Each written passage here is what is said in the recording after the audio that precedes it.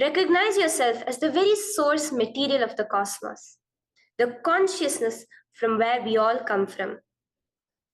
With each movement, you will not just be stretching muscles, you will be reaching into the depths of your consciousness. Visualize yourself as a sculptor, crafting your form with intention and precision. Want to grow 4 inches taller by the end of this session? Believe it, for your body is a wax waiting to be molded as per your intention. There is only one enemy towards this that we have built within each one of us. That is the parasites of negativity. Every muscle you have built in the moment of anger, of anxiety, of pain, of incompletion becomes the boundary of your consciousness. Today, we embark on a journey to detoxify ourselves, make us experience our original nature as divine. So as we go through these 12 components, which is so unique to Nityananda Yoga, from the original source, the Vedas and Agamas, remember, you are not bound by limitations. You are the creator of your reality. Embrace your true nature. Let us sculpt our beings into an epitome of strength, flexibility, and bliss. Welcome to a transformative experience like no other, Nityananda Yoga. There are 12 different components that consist Nityananda Yoga. One is the asanas, which we traditionally know of. The various body postures revealed by Paramashiva to align the physical geometry of our body, the physical geography of our body, to the cosmic geometry, the cosmic geography. As Paramashiva says, sthiram sukham asanam, that body posture which is steady, comfortable, because it's in its original nature of Paramashivatva. The second are the pranayamas, the various systematic breathing techniques that Paramashiva has revealed for each one of us, that connect us to the higher dimensions of the cosmos and increase the life energy within us. The fourth are the bandhas, the different internal locks of the body. The third are the mudras, the various hand gestures and body movements to seal that life energy within ourselves. The very word mudra means seals. You will be able to seal the space of oneness within you with Paramashiva. The fourth are the bandhas, the various internal locks of the body to awaken the Kundalini Shakti, our latent potential energy, and make us conducive for the ultimate experience. The fifth are the karanas, the beautiful dance movements of the body, revealed by Paramashiva to put you in the space of ultimate bliss, and which engage all the different parts of your body. The next are the visualizations. As Swamiji says, the intention with which you move your body manifests as your reality. As you hold the visualization within you of the various gods and goddesses of Kailasa, of the various beings of this universe, you manifest the powers of those beings within you. The next are the japas, the various powerful energy vibrations of the cosmos that you will be subtly repeating in your throat center that will cause your very DNA to be bound to the cosmos, to your consciousness with the highest frequency possible. The next are the pramanas, the chanting of the sacred mantras, the original source scripture of Hinduism that reveal the science of Nityananda Yoga, of yoga, because as Swamiji says, yoga has a source and it is Hinduism.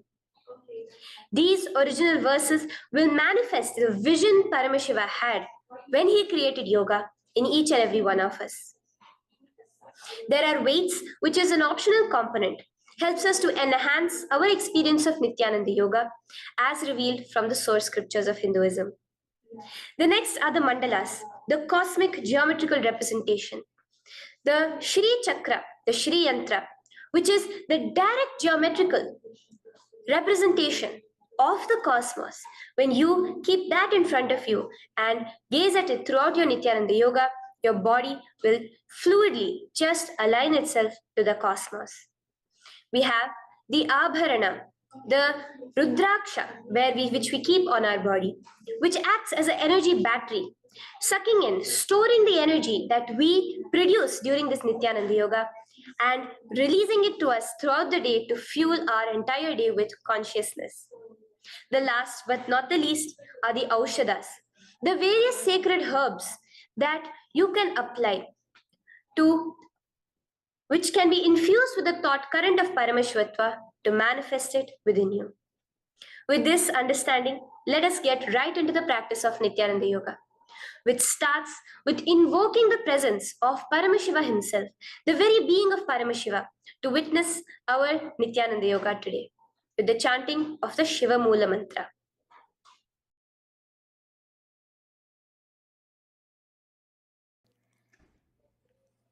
Let us now chant the Shiva Mula Mantra 11 times internally. Om Ham Hom Shivaya Namaha. Om Ham Hom Shivaya Namaha. Om Ham Hom Shivaya Namaha. Om Ham Hom Shivaya Namaha.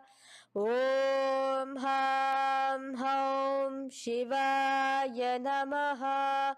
Om Ham Hom Shivaya Namaha.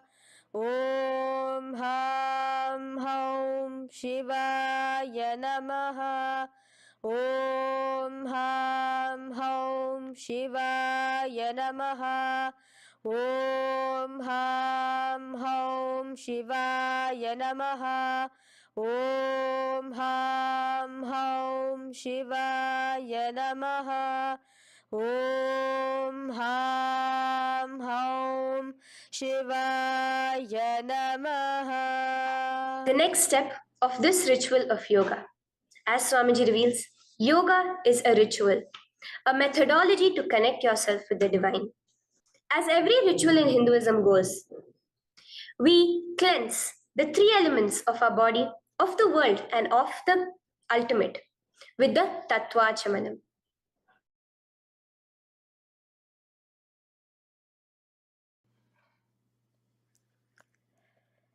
The next is the Tattvachamanam.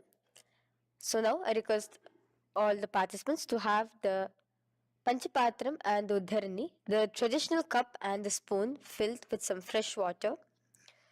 Now,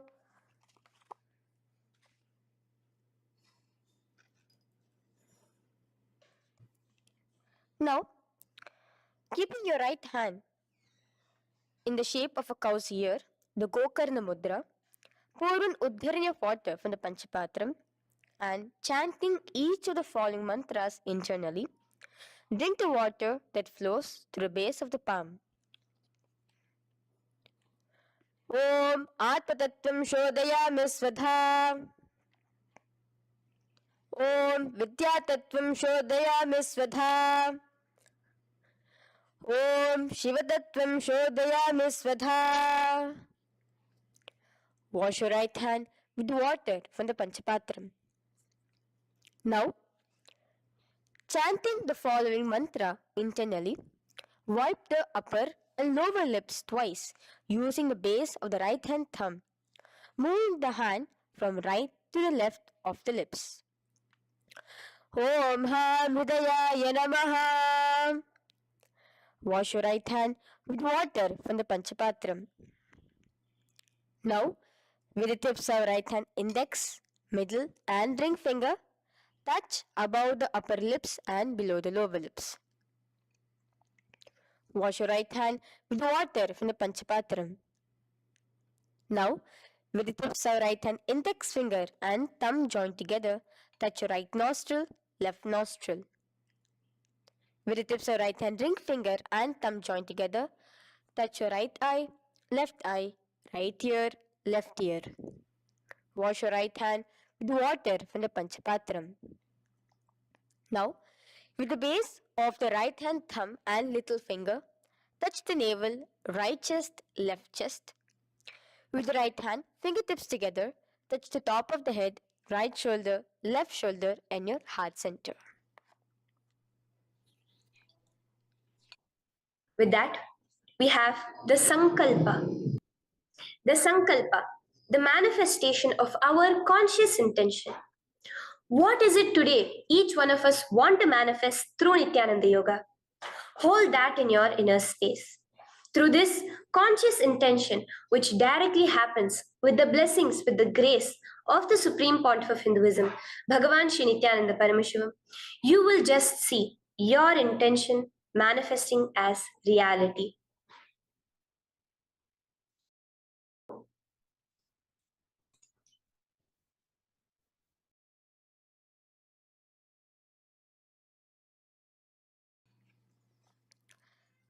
The next is the Sankalpa, the conscious resolution. So now I request all participants now to, with your right hand, cover your left palm, which is the Sankalpa Mudra, and keep both the hands on the right thigh. Continue to keep this mudra till the end of the Sankalpa.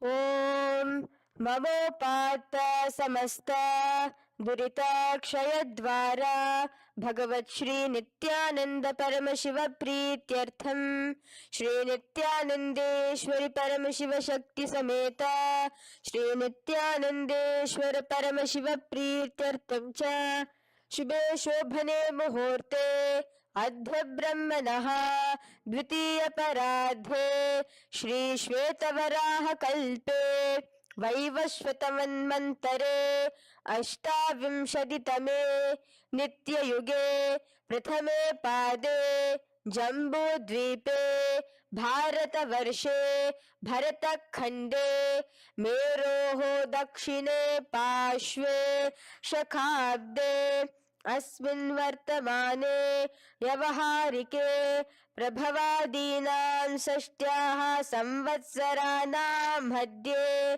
शुभनाम संवत्सरे शुभायने शुभऋतौ शुभमासे शुभपक्षे शुभतिथौ शुभवासरयुक्तायां शुभनक्षत्र शुभयोग शुभकरण एवं गुणविशेषण विशिष्टायाम् अस्यां शुभदितौ श्री कैलासोन्नत द्वादशान्त श्यामला पीठारूढ श्री मीनाक्षी सुंदरेश्वरा भिन्न स्वरूप परशिवपुत्र रत्न कुमार गुरुमन्यतुल्यावतार श्री पार्वती स्तन्यपान लब्ध दिव्य ज्ञान विश्रुत सकल निगमागम सारभूत द्राविड वेद प्रवक्त्रे श्रीमत् परमशिव करुणा समधिगत मुक्तामय चतुरश्रयान गीयमान छत्र चामर श्री चिन्ह काहलादि समस्त बिरदावल्यलंकृत ज्ञान विज्ञान चक्रवर्ती सर्वजन संग सद्यो निर्वाण दीक्षा व्यापवर्ग वर्ष विश्रान जीमूत परमत कलभ केसरी शैव सिद्धांत स्थापनाचार्य श्री राजाधिराज पांड्य महाराज गुरु क्षपन शाक्यादि महांधकार निवारण ज्ञान भानु वीक्षणा नरहार ध्वजोच्छेदन पूर्वक श्रीमद वृषभध्वज स्थापक शैव समय कर्त्रे सर्वज्ञ पीठारूढ़ श्री जगद्गुरु श्री ज्ञान संबंध देशिक स्वामी वागीश सुंदर माणिक्य वाचक स्वामी नाम अवतार भूत श्री ज्ञान संबंध स्वामी पुनरुद्धृत श्यामला पीत सर्वज्ञ पीत तृणवद्युत्तर द्विशततम गुरु महासन्निधान अरुणगिरि योगीश्वर परंपरागत अरुणाचल सर्वज्ञ पीठ गुरु महासन्निधान कैलास परंपरागत कांची कैलास सर्वज्ञपीठ त्रयस्त्रिंशदुत्तर द्विशततम गुरु महासन्निधान नित्योत्सव नित्य मंगल नित्य कल्याण नित्य रजत कैलास परंपरागत आदि कैलास नित्यानंद पीठ महासंस्थान महासिंहासन पीठ कर्तृ साक्षात् श्री परम शिव समुद्भूत कैलास परंपरागत वैवस्वत मुनि इक्ष्वाकु हरिश्चंद्र भगीरथ श्रीरामचंद्र सूरसेन इत्यादि अनवच्छिन्न सार्वभौम चक्रवर्ती परंपरागत चतुष्षष्टि योगिनी मंडित चतुष्षष्टि संप्रदाय प्रवर्तक मनुधर्म शासन सूर्यवंश प्राप्त सर्वज्ञ पीठ सुरांगी साम्राज्य मूधाभिषिक्त चूडामणे साक्षात् श्री परम शिव समुद्भूत कपिल महागुरु पुनरुद्धृत महानिर्वाणि पीठ अष्टोत्तर सहस्र श्री महामंडलेश्वर साक्षात् श्री परम शिव समुद्भूत श्री महागणपति समारंभ अनवच्छिन्न पीताधीश्वर गुरु परंपरा प्राप्त अतल पीता अष्टोत्तर सहस्रतम अष्टोत्तर सहस्र श्री अतल पीताधीश्वर धर्म मुक्ति स्वर्गपुर स्वर्ण पीता त्रयोविंश गुरु महासन्निधान कैलास परंपरागत आदिपीठ सर्वज्ञ पीठ जगद्गुरु श्री कैलास पुनरुद्धारक श्री कैलास परमाचार्य श्रीमत् परमहंस परिव्राजकाचार्य वर्य सच्चिदानंद प्रणव स्वरूप श्रोत्रिय ब्रह्मनिष्ठ श्रीमद् जगद्गुरु श्रील श्री भगवत श्री नित्यानंद परम शिव श्री ज्ञान संबंध देशिक परमाचार्य स्वामिनां प्रीत्यर्थम तेषां पादारविन्दयोः भक्ति सिद्ध्यर्थम गुरु कृपा कटाक्ष सिद्ध्यर्थम क्षेम स्थैर्य वीर विजय आयुरारोग्य ऐश्वर्याणां अभिवृद्ध्यर्थम धर्मार्थ काम मोक्ष चतुर्विध फल पुरुषार्थ सिद्ध्यर्थम समस्त दुरितोपशान्त्यर्थम समस्त मंगलावाप्यर्थम भगवत् श्री नित्यानंद परम शिव प्रसादेन सकुटुम्बस्य ज्ञान वैराग्य जीवन मुक्ति प्राप्त्यर्थम भगवत् श्री नित्यानंद परम शिव कृपा कटाक्षेण पूर्ण आरोग्य युक्त दृढ़गात्र यौगिक शरीर सिद्ध्यर्थम परम शिव शक्ति आविष्करणार्थम नित्यानंद योगाभ्यासं करिष्ये. Now wash your right hand with water from the Panchapatram. Om Apaupasprisya. Now, let's get started with the asanas. Okay? Sit first in a cross-legged position on the ground in Sukhasana.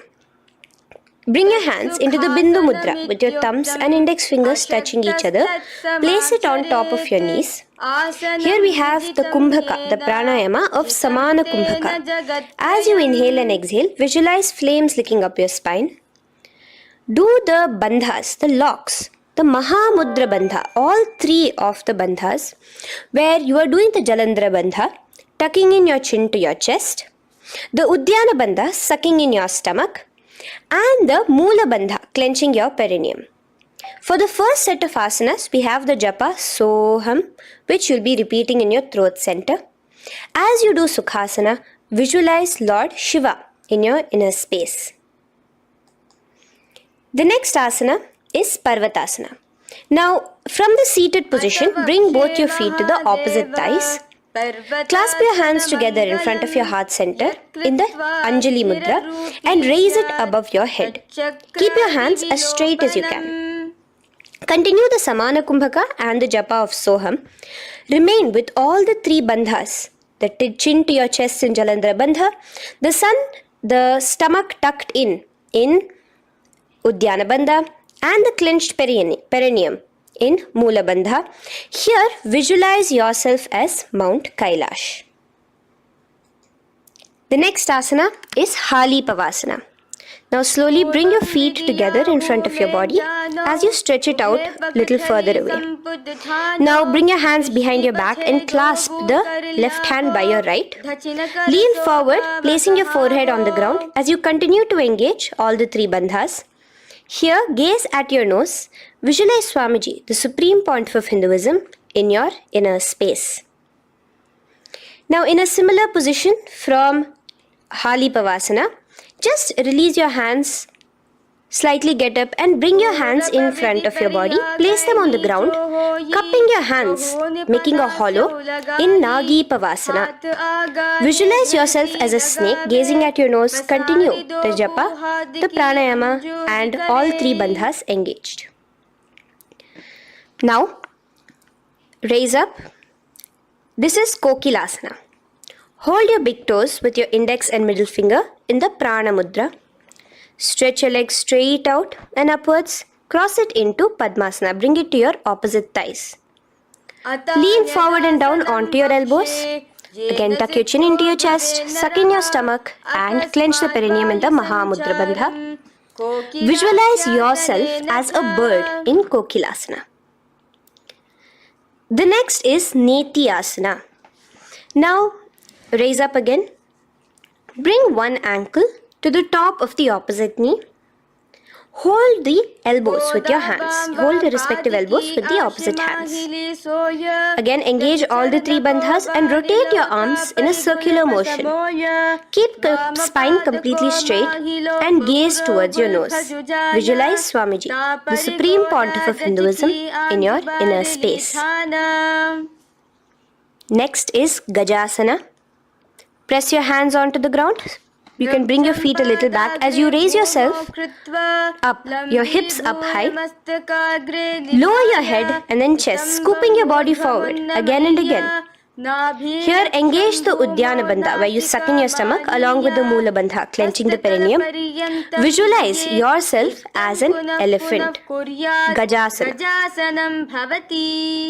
Now stop the movement slowly. In another dynamic asana, which is Rikshasana, you will start alternatively pressing the heel of one foot onto the ground while lifting the other heel up. Repeat this again and again. The next is Vaishyasana. Now slowly come to a standing position. Stand tall on the tips of just your big toes. Keep your head neck straight line. And bring the middle, index and ring fingers to your heart in the Hridaya Mudra. Continue engaging the Uddiyana Bandha. Visualize Swamiji in your inner space. Here we have a very interesting movement, which is the Karanas, the dance movements. So the first Karana is Urdhva Janu Karana, which literally means the raised knee. So now stand in the Aramandi position, which is your heels touching together, the toes facing outwards, almost at a 45-degree angle. Bend your knees low and keep both your hands at your chest, elbows parallel to the ground.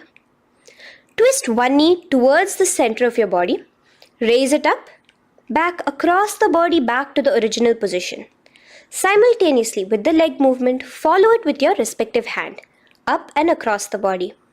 Repeat this alternatively on both sides. Now, in Balalingasana, come back to a standing position straight and interlace your fingers from outside in. This is the Sarvavashankari Mudra. Hold on to your knee, pulling it up towards your chest. Pull it tight. Continue to keep your spine straight. Engage all the three bandhas, the Jalandhara Bandha, the Uddiyana Bandha and the Mula Bandha. As you are holding your knee, visualize yourself caressing a baby. Balalingasana. The next asana is Pada Pidanasana.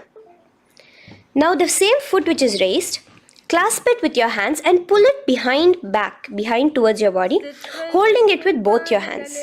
Again, engage all the three bandhas standing tall. Visualize Swamiji, the Supreme Pontiff of Hinduism, in your inner space.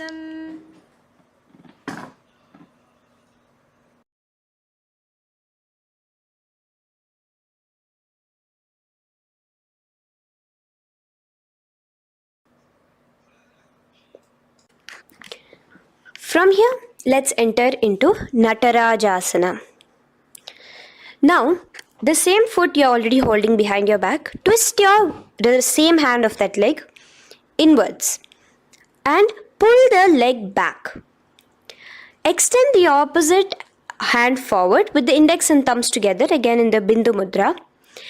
Now, pull the foot back and up while leaning forward in Natarajasana. Hold your balance here. Here you will be engaging only the Mula Bandha, visualizing yourself as Lord Nataraja, the Lord of Dance.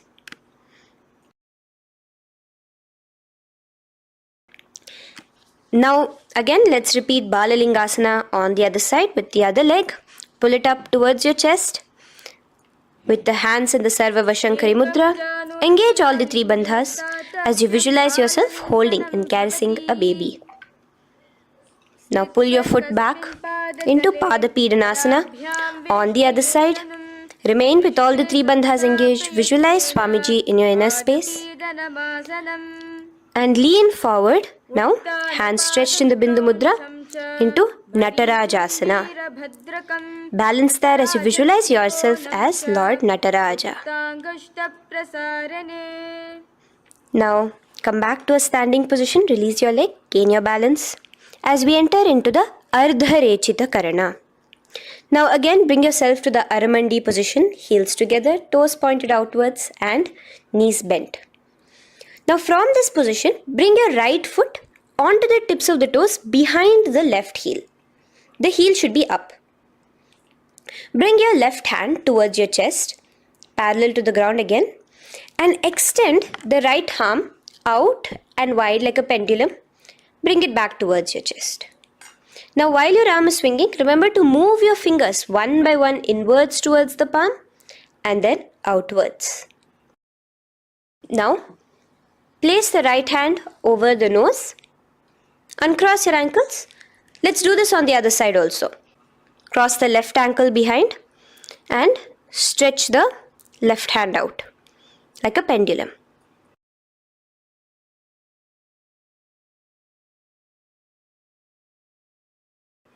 Bring it to your nose, uncross the ankles. Now let us enter into the skeleton dance. It's a very powerful meditation. It cleanses the muscle memory. Any patterns which are there within your muscle memory can be completely wiped out through this skeleton dance. Just 2 simple steps. Now stand straight, visualize yourself as a skeleton. You can close your eyes. Just visualize yourself as pure bones. There are no muscles, no veins, no nerves, tissues, organs, nothing. Just bones, a skeleton form.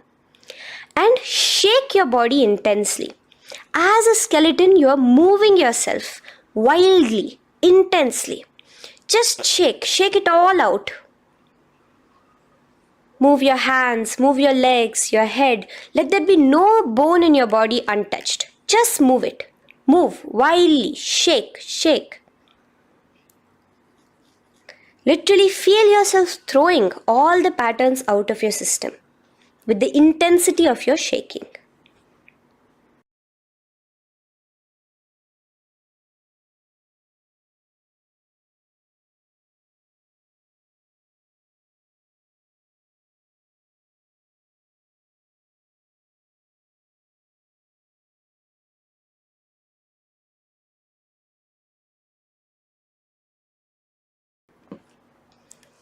Slowly calm down.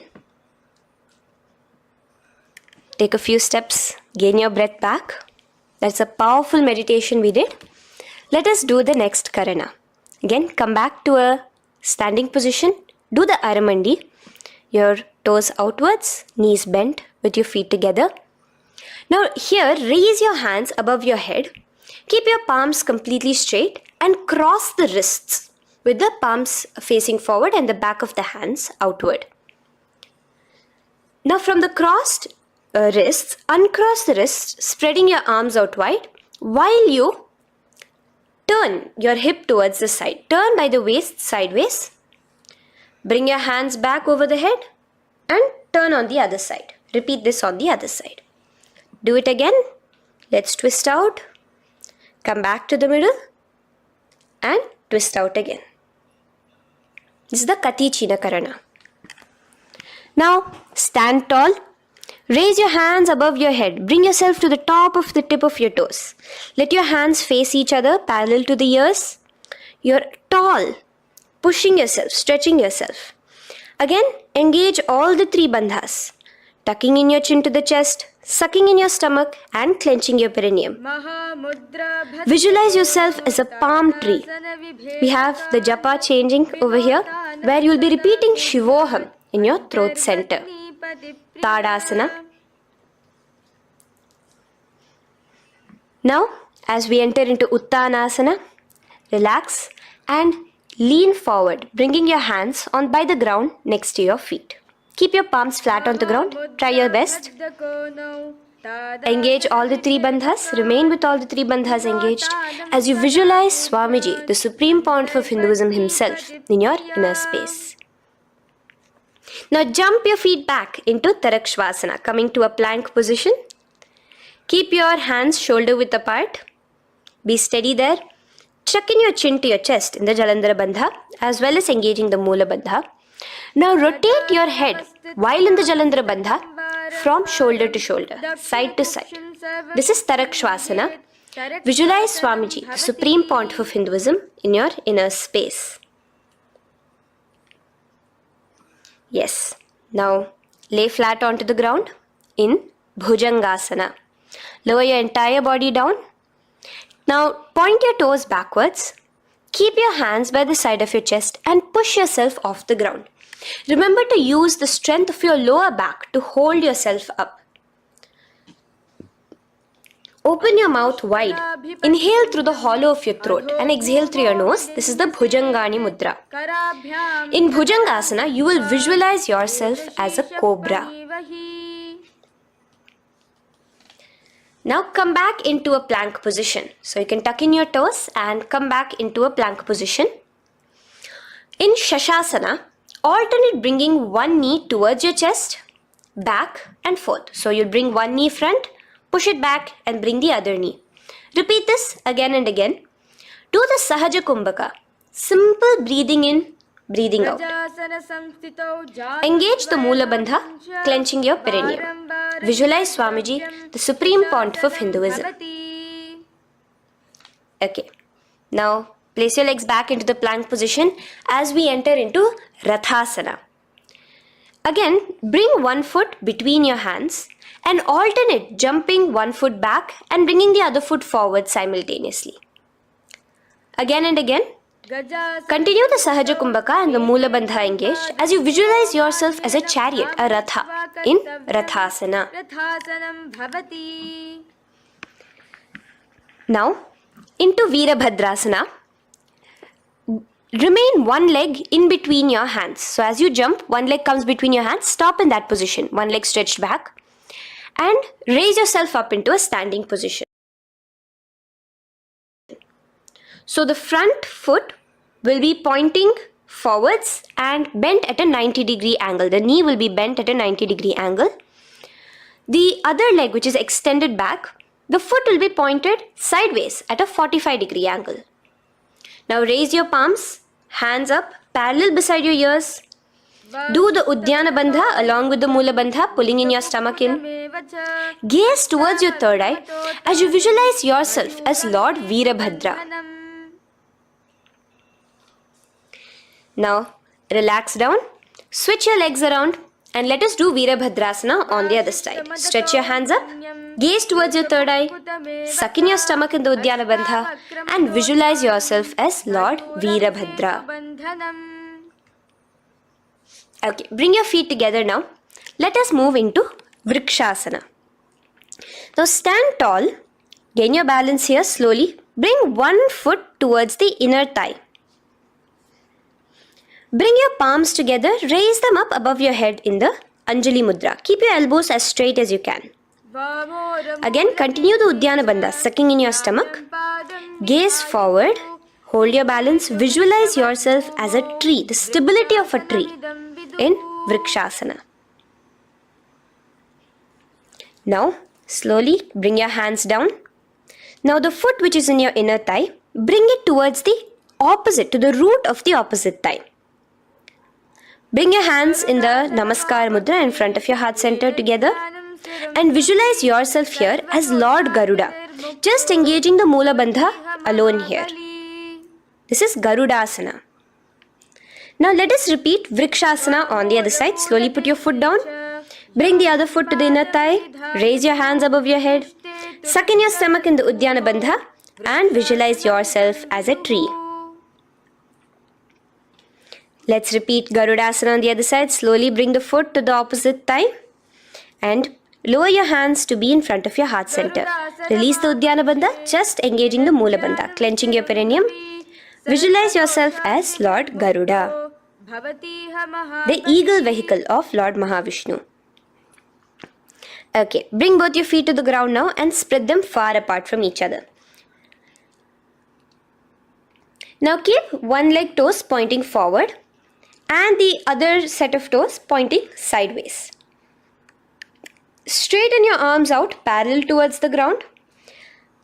Bring your front arm down towards the front foot, beside your foot, while the other arm extends towards the sky.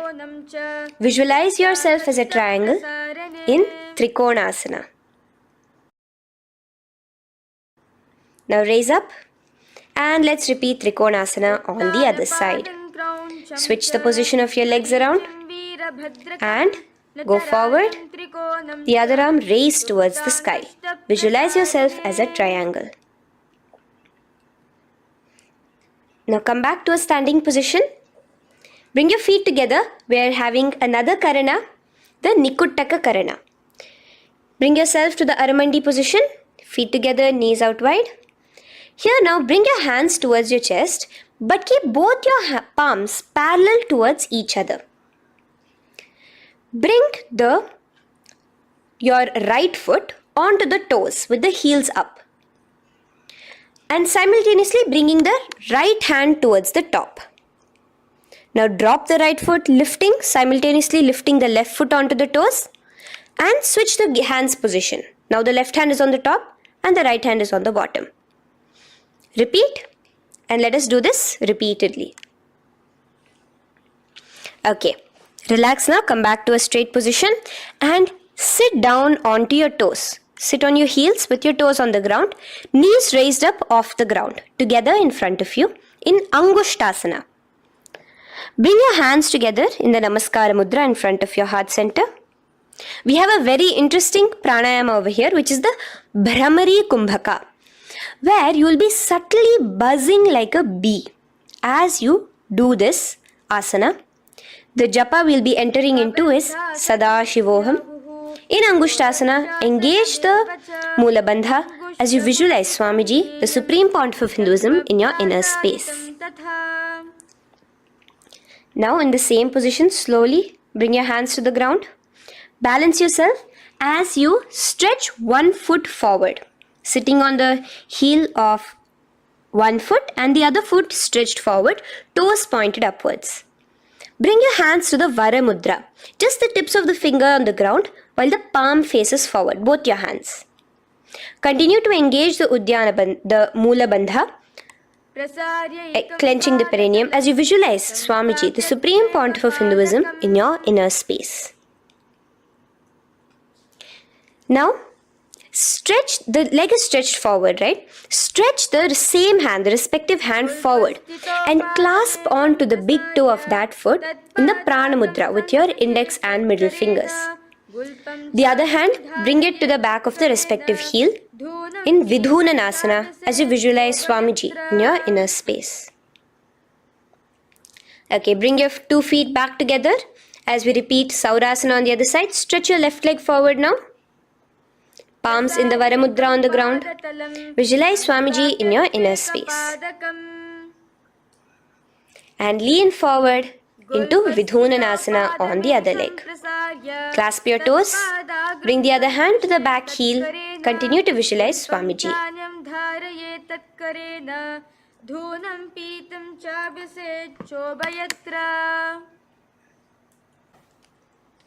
Now bring your 2 feet back together as you continue to sit on the heels, getting a nice toe workout here. Balance on your toes, bring your knees together in front of you. Now place your palms on top of the respective knees with the hands facing upwards, the palms facing upwards. Leave a slight gap between your palms and knees. As you gaze forward, engage the Jalandhara Bandha, tucking in your chin to your chest, and look between the gap between your hands. Brahma Jurankushasana. The next is Kapilasana. Now spread your knees wide and place them onto the ground. Keep your hands on the respective knees. Pull your stomach in and up in the Uddiyana Bandha. Gaze towards your nose as you visualize yourself as Maha Kapila Muni, the first man that ever started thinking. In the same position, just release that Uddiyana Bandha. Release the lock of the stomach, but continue to clench your perineum in Mula Bandha as you switch your gaze to your third eye. So from your nose, switch your gaze to the third eye. Visualize Swamiji, the Supreme Pontiff of Hinduism, in your inner space. Bhadra Gorakshasana. Next is Suryasana. Now, your toes are tucked. Just lift your knees off the ground, wide apart. Bring your hands together in the Padma Mudra with the little fingers and thumbs joined together. Engage the Uddiyana Bandha, suck in your stomach and raise your hands up tall above your head. Slightly lean back as you look towards the gap between your hands. Visualize Lord Surya in your inner space. Now relax, slowly bring your hands to the ground. Sit on top of your heels, the toes flat. Here, keep your hands on top of your knees and lift your tongue up against the roof of your mouth in the Manduki Mudra. Do the Sahaja Kumbhaka, simple breathing in and out. Engage the Mula Bandha, clenching your perineum. With the Japa Sadashivoham, repeating in your inner space, here you will visualize yourself as a frog in Mandukasana. Your tongue pressed against the upper palate. Is your frog-like tongue catching the nectar of immortality dripping from your Sahasrara Chakra? Gaze towards your third eye in Mandukasana. Now from here itself, moving into Uttana Mandukasana. Just bring your hands to the opposite shoulders, remaining in the same seated position. Continue with the Uddiyana Bandha engaged, gazing at your third eye. The Manduki Mudra, tongue pressed against the top of your palate, visualizing yourself as a frog in Uttana Mandukasana. Slowly bring your hands out from behind your back. Now slightly raise up and cross your ankles behind you. Sit on top of your crossed ankles. Keep your knees wide and your fingers spread on the top of your knees, both your hands. Open your mouth wide and stick out your tongue, exhaling forcefully. Gaze at the tip of your nose. Repeat this several times because you're visualizing yourself as a lion in Simhasana. The next asana is Bhadrasana. Now you can release yourself and uncross your ankles. Just keep your toes crossed behind you. Again, sit on top of your heels, keeping your knees wide apart. Cross your hands behind your back, hold on to the big toes in the Prana Mudra with your index and middle fingers. Apply the Jalandhara Bandha, tuck in your chin to your chest along with the Mula Bandha, sucking in your perineum. As you gaze towards your nose, here, resume the Brahmari Kumbhaka, buzzing like a bee subtly in your inner space as you visualize Swamiji, the Supreme Pontiff of Hinduism, in your inner space. Now, bring your hands out from behind you. As you bring yourself to a squatting position. Keep your feet flat onto the ground as close together as possible, but your knees opened wide. Bring your body in between your knees, your torso in between your knees, and take your arms in and around your knees towards the back, clasping your fingers, interlacing your fingers behind you in the Parashu Mudra. Gaze towards your nose. Visualize yourself as a crow in Kakabhusandhyasana. The next asana is Kanipavasana. Unclasp your hands and place them flat onto the floor. Keep them shoulder width apart for good balance. Now, slowly bring your knees to the back of your arms, above the elbows. Lean your chin forward and down.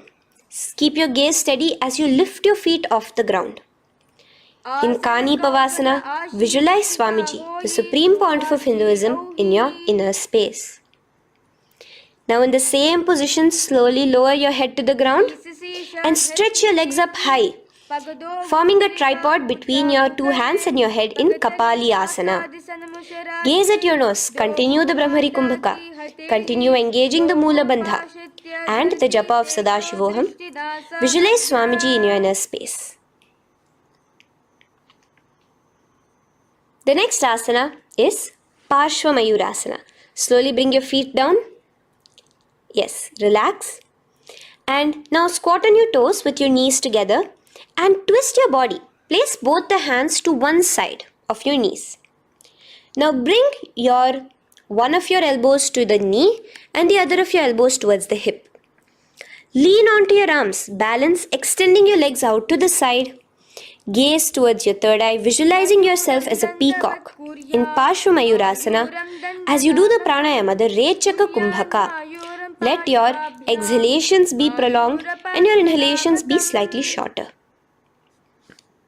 Now relax, bring your feet to the ground and bring your body to the other side of your knees. As you repeat Parshva Mayurasana on the other side, lean forward, stretch your legs, gaze at your third eye, visualize yourself as a peacock. Now let's do Bhairaganathasana. Now come again to a plank position. Place your hands down, stretch your legs back and bring one foot around your shoulder to be placed in between both your palms. Gaze at your third eye. Just engage the Mula Bandha, clenching your perineum. Here, this is Bhairaganathasana. Visualize yourself as Lord Kala Bhairava. Slowly bring your foot out and bring the other foot in between your palms, remaining in the plank position. Continue to visualize yourself as Lord Kala Bhairava in Bhairaganathasana on the other side. The next asana is Unmukha Pithasana. Now from the same plank position, bring your forearms onto the ground. Be steady as you walk your feet closer towards yourself, forming like a slight mountain. In Unmukha Pithasana, gaze at your third eye. Continue the Rechaka Kumbhaka. Visualize Swamiji in your inner space. The next asana is Vashishthasana. Now, just raise yourself onto one of your hands. So, release your forearms off the ground and raise yourself onto your right arm. And keep your body completely parallel to the ground as you raise your left arm straight above your head. Visualize yourself as Rishi Vashishta as you do the Vashishthasana. Gaze towards the hand on the top. Now slowly bring that hand down. As you switch the hands, bringing your right hand up towards the sky. Balance there, completely straight on your toes. As you visualize yourself as Rishi Vashishta, the Guru of Bhagavan Sri Rama. Now, bring your feet forward into Anjani Asana. So here you will be sitting on your hips with your legs pointed forward. And sit on top of your hands. So keep your palms facing upwards and sit on both your palms as you tuck your elbows into your body. Do the Rechaka Kumbhaka, continue the Rechaka Kumbhaka. Engage the Jalandhara Bandha, tucking in your chin to your chest, gaze at your nose, visualize yourself as Lord Hanuman in Anjani Asana. Now, slowly release your hands from under your body as you lean forward into Paschimottanasana. Clasp your respective toes with your index and middle finger. Lean forward and down, bring your elbows to the ground, your forehead towards your knees. Engage all the three bandhas. The Mahamudra Bandha. As you visualize Swamiji, the Supreme Pontiff of Hinduism in your inner space, with a new japa, Sadashivoham, starting here.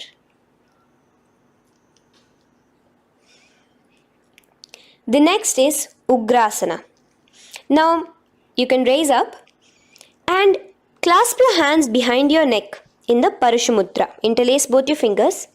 Lean forward and down, bringing your forehead to your knees and your elbows onto the ground.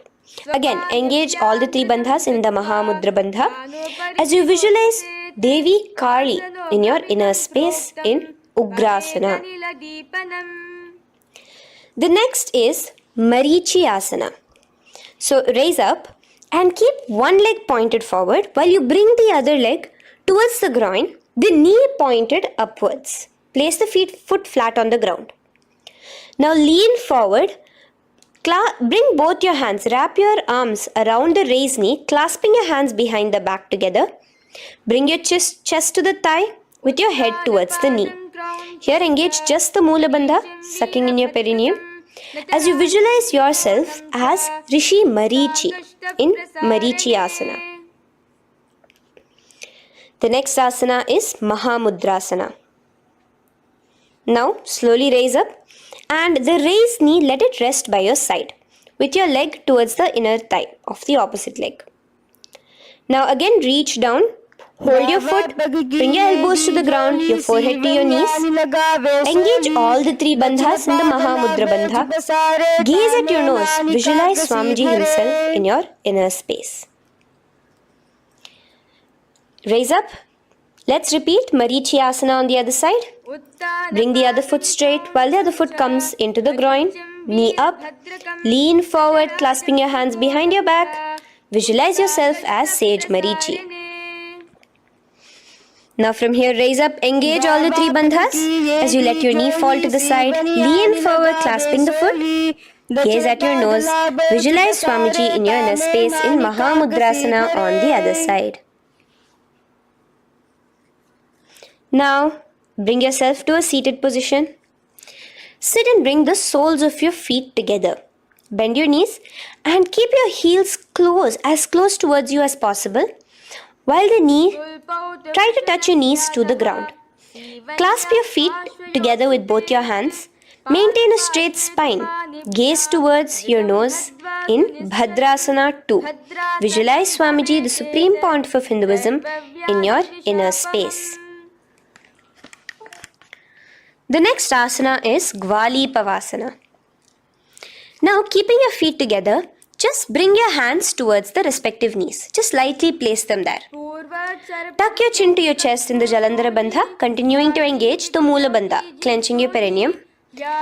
As you gaze at your nose, visualize Swamiji, the Supreme Pontiff of Hinduism, in your inner space. Now, push your soles slightly further away from you. The joined feet, push it further away from your body. And lean forward, keeping both your hands, the fingers inside of the feet. Hold the soles of your feet. Lean forward and down. Bring your forehead to the ground. Gaze at your nose. Visualize the Yoni Mandala in your inner space in Joni Asana. The next is Midiki Pavasana. Raise up. Stretch your arms out wide beside your body as you lean forward, your arms going over your knees. Bring your forehead to your feet. Continue to gaze at your nose. Visualize Swamiji, the Supreme Pontiff of Hinduism, in your inner space. Now, in Siddha Samadhi Asana, raise yourself up. Now, put your forearms underneath the calves of the respective legs. Let your palms face up towards the sky as you bring your head down to your feet. Gaze at your nose as you visualize Lord Surya in your inner space in Siddha Samadhi Asana.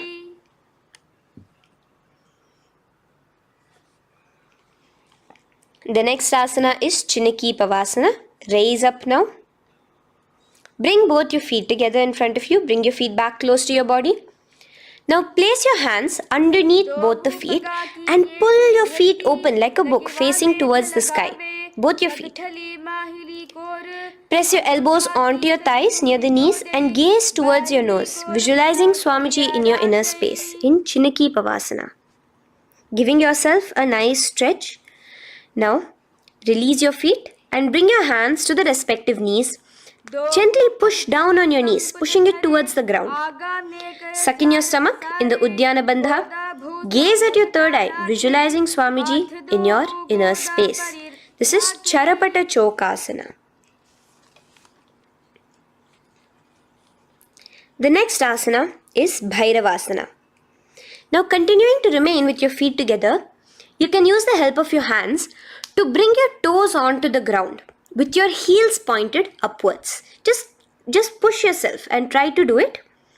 Continue to remain with the Uddiyana Bandha engaged, your stomach sucked in. Bring your hands to the Bindu Mudra with the index and thumbs together on top of the knees. Gaze at your third eye. Visualize yourself as Lord Kala Bhairava in Bhairavasana. The next asana is Samanasana. So slowly you can bring your feet out from underneath. Take now one foot towards your chest, holding with both your hands as the other foot rests by the perineum. Pull the sole onto your chest. Gaze at your third eye.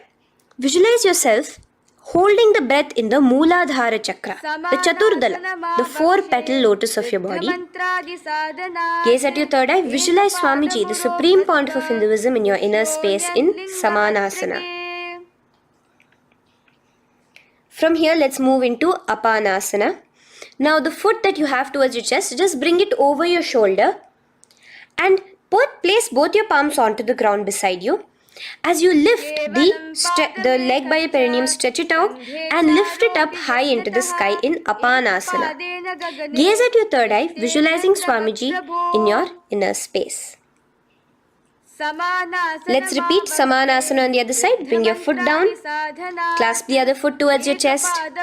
Gaze at your third eye, visualizing Swamiji in your inner space. And bring the foot onto your shoulder as we repeat Apanasana on the other side. Stretch your leg out straight in front of you, up high towards the sky, gazing at the third eye, visualizing Swamiji in your inner space. Okay, relax slowly. Let's move into Gomukhasana. Now, sitting in a seated position, cross one leg over the other, like over, and align the knees together at the center of your body and the feet by the opposite hips. Place both your hands on top of the stacked knees. Gaze at your nose. Here we have a beautiful pranayama, very cooling pranayama, which is the Sheetkari pranayama, where you will be inhaling through your clenched teeth with your tongue pressed against behind your teeth and exhaling through your nose, creating a hissing sound. The japa will be for the next sequence of asanas. Om Nityanandoham. Visualize the face of a cow in Gomukhasana. Now keep your knees crossed. From the knees, bring your hands towards the respective toes on the side of the body. Clasp the big toe in Pranamudra. Suck in your stomach in the Uddiyana Bandha. Visualize yourself as Rishika Anasuya in Anasuyasana. Now in Anusuyasana 2, just bring your hands behind your back, clasp together, interlaced fingers in the Parashamudra. Lean forward and down. Try to bring your nose to touch the ground in front of you. Just visualize yourself as Rishika Anasuya and gaze at your nose. Anusuyasana 2. Raise yourself up now. Now bring one foot towards the perineum, knee resting on the ground. Raise your other foot with the foot in front of the lying down foot, knees pointed upwards towards your chest. Place your hands on the respective knees. Keep your spine tall, chest out. Gaze at your nose. Visualize yourself as Lord Garuda, the eagle vehicle of Bhagavan Mahavishnu. Garudasana 2. From here, moving into Naradasana. Now, keep both your hands, bring both your hands behind your neck and clasp them in the Parashamudra. Interlace your fingers behind your neck. Twist outward of the raised knee. Just keep your whole body outside of the raised knee. Gaze towards your third eye, visualizing yourself as Devarishi Narada in your inner space. From Naradasana, let's enter into Matsya Pithakasana. Place one foot on the top of the opposite thigh. Wrap your respective arm across the knee, holding on to the opposite shin. Extend the opposite hand straight. Hold on to the respective toe with the index and middle fingers in Prana Mudra. Gaze towards your nose. Visualize Matsyavatara, the fish form of Bhagavan Mahavishnu in your inner space in Matsya Pithakasana.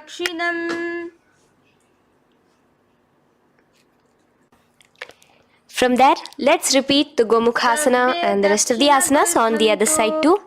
So slowly you can cross your knees over to the other side in Gomukhasana. Keep your hands on the top of your knees. Gaze at your nose as you visualize the face of a cow in Gomukhasana. Continuing into Anusuyasana on the other side, bring your hands to your toes. Suck in your stomach in the Uddiyana Bandha. Gaze at your nose, visualize yourself as Rishika Anasuya.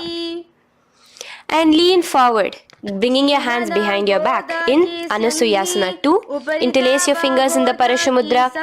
Continue to gaze at your nose, visualizing yourself as Rishika Anasuya.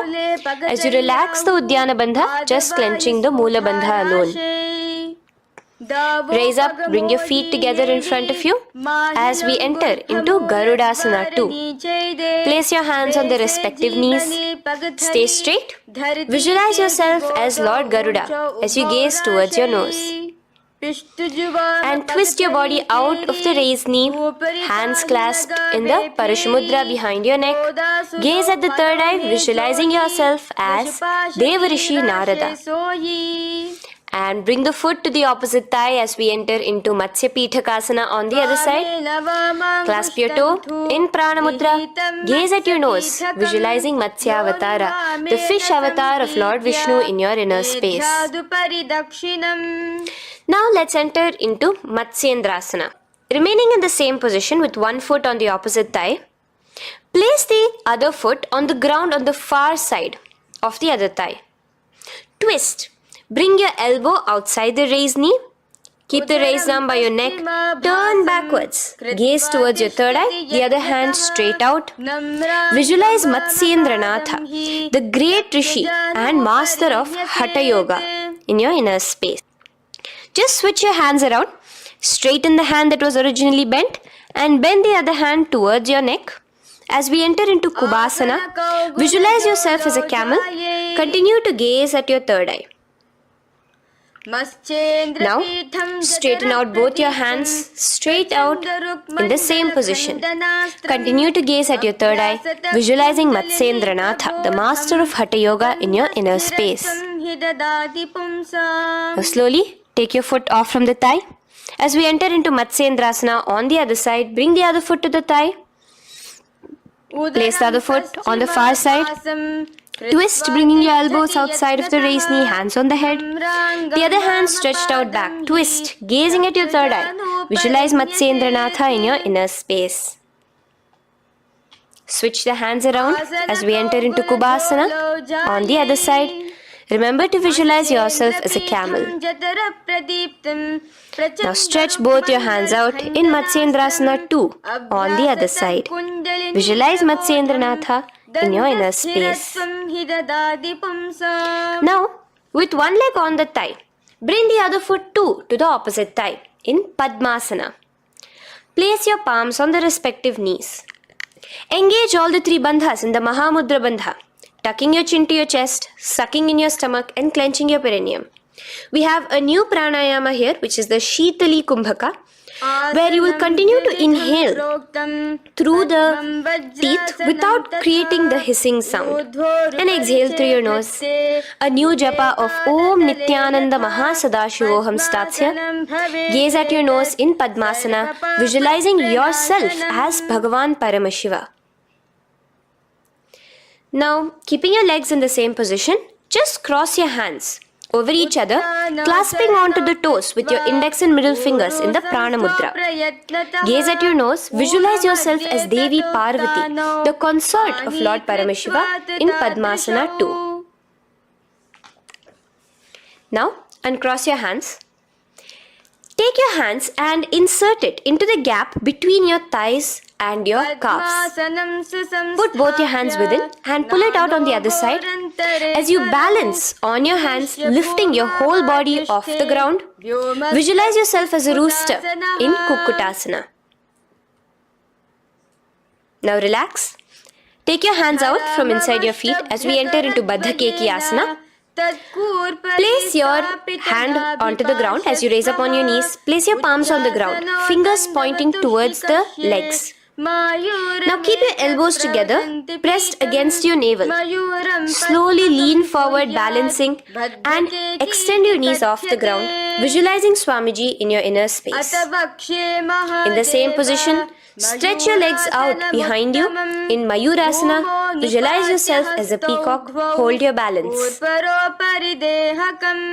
Relax now. Yes, relax flat onto the ground into Makarasana. Lay down completely flat. Keep your feet pointing outwards, far away from each other. Place your forehead on the mat. Interlace your fingers behind your neck in the Parashumudra. Just relax, visualizing yourself as a crocodile as we go back to the Sahaja Kumbhaka, the simple breathing in, breathing out. Just keep the Moola Bandha alone engaged.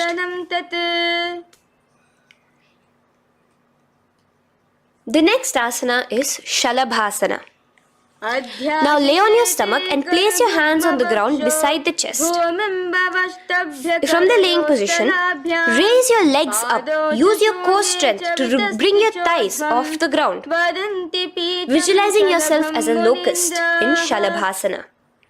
Relax your feet down and bring your hands to your feet, pulling your feet down towards the ground beside your hips. In Ushtrasana, visualize yourself as a camel.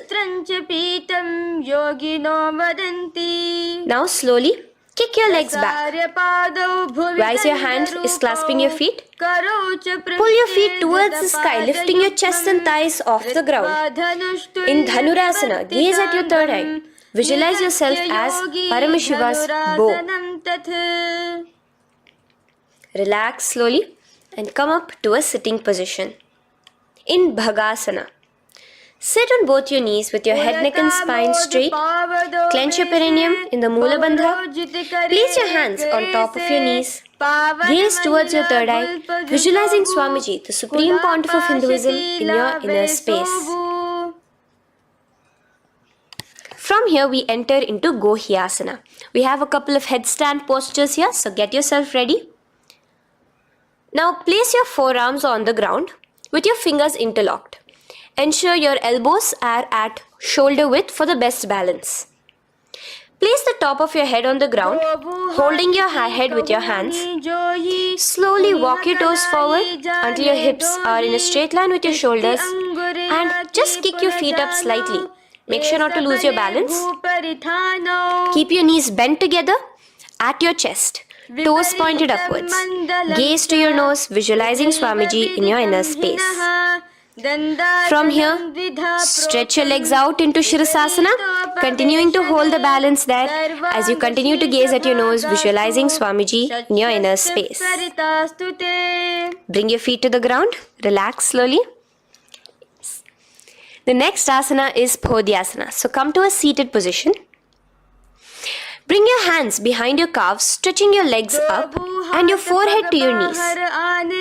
Visualize Swamiji in your inner space. Here we have a new Kumbhaka, which is the Bhastrika Kumbhaka, where you will be exhaling forcefully, making the sound of a bellows. Podhyasana.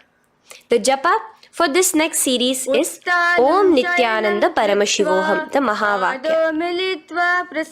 Relax yourself. Continuing to remain balanced with your legs up, just bring your hands to the opposite shoulders.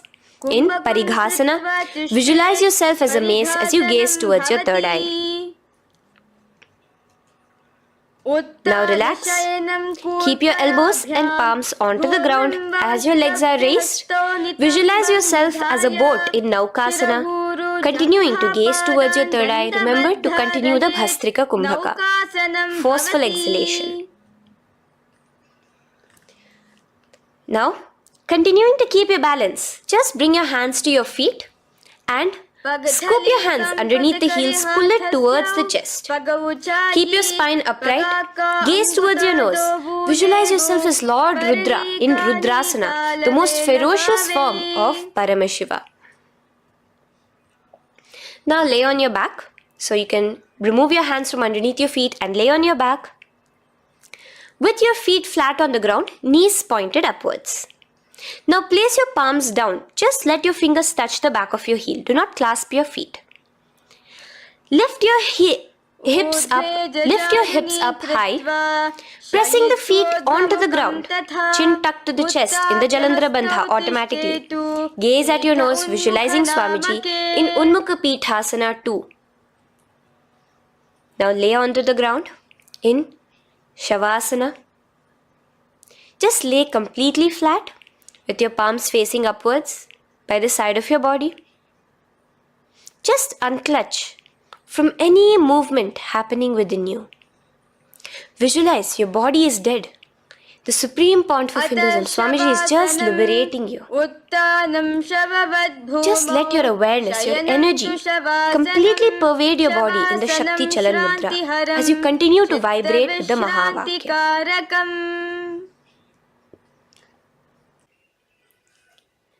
Roll over to one side and come to a seated position. Feel the life entering your body back. In a seated position, let us get continued with the sequence. We have 200 asanas more to go, starting with Yatha Sanishtasana. In Yatha Sanishtasana, sit in any posture you are completely comfortable in, bringing your hands into the Bindu Mudra with the thumbs and index touching. Start off with the Samana Kumbhaka. As you're inhaling and exhaling, feel flames licking up your spine. Clench your perineum in the Moola Bandha with the japa Om Nityananda Paramashivoham for the remaining of the sequence. Visualize Swamiji in your inner space. From here, moving into Samasana, where you bring your feet to a cross-legged position. Keep your hands on your knees with the thumbs and index touching in the Bindu Mudra. Just inhale and exhale as you visualize Swamiji in your inner space. The next is Muktasana. Press your left foot against your genital region. Place the right foot on top of your left. Keep your hands facing downwards on top of your knees. Sit straight, gazing towards your nose. Visualize yourself as a sage liberated by Swamiji himself. Now, continue to remain in the same position as we go into Siddhasana, where your gaze will be switching from the nose to your third eye. Continuing to visualize Swamiji in your inner space, ensure the Moola Bandha, the perineum, is locked. In Siddhyasana now, continuing the same position. Engage all the three bandhas, sucking in your stomach, bringing your chin to your chest in the Mahamudra Bandha. Switch the gaze to the ground in front of you from your third eye. Visualize Swamiji in your inner space. Now, relax the Uddiyana Bandha and Jalandhara Bandha. Just keep the Moola Bandha, the perineum, alone clenched as we enter Rudrasana 2, where your legs will remain in the same position, just your hands alone, from resting on your knees, will turn around to the Bindu Mudra, the thumbs and index touching. Gaze towards the third eye, visualize yourself as Lord Rudra, the fierce dimension of Paramashiva. The next is Santa Dhunasana. Keep your hands in the Bindu Mudra, your legs crossed in the same position as you switch your gaze from your third eye to your nose, visualizing Swamiji, his tranquility, unshakable nature. Now, relax the Bindu Mudra, keep your legs in the same position And bring your hands to your navel, cupping one palm over the other in the Samputa Mudra. It looks sort of like a lotus bud. Continue to visualize Swamiji in your inner space in Siddhasana 2. The next asana is Bandha Yoni Asana. Maintaining one heel over the other in the same position of the legs, bring your hands to your face in the Shanmukhi Mudra. So just listen carefully now. Bring your little fingers beneath the bottom lip of both hands. Your ring fingers above your upper lip. Your middle fingers closing your nose, your nostrils. Your index finger covering your eyes. And your thumbs pressed into your ears. This is Bandha Yoni Asana, visualizing Swamiji in your inner space.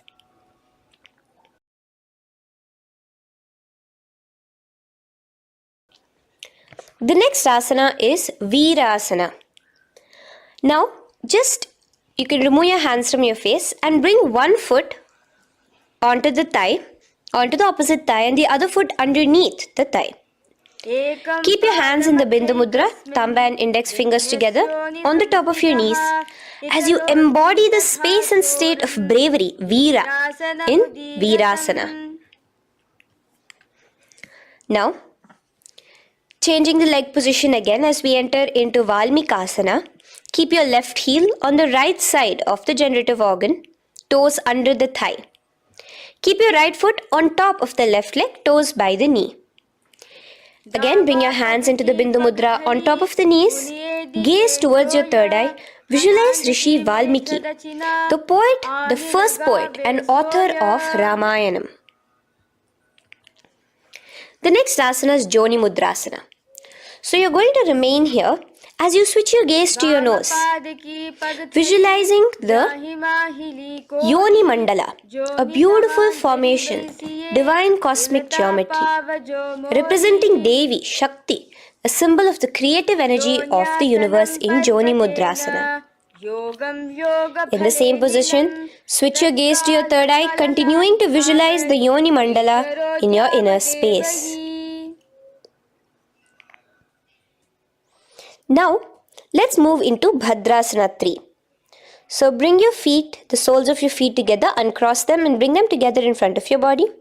Hold it with both your hands, pulling it against you. Push your knees down towards the ground. As you gaze at your nose, suck your stomach in the Udyana Bandha. Visualize Lord Veerabhadra in your inner space. Bhadrasana 3. In the same position, we are entering into Aghorasana, where your left hand will rest on top of the left knee, while your right hand comes towards your face. Now, do the Khechari Mudra, where you are bringing your tongue towards the upper palate, gazing towards your third eye. Now, with your right hand, cover your mouth, close the left nostril with your index finger, inhale through the right nostril. Close both the nostrils, hold your breath and exhale through the left nostril in the Abhyantara Kumbhaka. Repeat this on the other side. Visualize yourself as an Aghori, completely dedicated to Paramashiva in Aghorasana. The next asana is Kaneri Pavasana. So you can distance your feet a little away from your body. As you lean forward, place your elbows onto the soles of your feet and rest your chin on your palms. Gaze at your nose, suck your stomach in Udyana Bandha. Here, continuing with the Rechaka Kumbhaka, where your exhalations are prolonged than your inhalations, visualizing yourself as a female elephant drinking water in Kaneri Pavasana. The next asana is Parasana. So now, come to a seated position, raise yourself up and keep your knees raised. Bring your hands underneath your knees, between your calves and thighs, and clasp them together. Interlace your fingers in the Parashamudra in front of your navel. Lift your feet off the mat. Visualize Swamiji, the Supreme Pontiff of Hinduism, in your inner space as you gaze at your nose in Parasana. The next asana we'll be moving into is Gopi Chandasana. Now, take your hands out from in between the feet as you let your feet rest on the ground. Take your hands out from underneath your calves. Interlace your fingers around the feet with the soles of the feet together and raise it up towards your chest. Rest your knee on top of your feet. Gaze at your nose. Embody the state and space of a king in Gopi Chandasana. The next asana is Udarasana. So now just quickly release your legs, bring your hands underneath your calves and hold on to your feet again from inside out. Both your feet together. Bring your feet up to your chin, resting your chin on top of the interlaced fingers. Bring your feet to your chest, gaze at your nose, visualizing your body, the supreme pontiff of Hinduism, free from any defects in Udarasana. Now, in the same position, just lift your legs up towards your head. Let the top of your hands come towards the top of your head, your forehead. And this is Vishishtasana. Visualize yourself excelling in everything in this posture. Now, slowly relax. Keep your hands underneath your shins as you take your hands up to the shoulder, pulling your hand and interlacing your fingers behind your neck. In Bhujasana, visualize yourself as a cobra. The next asana is Kalyanasana. So in the same seated posture, bring your hands around from behind your neck, remove them and put them around your back, interlacing the fingers behind you. Gaze at your nose. Visualize yourself as a beautiful, auspicious goddess in Kalyanasana.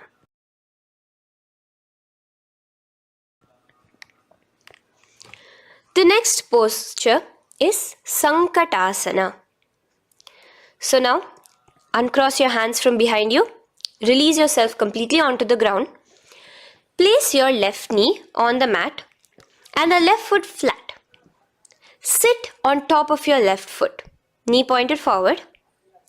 Raise your right leg on top of the left, bringing the right heel to the left hip. Place your hands on the opposite knees. Here, do the Ujjayi Pranayama. As you inhale and exhale, make the sound of an ocean. Visualize yourself as a swan, a beautiful swan in Sankatasana. The next is Dhenukasana. Just in the same position, slide your left heel to the left hip. Keep your right knee on top of the left. Place both your hands on your right thigh. Visualize a cow in your inner space as you suck your stomach in the Uddiyana Bandha, Dhenukasana. Now slowly uncross your legs as we move into Matsyendrasana. Place the right foot on the left thigh, the left foot on the right knee. Bring your left hand behind your back, hold the right thigh. Twist a little bit. Place your right hand on your left thigh. Twist your body, gaze towards your third eye, visualizing Swamiji in your inner space. The next asana, Matsyendrasana 2, just untwist your body. As you clasp the respective toes of both your feet with your hands, lean forward and down, bringing your forehead to the ground in front of your feet. Visualize Swamiji, the supreme pontiff of Hinduism, in your inner space. Raise up now. Keep your legs in the same position. We have the Guru Asana. Interlace your fingers together and place it over the topmost knee. Suck in your stomach in the Uddiyana Bandha, clench your perineum in the Moola Bandha, tuck your chin to your chest in the Jalandhara Bandha. As you engage all three bandhas, visualize Swamiji in your inner space. Let us now repeat Sankatasana on the other side. So, you can release your hands, your legs as you cross the other leg over. Visualizing yourself as a swan, remember to put your hands on the opposite knees. The next asana, Dhenukasana, repeating it on the other side. Slide your leg out, bring both your hands to the topmost knee. Suck your stomach in the Uddiyana Bandha. Visualize a cow in your inner space. Matsyendrasana again, repeating it on the other side. Bring your legs to the cross-leg position. Twist your body around as you gaze at your third eye, visualizing Swamiji in your inner space. Untwist as we enter into Matsyendrasana 2 on the other side. Hold on to your feet, bring your forehead to the ground, continuing to visualize Swamiji in your inner space. Slowly raise up and let us do Guru Asana on the other side. Engage all the 3 bandhas in the Mahamudra Bandha. Interlace your fingers, place it on top of your knee. Continue to visualize Swamiji, the Supreme Pontiff of Hinduism, as we do Guru Asana. Now, slowly uncross your feet and place them flat on the ground, knees towards the chest in Pashasana. Keep your hands holding the opposite knees, thighs together, and keep your spine completely erect. Continue the Khechari Mudra, where your tongue is pressed against the roof of your mouth. As you gaze at your third eye, visualize Swamiji in your inner space. Continue the Ujjayi Kumbhaka. As you breathe in and out, make the sound like an ocean. Now in the same position, just bring your chin towards your knees in Bodha Shokasana. Lean forward, gazing at your nose, and visualize Swamiji, the abode of bliss in your inner space. Now raise up and bring your hands, uncross your hands, bring your hands underneath your knees, clasping the opposite elbows in Kurakatasana. Gaze at your nose, visualizing Swamiji in your inner space. Now, in the same position as Kurakatasana, just cross your ankles into Sumati Asana. Toes pointed upwards. Gaze at the nose. Visualize the great sage and Maharishi Sumati in your inner space. The next asana is Dandasana. Extend your feet out straight in front of you. Keep your arms straight above your head. Interlace the fingers from inside out. Let your wrists point outwards. Engage the Mahamudra Bandha, all the 3 bandhas. As you gaze at your nose in Dandasana, visualize Swamiji in your inner space. The next is Arambhasana. Now keeping your legs straight, release the Jalandhara Bandha and the Udyana Bandha, keeping your perineum clenched in Mula Bandha. Lean forward and down. Hold your big toes in the Prana Mudra with your index and middle fingers. Head to your knees. Do here the Nadi Shodhana Pranayama. Inhale through the left nostril, hold and exhale through the right. Visualize Swamiji in your inner space. The next is Bhidokasana.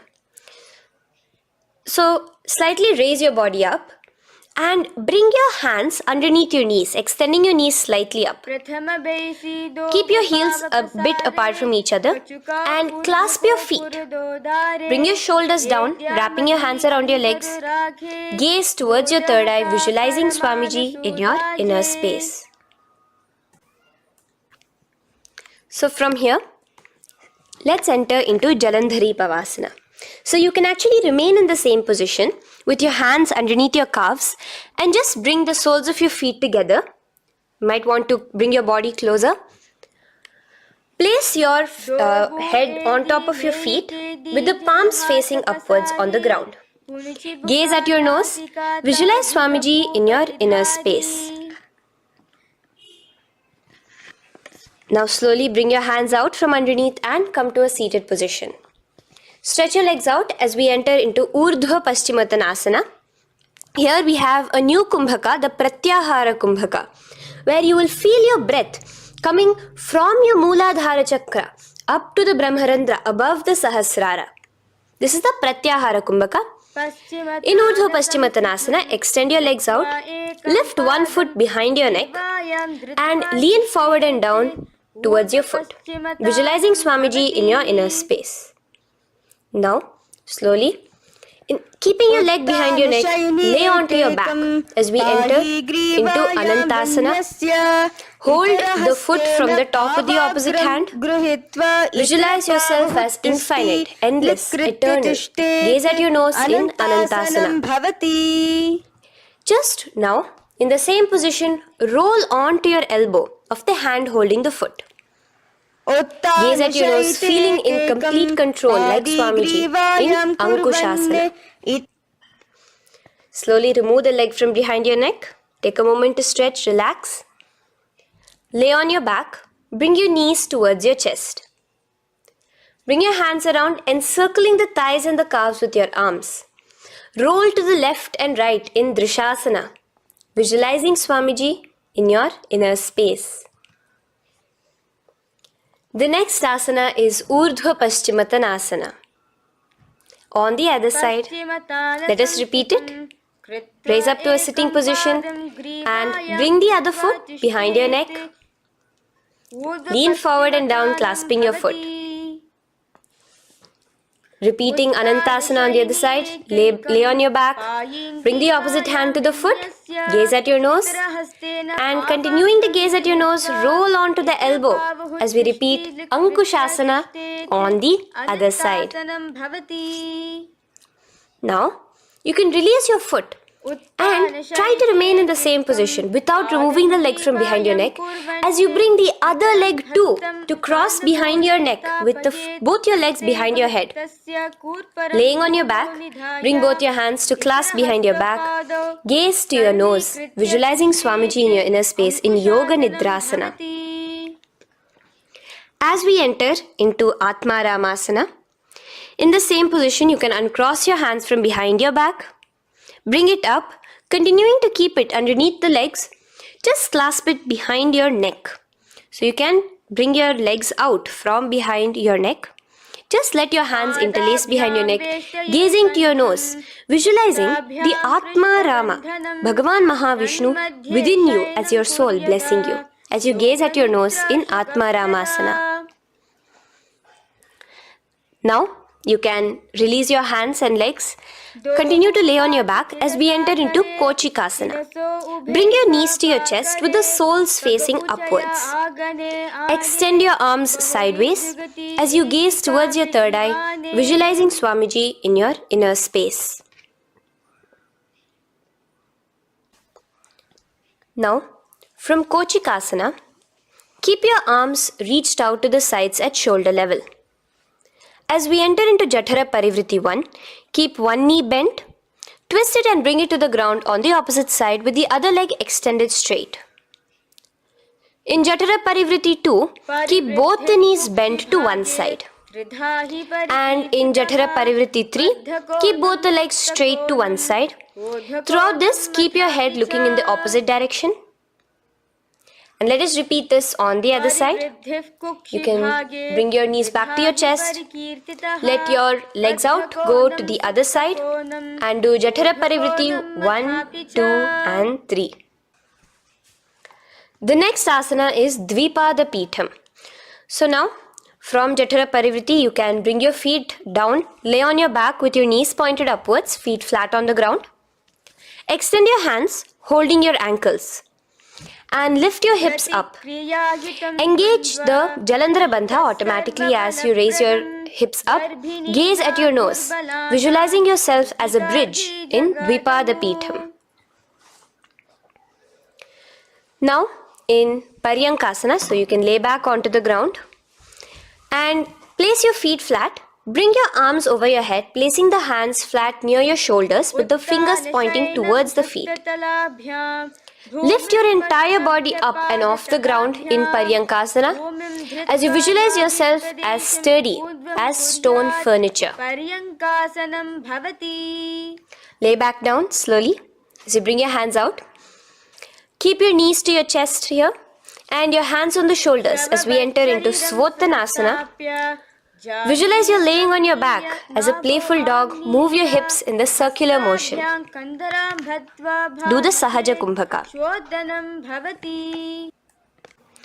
Now let us enter into Viparita Karani. First, bringing your arms out from behind your shoulders. Let your arms be extended by the side of your body.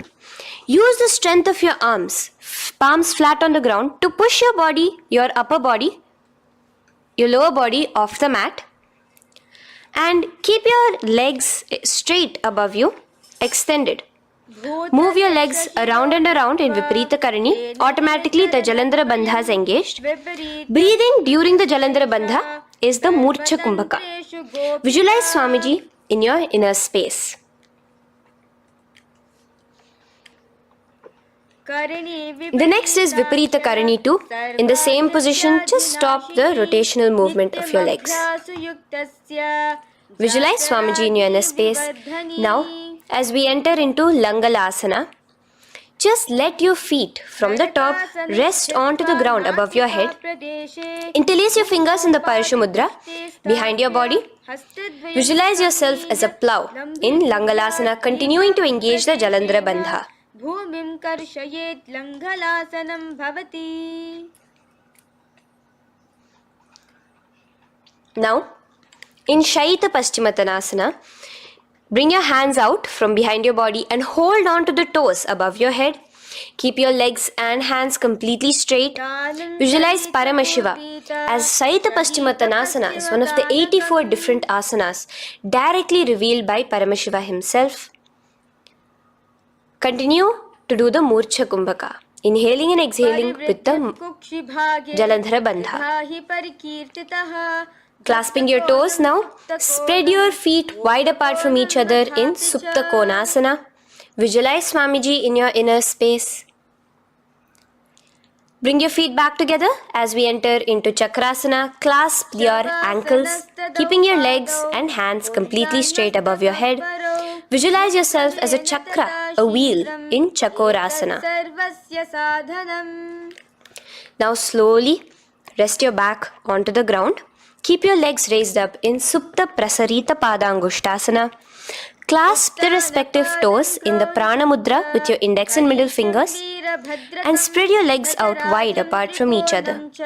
Visualizing Swamiji in your inner space, restart the Ujjayi Kumbhaka where you're inhaling and exhaling, making the sound of an ocean.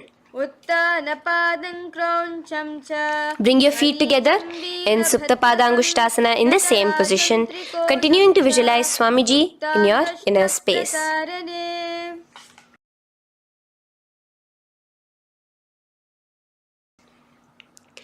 Now, bring your feet, release your feet and bring them into Padmasana. As you lay flat on your back in Matsyasana, hold the opposite elbows over your head, gazing at your nose. Visualize Matsya Avatara, the fish form of Bhagavan Mahavishnu.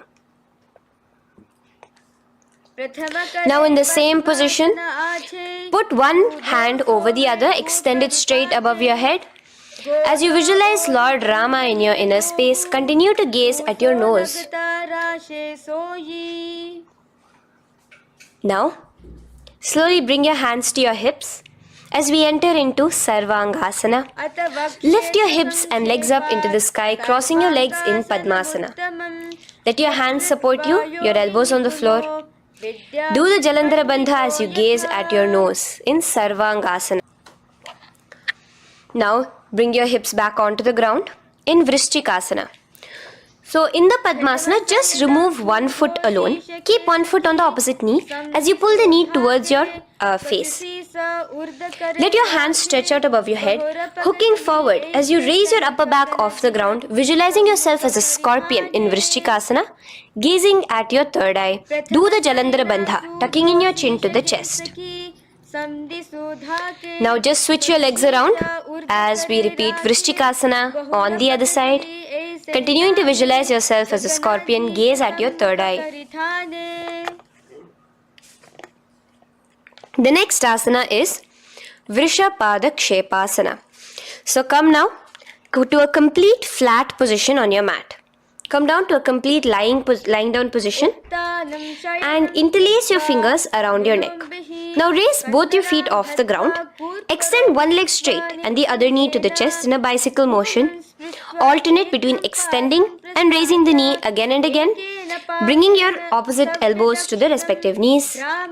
Visualize Swamiji in your inner space. Breathe in and out in the Sahaja.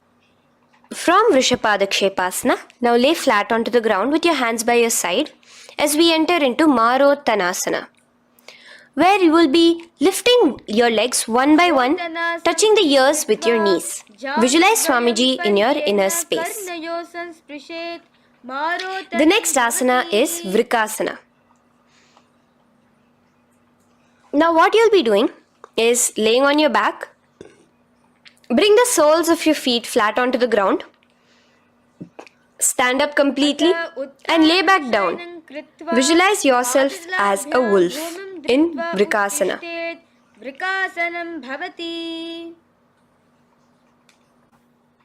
Now come back to a seated position as we enter into Luthasana, where you are going to be quickly throwing your legs above your head as you roll over completely, finishing in a prone position. Do this a couple of times. Come forward, roll over. Come forward and roll over again. Visualize Swamiji, the Supreme Pontiff of Hinduism, in your inner space. Now, take a moment to relax. Lay on your belly with your toes extended in Sarathasana. Keep your hands onto the ground by your shoulders. Now here, contract your lips and make a sound like a flute, whistling while inhaling. Visualize yourself as a ratha, as a chariot carrying warriors into battle for dharma on your back. Now from Sarathasana, let us enter into Dehal Ullanghanasana. So place your palms on the ground and bring yourself to a plank position. Jump your leg forward and back between your arms, visualizing Swamiji in your inner space. Jump forward now. When your legs are between your hands, stand tall. Holding your toes with your hands, walk back and forth. Visualize yourself as a wise 60-year-old elephant in Jatyasana. Now come to a standing position. The next is a beautiful karana, the Lolitika karana. So keep your knees bent, feet pointing outwards again in the Aramandi position. Bend your elbows, keeping your hands at the chest level. Now swiftly move your arms across the body, bringing it back to the center and tilt your head back. Opening your chest up towards the sky, move your head in all the directions. Now stand back straight as we enter into Sarpasana. So stand erect like a rod with your arms by your side, hands touching the thighs. Visualize Devi, Kundalini, raising up and curling upwards around your body in Sarpasana. The next asana is Ushtra Sadhanasana. Lean forward and down, standing on top of your palms. Begin to move and walk like a camel, visualizing yourself as a camel. In the same position, continuing to walk around, switch your visualization to visualizing yourself as a horse as you start to walk around like a horse in Ashvasana. Now raise up tall as we enter into Kapotanitakasana. Interlace your fingers behind the back. Pulling them down towards your calves, open up your chest. Keep your hands in the Parashamudra. Visualize yourself as a soaring bird diving down in Kapotanitakasana. Now, stand tall as we enter into another karana here, the Tala Pushpaputam karana. Bring yourself to the Aramandi with your hands in the Namaskara Mudra. Simultaneously now, open up your palms while raising one heel off the ground, slightly lowering the waist and shoulder of the heel you have raised. Visualize you're offering a bouquet of flowers to Paramashiva as you come back to a standing position and repeat this on the other side. Let's do this a few times, offering flowers to Paramashiva. Now, come to a standing position. Stand straight and bring your hands together in the Namaskara Mudra. Slightly lean forward. Visualize yourself as a rhinoceros. Your hand is the horn as you gaze at your nose in Khadgasana. The next asana is Uttanottanam. So come to a standing position and sit down all the way as low as you can to the ground and stand up. Do this again. Sit down stand up, and again. Sit down, stand up. As you gaze at your nose throughout this. The next asana is Musalasana. Now come back to a standing position. Raise your hands above your head. Tall as you jump up and down repeatedly. Visualize yourself as a mace. Jump here in Musalasana. The next asana is Uchirshaka. So come back to a standing position. Pull the sole of one foot towards your belly. Now with the other leg, sit down and stand up. Release the leg. Pick the other leg up, pull it towards your belly. Sit down and stand up in Uchirshaka as you visualize Swamiji in your inner space, gazing at your nose. The next is a Karana, which we will be entering into the Parshvajanu Karana. So again, bringing yourself to the Aramandi position. Bend and lift one knee towards your chest, pointing the toes downwards. Keep your arm around the knee, holding it with the hand in a fist. Let the other hand hang down on the thigh, wrist twisted, fingers pointing inwards. This is the Parshvajanu Karana. Now slowly release as we enter into Tandavasana. Stretch one leg out straight in front of you as you alternate between sitting and standing. Visualize yourself fiercely dancing as Paramashiva. Raise the foot to the inner thigh of the opposite side. As we enter into Brahmanasana, let your hand be resting by the sides. Keep your standing leg erect like a rod. Visualize yourself being blessed by Lord Brahma. Now, you can bring the left foot around the right knee and rotate it, tucking the left toes on the other side of the right calf. Simultaneously cross your left arm below the right, bring your palms together in the Namaskara Mudra.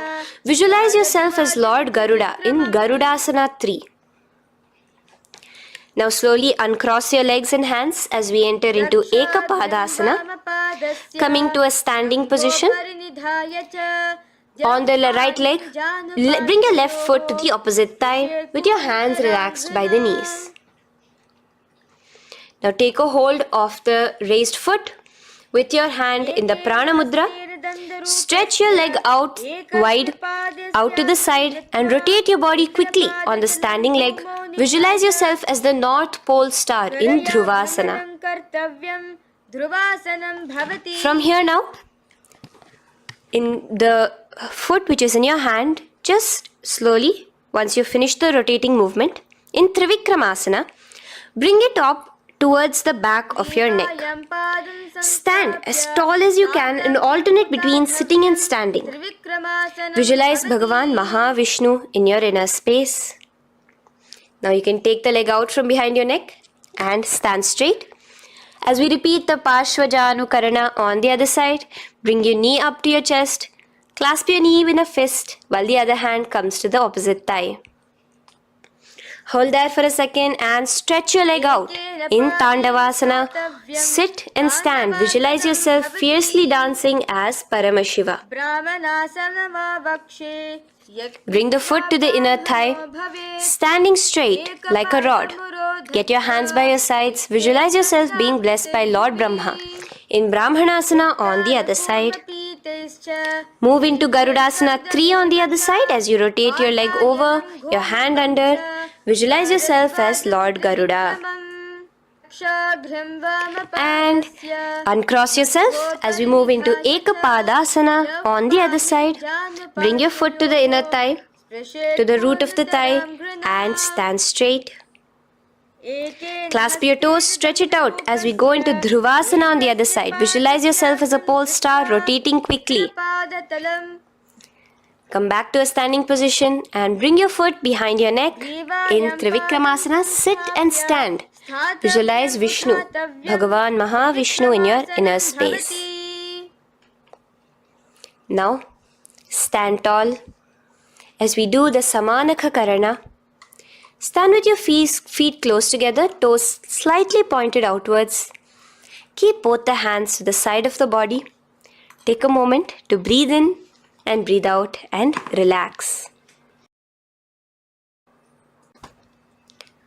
Now, slowly relax, and from the standing position, slowly bend forward, bringing both your hands underneath your knees. Now, once you've squatted down fully, interlace the fingers together in the Parashamudra.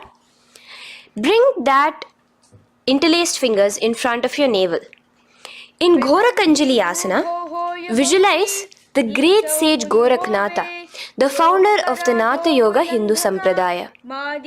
As you do the Jiva Chala Kumbhaka, engage the Moola Bandha. The next asana is Kanchyasana. So now just slowly unwind your hands from each other, from your navel, and now bring your hands from the opposite side inwards underneath your calves and wrap your hands around your back.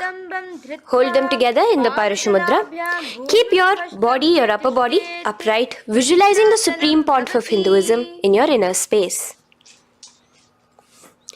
The next is Bhairu Asana. So slowly unclench your hands and bring them out from underneath your legs. Keep your feet and knees together, and in a squatting position, bring your hands behind your back, clasping them together, remaining in the Parashamudra. As you gaze at your navel center, visualize Bhagavan Kala Bhairava, the Lord of Time, in your inner space. The next asana is Varahasana. Now, to gain your balance, you can lightly spread your legs apart and bring your hands to the back of behind you in the Anjali Mudra, palms together. Visualize a boar, one of the 10 incarnations, the Varaha Avatara of Mahavishnu, gazing at your nose. Now, slowly relax. Bring your hands out from behind you as we move into Pripithasana. With your hands in the Prana Mudra, with your index and middle fingers, clasp the respective big toes and come to a half squatting position where your hips are at your knee level. Visualize Swamiji in your inner space as you do this asana, Pripithasana. Slowly let go of your feet and place your palms flat on the ground in front of you with the fingers wide for balance. We're going to be balancing here in Bakasana. Place your knees on the back of your arms. Focus your eyes on one spot as you raise your feet off the ground, balancing here. Visualize yourself as a crow. The next asana is Shushtanga Kapali Asana. So now come to a kneeling position. So from there itself, you can directly put your head onto the ground, or else come to a kneeling position and place your head onto the ground. Palms spread for support. Raise your body onto your head, bringing your legs into the Padmasana. Gaze at your nose. Visualize Swamiji himself in your inner space. Come down now, uncrossing your legs as you come down. Sit onto your knees, keeping the toes flat. Now, let your heels come outside of the hips. Keep your hands on your knees. In Guptasana, sit straight. Keep your gaze on your nose. Visualize you're sitting in the sacred secret seat with Paramashiva and your Guru, Swamiji himself. Now we are going to be kicking up into a handstand. So get ready. Place your palms on the ground, fingers wide for support. Do take support of a wall if you need it. And lift your body up straight above your hands. Visualize you are a tree in Vrikshasana 2 with deep roots into the ground. Breathe in and breathe out slowly. In the same position as we move into Shibhu Asana, switch your gaze to the third eye. Hold it there for a few seconds and relax. Bring your feet back to the ground. Now lay flat onto the ground in a plank position and slowly lower your body towards the ground and push yourself up again. In Matsyasana 2, go down and come up, visualizing yourself as a fish.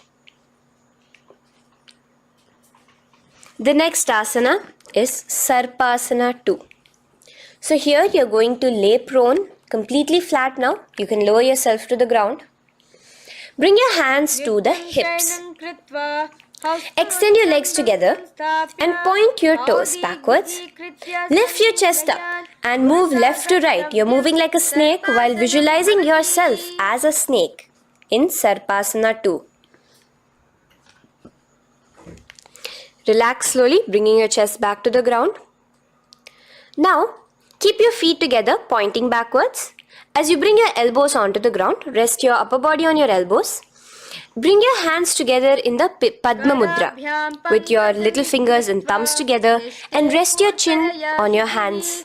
Niralambanasana, where feeling yourself completely supported, knowing that Swamiji is there in your life. Now, slowly relax, place your palms on the ground beside your chest and push yourself up, your hands straight up completely. As you bend your knees, bringing your feet to touch the top of your head. Lean your neck back, touching your head with your tip of your toes.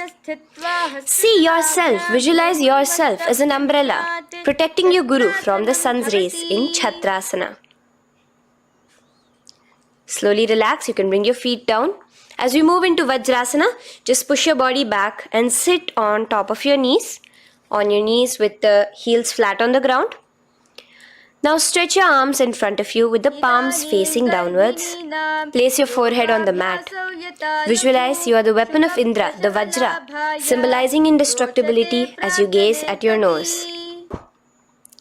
As we enter into Meshasana, raise yourself into the same Gajasana position on your hands and legs with your hips pointed upwards and alternate striking the ground with the opposite hands.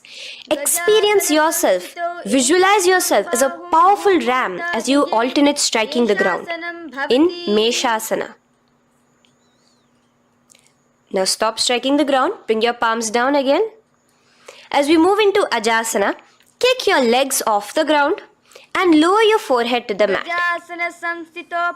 Let's do it again. Kick your legs off the mat. Lower your forehead to the ground. You are unborn, existing for all of eternity in Ajasana.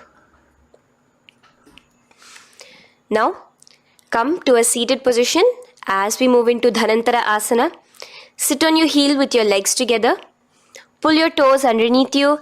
As you bring your hands top of the knees, gaze at your nose, visualize Swamiji in your inner space. Here, do the Ujjayi Pranayama, inhaling and exhaling like an ocean, Dhanantara Asana. From Dhanantara Asana, now interlace your fingers in front of you and then behind you. Stretch your arms towards all the sides, backwards, forwards. Giving a massage to the various different joints and muscles in your body. Lean forward, get up again. Continuing to visualize Swamiji in your inner space. Relax your hands and now take your respective heels and point them outwards, outside the side of your hips. Keep your hands on your knees with your thighs and knees resting on the ground, spine straight. Visualize yourself as Lord Garuda in Garudasana 4. You have Mahavishnu and Mahalakshmi on your back as you are flying. The next asana is Ananda Mandirasana. Now you can continue to remain in the same position. You can bring your feet pointing inwards. Use your hands to clasp underneath your ankle. Make sure your knees are spread out wide. Gaze at the third eye. Visualize residing in the blissful space of a temple. You are in a temple in Ananda Mandirasana.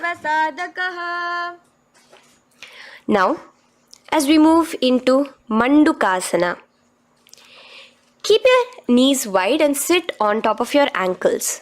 Your hands underneath your knees. Gaze to your nose. Visualize yourself as a frog. Suck in your stomach in the Uddiyana Bandha and remember to do the Manduki Mudra, your tongue, your frog-like tongue, catching the nectar dripping from the Sahasrara Chakra in Mandukasana 2. Now, as we move into Narasimhasana, tuck your toes in and sit on top of the heels. Place your palms on the ground, spread your fingers wide and spread your knees apart onto the ground too.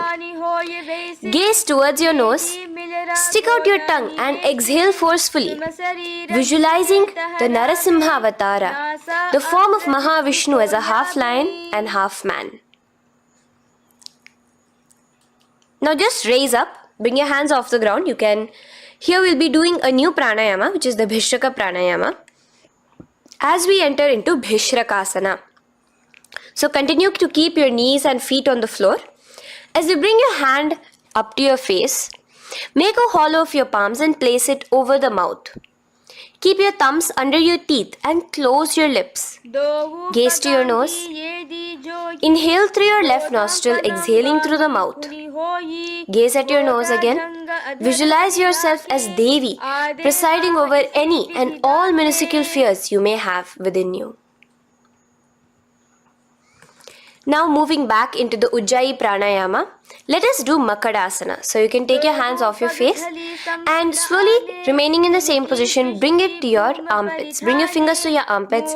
Imitate as if a monkey is scratching. As you gaze to your third eye, visualize yourself as a playful monkey in Makadasana. From Makadasana, let's move into Vajra Sangharasana. So you can slowly lift your knees off the ground, just balancing on your toes, sitting on the heels.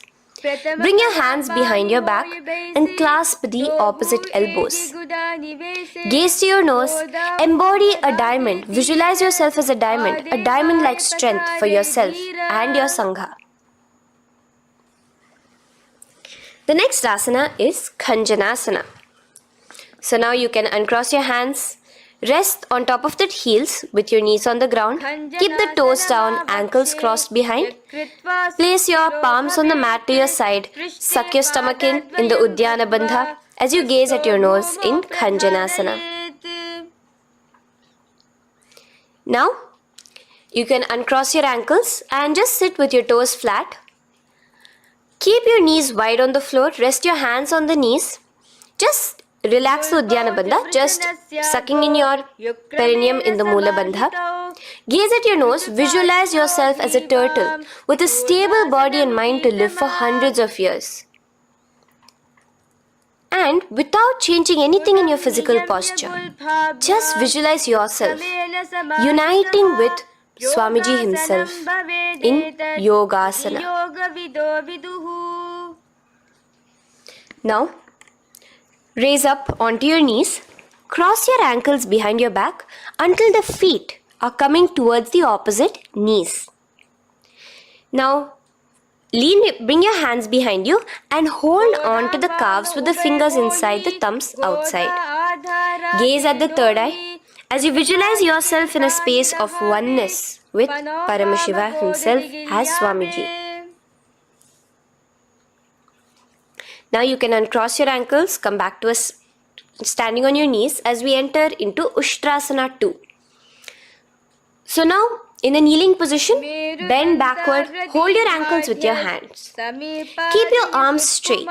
As you push your hips forward and tilt your head backwards, visualize yourself as a camel in Ushtrasana 2. Slowly, in the same position, lower yourself onto your back in Jatyasana 2. As you are lowering yourself, experience yourself as a blooming lotus. Bring your head, the back of your head onto the mat. Gaze to your nose. Now, let's move into Viratasana. So, try your best to do this without the support of your hands, but you can use your hand support if needed as you raise up from Jatyasana and back down.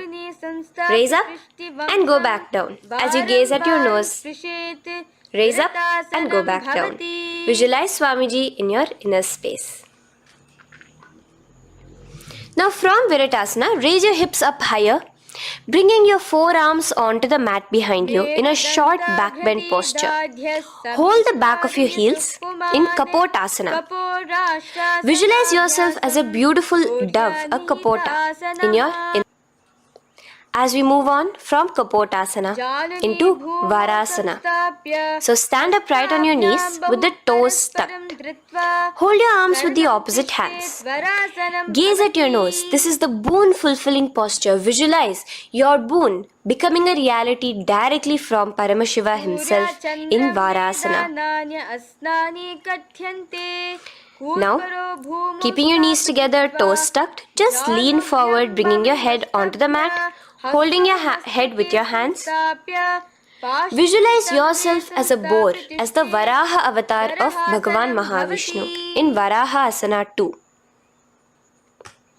Now, just kick your legs off the ground as we enter into Mundasana. Raise yourself up into a headstand posture, visualizing yourself as a lopped tree. Gaze at your nose. Breathe in and out in the Sahaja Kumbhaka. Slowly come down now. Relax. Come to a kneeling posture. Sit on your heels.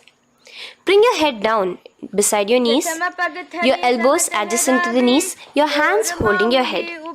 Exhale through your mouth as you gaze at your nose, visualizing Swamiji in your inner space in Andhasana. Now from here, push yourself off the mat as you come lying prone on your belly. Let your arms be extended straight out and together lift your thighs, arms and chest off the ground, stretching your body, balancing there. Visualize yourself as a locust in Viparita Shalabhasana. The next asana is Kapalasana. So slowly lower yourself back to the ground. Now laying on your belly, bring your arms to your side, palms downwards. Keep your forehead on the ground and your chest on the mat. Only lift your legs up into the air. Only your legs are lifting up. Visualize yourself as a skull. You are a mind with purified thoughts, a strong will to attain enlightenment in Kapalasana. The next asana is Akasha Kapotasana. So now, in the same position as you are, let your arms be straight out behind you. As you kick your legs up and over your head, bring your feet slowly to the mat in front of you. Push yourself, balance there. Visualize yourself as a free and open flying dove in Akasha Kapotasana. Bring your legs back out as you lay flat on the mat. Now push yourself onto your knees. Place your forearms on the ground and your chest down such that your navel is touching your knees. Be sturdy, visualizing yourself as a sparrow in Chatakasana. The next asana is Vrishchikasana 2. So your forearms are on the ground. Now slowly raise to your toes and kick your legs off the mat. Slowly lowering your legs to your head. Visualize yourself as a scorpion as you balance in Vrishchikasana 2. Slowly release yourself, coming back to the ground as we enter into Vrishasana. Sit down on top of your right heel and let your left foot remain outside of the hip, the ankle to the side. Place your hands on the mat, visualizing yourself as a bull in Vrishasana. Now, bring both your knees underneath you, sit on both your heels, cross your left leg over top of the right, lightly, and in Lolasana, push yourself off the ground. Your knees are off the ground, you're just balancing on your hand above the mat. Visualize Swamiji in your inner space. Lower down now. Bring the left foot now outside. Bring the right foot out and sit on your left heel now. As we do Vrishasana on the other side, visualize yourself as a bull. From here, let us get into a very powerful asana, Balagunasana. So, place your left toes on the ground, sit on the heel of your left foot. Place the right foot flat with the knees raised towards your chest. Maintain your palms on the respective knees. Be upright.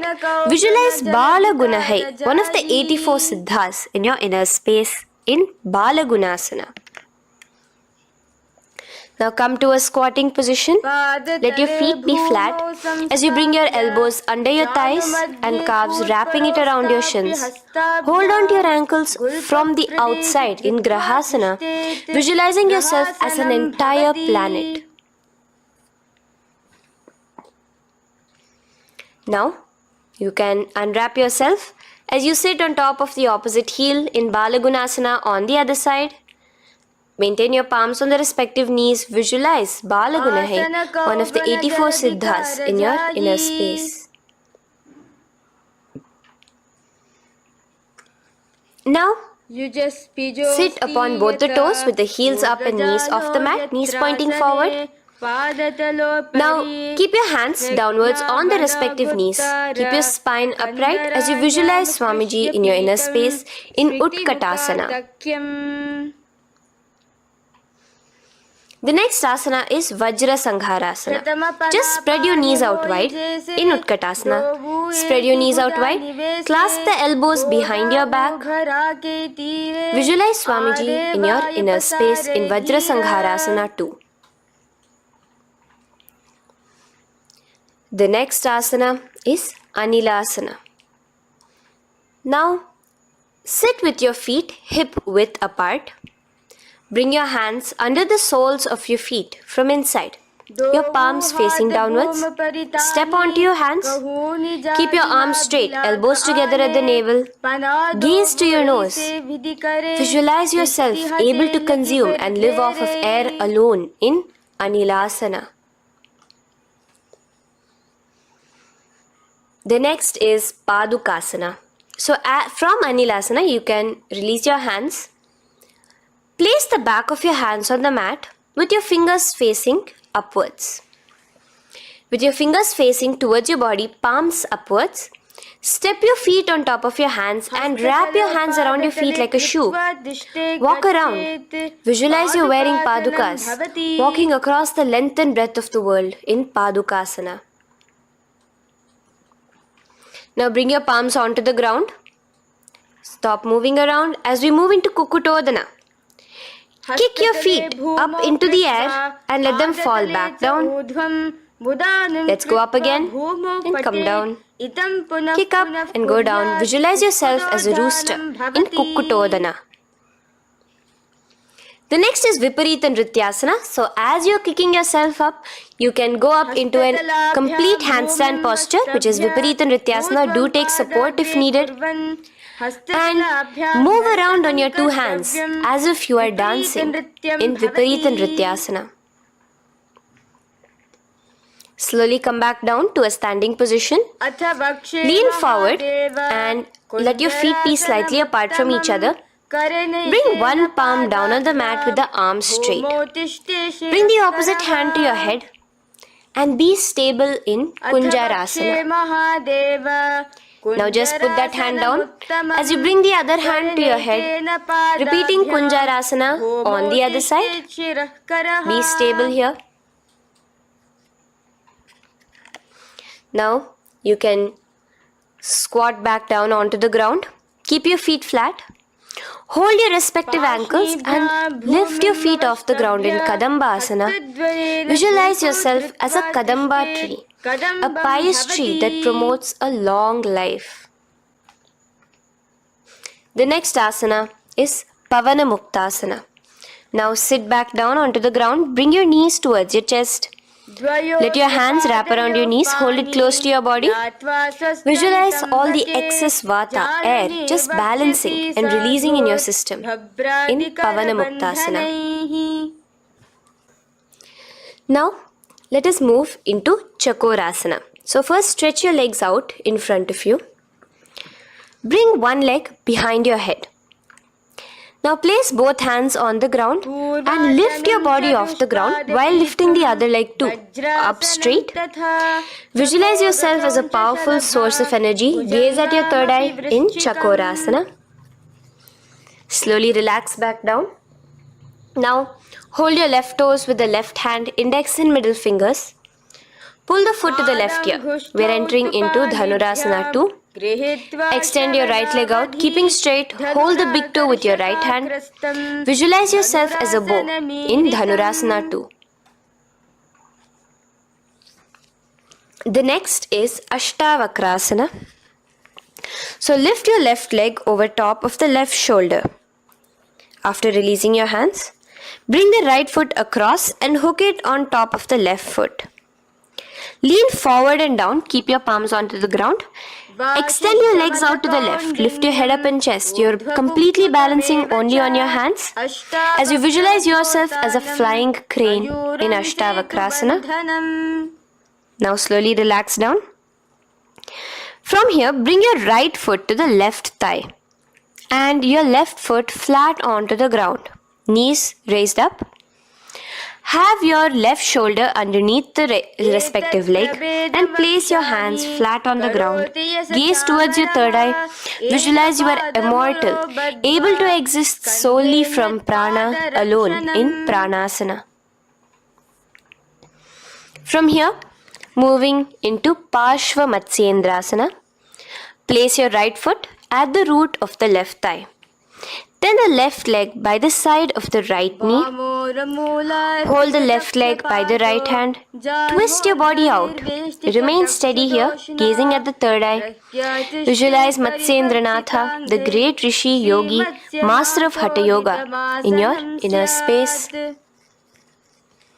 Now slowly unwind yourself.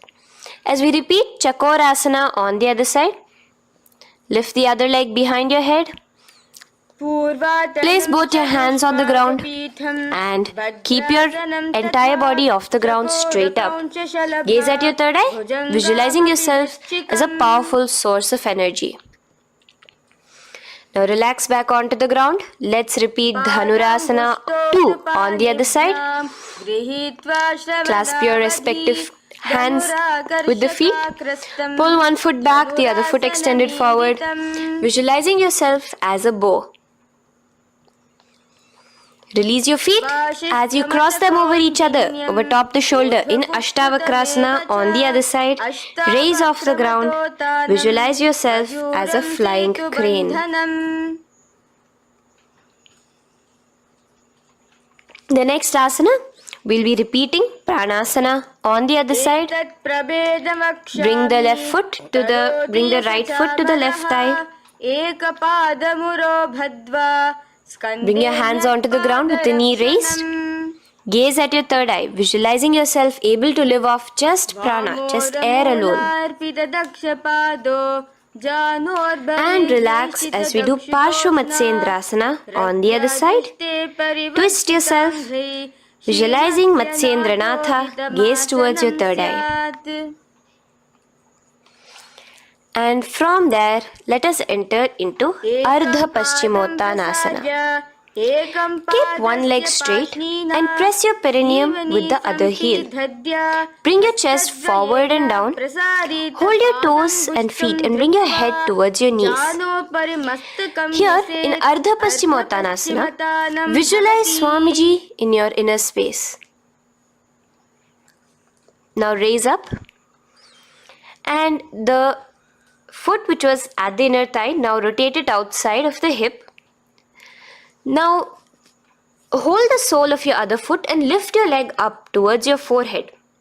Try to bring your knee to your forehead as you keep your knee straight.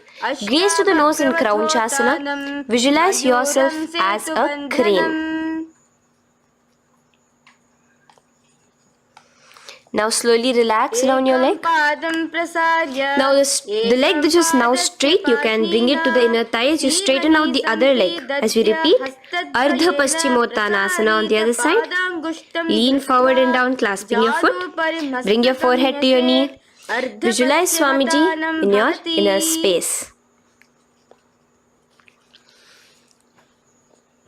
Slowly raise up. Place your right ankle outside of the hip now.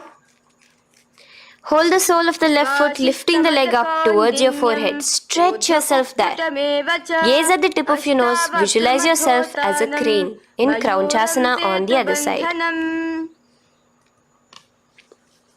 Now from here, bring the soles between the thighs and calves. So once you have relaxed yourself, bring your soles between the thighs and calves. Keep your spine straight. Palms resting on your knees. Visualize a swastika, embodying peace, well-being, good fortune and prosperity as you gaze at your nose in swastikasana. Now without changing anything about your position, just take your hands alone. Cover the respective heels with your hands in Gorakshasana as you tuck your chin to your chest in Jalandhara Bandha. Gaze at your nose. Visualize the great Rishi Gorakhnatha, the founder of the Natha Yoga Hindu order. Now release the Jalandhara Bandha. Continue to keep the Mula Bandha engaged throughout the whole sequence. As you raise one foot to the opposite thigh, bring your hands to your face in the Shanmukhi Mudra, closing your eyes with your index finger, nose with the middle finger, ears with the thumbs. Gaze at your third eye as you meditate on Swamiji himself, the Supreme Pontiff of Hinduism. Now release the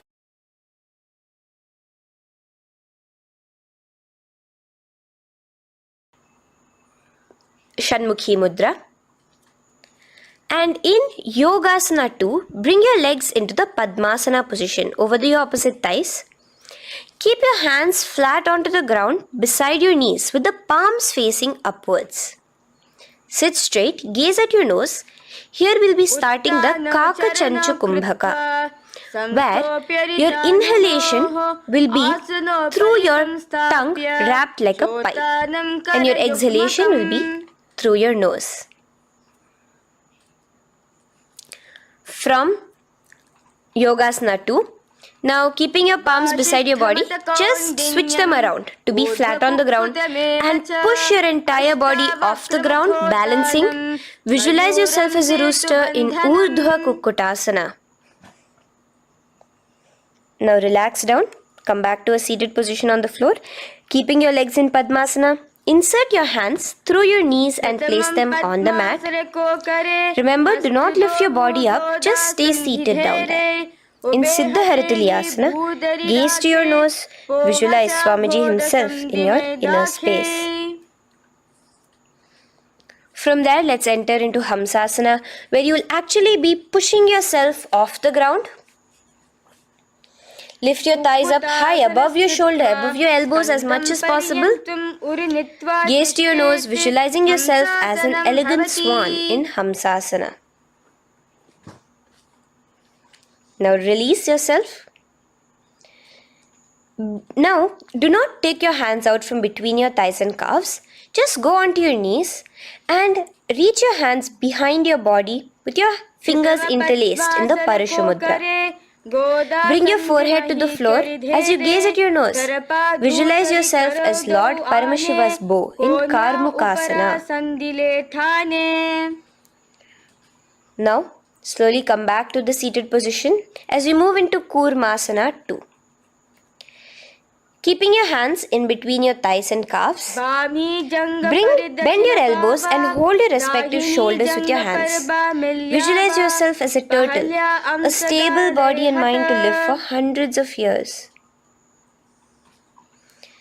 Now in the same position, just engage the Jalandhara Bandha, tucking your chin to your chest as we move into Granthi Bhedasana, gazing at your nose. Rejoice, knowing you are in Paramashiva's secret knot posture. And from there, release the Jalandhara Bandha as you roll onto your back. Keep your hands on the shoulders, laying flat on your back. As you visualize yourself as a turtle on its back, playful, gaze at your nose in Uttana Kurmasana. Now rock yourself back to a seated position as we do Pangu Kukkutasana. Now it's the same as your hands between your thighs and the calves, except you will be placing one hand flat on the mat. Hold the wrist with the other hand. Lift your body up and holding only on one hand.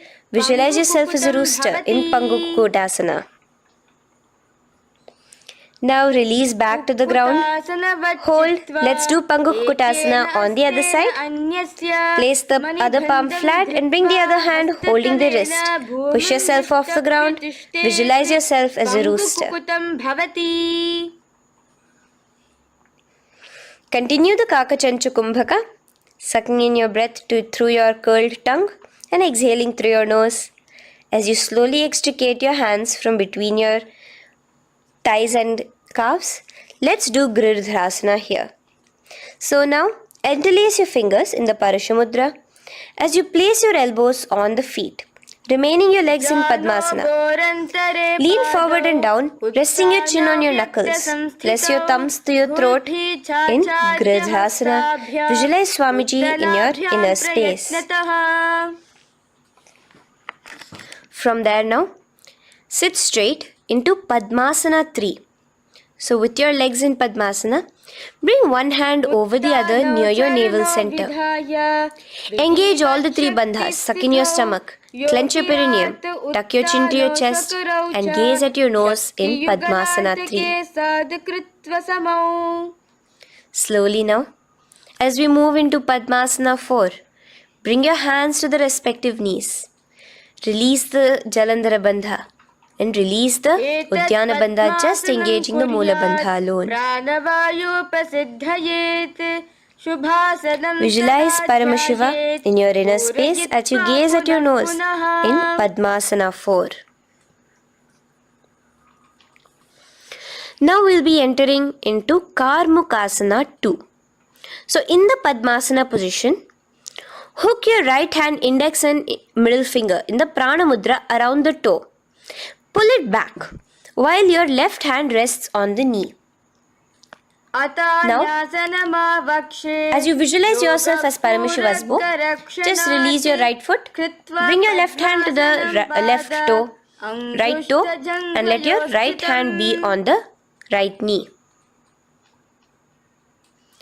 Now from here, let's do Karmukasana 3. So you can release your toes, cross your hands behind your back, continue to keep your legs in Padmasana, and with your respective hands, cross behind your back. Hold on to the toes in the Prana Mudra. Engage all the three bandhas, suck in your stomach, clench your perineum, tuck your chin to your chest. Visualize yourself as Paramashiva's bow in Karmukasana 3. Slowly relax the bandhas, just keeping the Moola Bandha. Continue to hold on to your toes. Release the Udyana Bandha and the Jalandhara Bandha.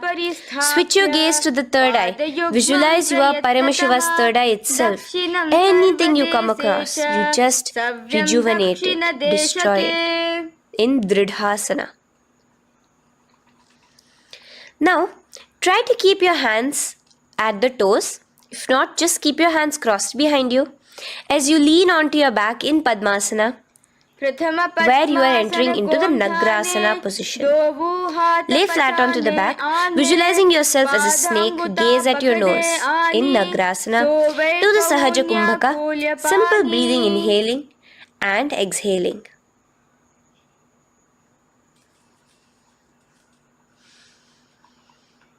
Now bring your knees to your chest. Let your hands wrap around your knees. Slowly uncross your Padmasana and bring your knees to your chest.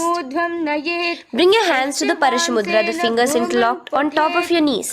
As you pull your chin up to your knees, visualize yourself as a ball in Kandukasana. Now relax.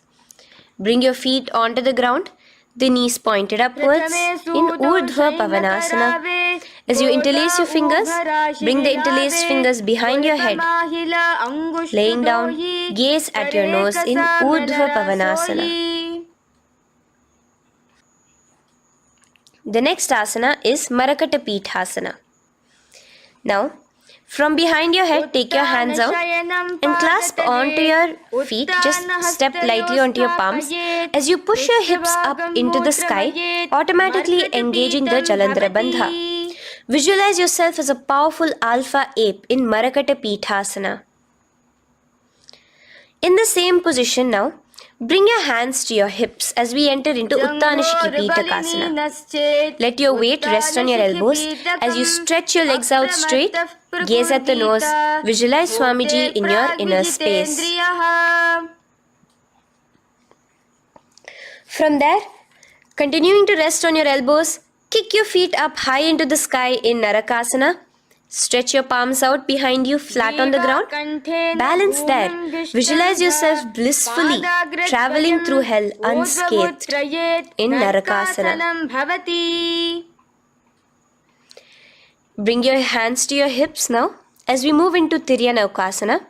Angling your legs down at an angle, visualize yourself as a boat crossing the ocean of samsara in Tiryanavkasana.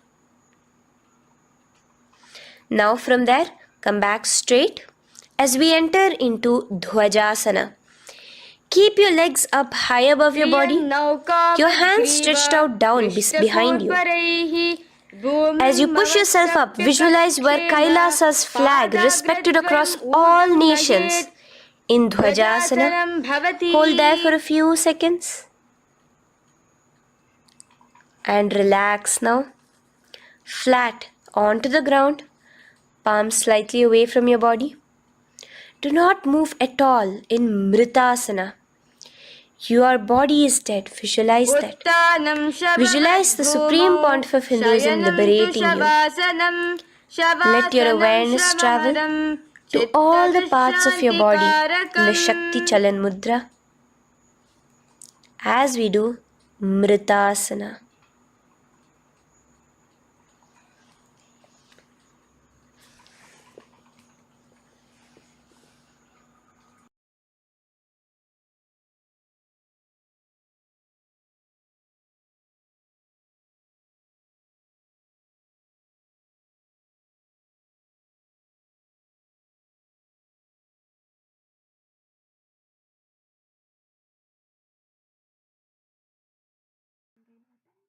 Om Purnamadah Purnamidam Purnat Purnamudachyate Purnasya Purnamadaya Purnamevavashishyate Om Shanti Shanti Shantihi Harihi Om Tat Sat Sarvam Bhagavat Shri Nityananda Paramashiva Padukarpanamastu Om Nityanandam.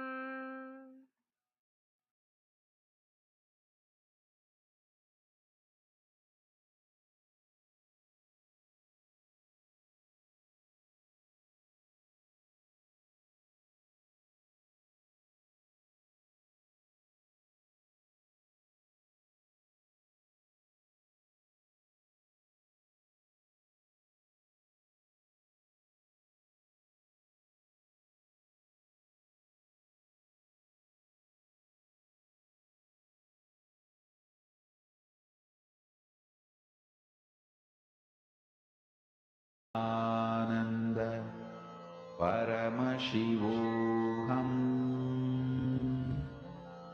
Om Nityananda Paramashivoham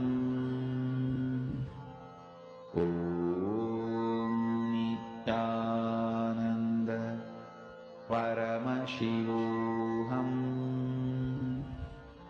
Om Nityananda Paramashivoham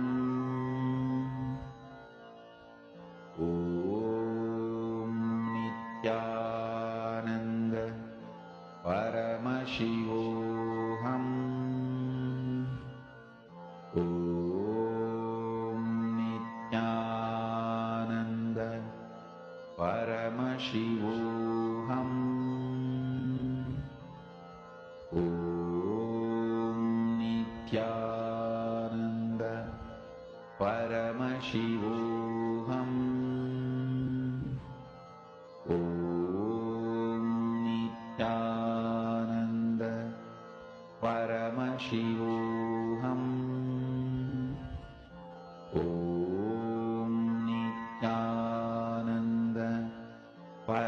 Paramashivoham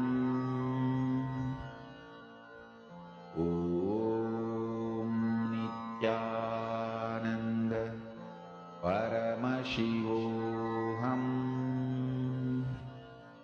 Om Nityananda Paramashivoham Om Nityananda Paramashivoham Om Nityananda Paramashivoham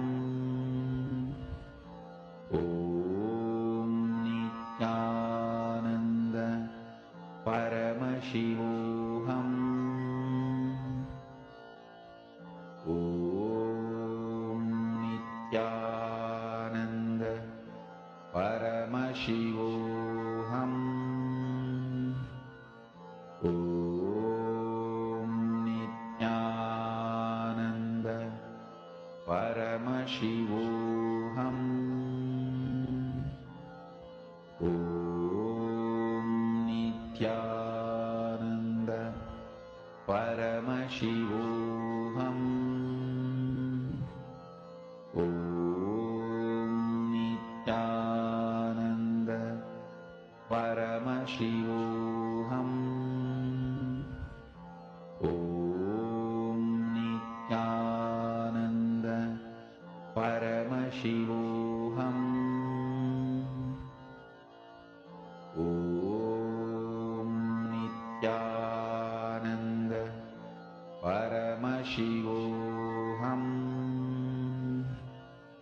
Om Nityananda Paramashivoham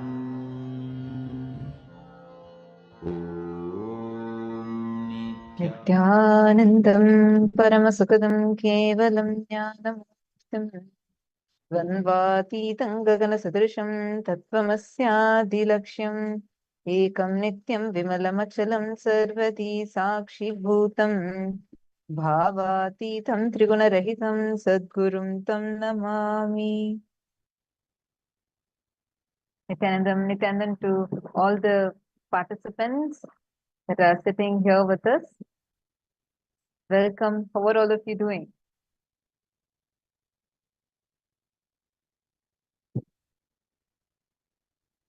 Can I request all the participants to please kindly come on camera and settle down?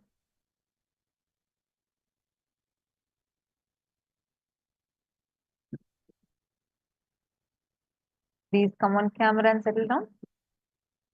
You all just finished the yoga, and with the yoga, now you are seeing how your whole body, the Nityananda yoga especially, it aligns your whole system. It aligns your whole body and mind and your being to having that deep oneness with the cosmos, experiencing the oneness directly with the cosmos.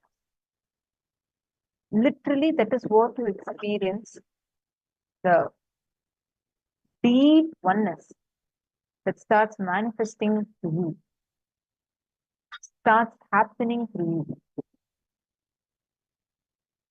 You see how this powerful space that Swamiji is giving to all of us, that space of oneness, that space of pure oneness, through which Swamiji manifests through you, you will start manifesting powers. You will start experiencing power manifestation. That is why every day, right after the Nityananda Yoga, we start with manifesting powers. So let us enter into the power manifestation first. We are going to be starting with the power of seeing through your third eye. I request all the participants to kindly take a moment and tie your eyes with an eye band. Now, before we enter into the power manifestation itself, let's learn a little about what is this power of seeing through the third eye. If you have come to Paramashivoham Level 3 so far, then you would have definitely learned about third eye. You would have learned about how to manifest this power. See, the third eye, which is here, Swamiji says, this is like the cosmic browsing center, your brow center, which is the cosmic browsing center that is there. This third eye has access to literally all the information in the cosmos. And this is called as Ajna Chakra, the seat of will. And through this Ajna Chakra, so many extraordinary powers start manifesting. There are multiple references you will see in about the third in various civilizations. But one of the most advanced civilizations, which actually understood the science of third eye and found the exact methodology, the scientific methodology to actually awaken the third eye and to you have access to the extraordinary powers of third eye is Hindu civilization. This is found elaborately with detailed techniques listed out in various scriptures of Hinduism. And Swamiji has gifted from those sacred scriptures, the Vedas and Agamas, this very science of third eye to all of us.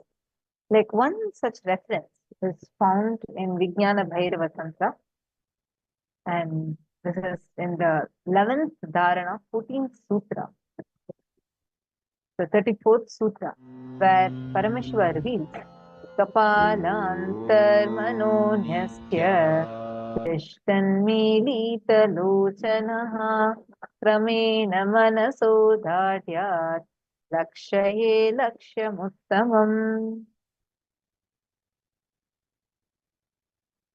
Paramashiva reveals how, by fixing the mind on the inner space with the crown center and sitting stably without any movement, having the eyes closed in succession by that stability of the mind and inner space through the power of third eye, one directly sees the ultimate goal, Laksham, by having the vision beyond the sight that reveals any object or place, attaining the space of oneness with the source Paramashiva. The reference for this can also be found in Mahabharata, the Bhagavad Gita, especially in the 11th chapter. There's a very clear direct reference to the power of seeing through the third eye, where Bhagavan Krishna initiates Arjuna into third eye.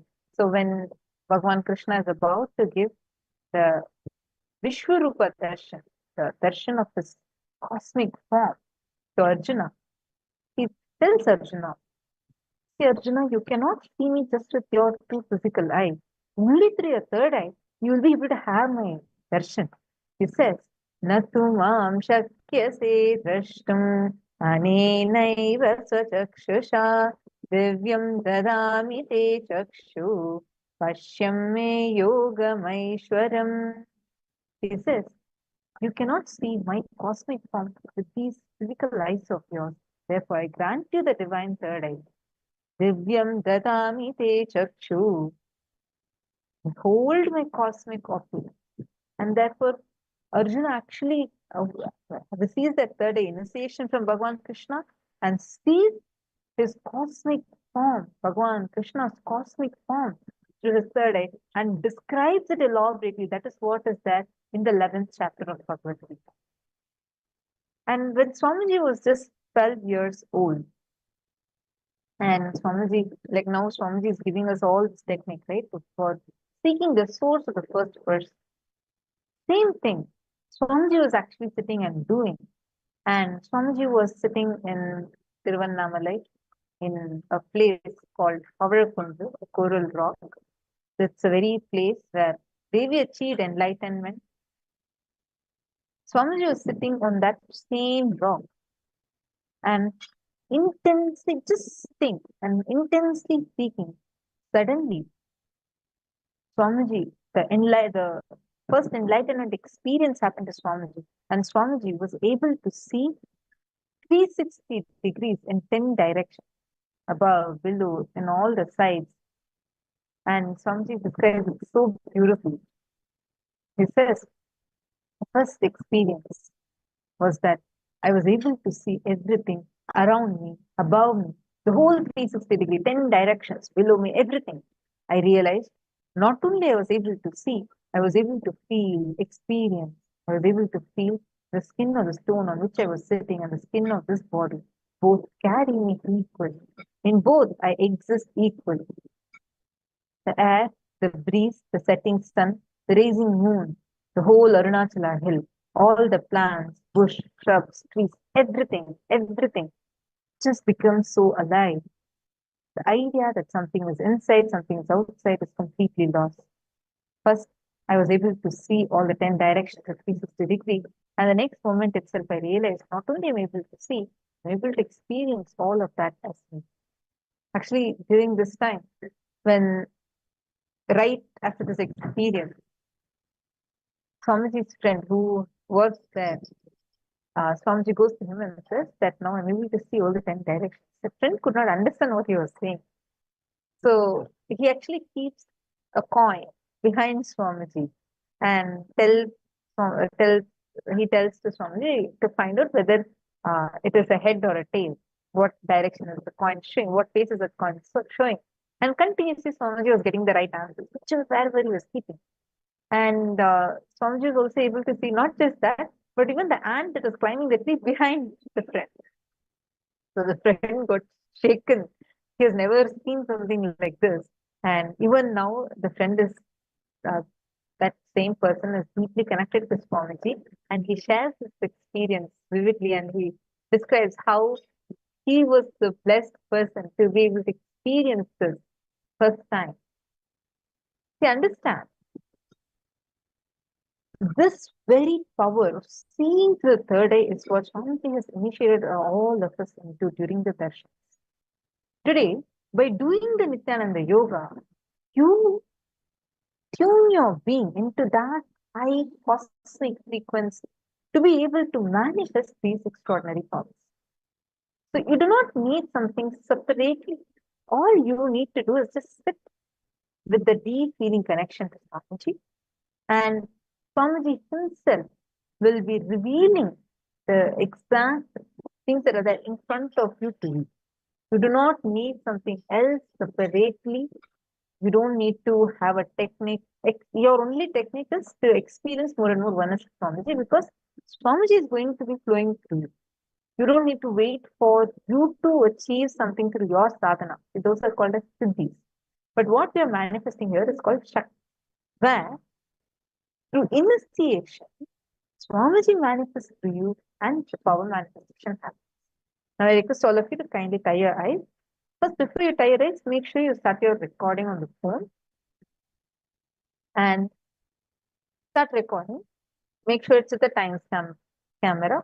If you do not have a timestamp app, take a moment and download it from the Play Store or App Store. Any timestamp app would work.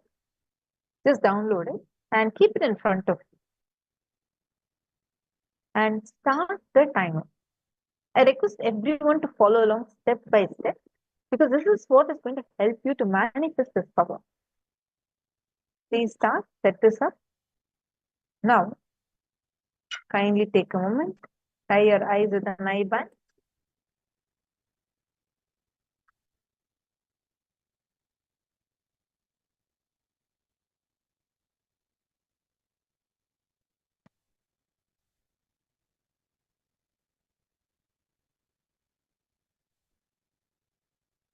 Now, I'm going to be projecting an image for all of us. Whatever you're able to see, whether it's a shape or a color or an actual image you're seeing, you're going to start verbalizing it, okay? And that one you can record. That's what you're starting the recording for. Whatever you're getting, start verbalizing. Ready? 3, 2, 1.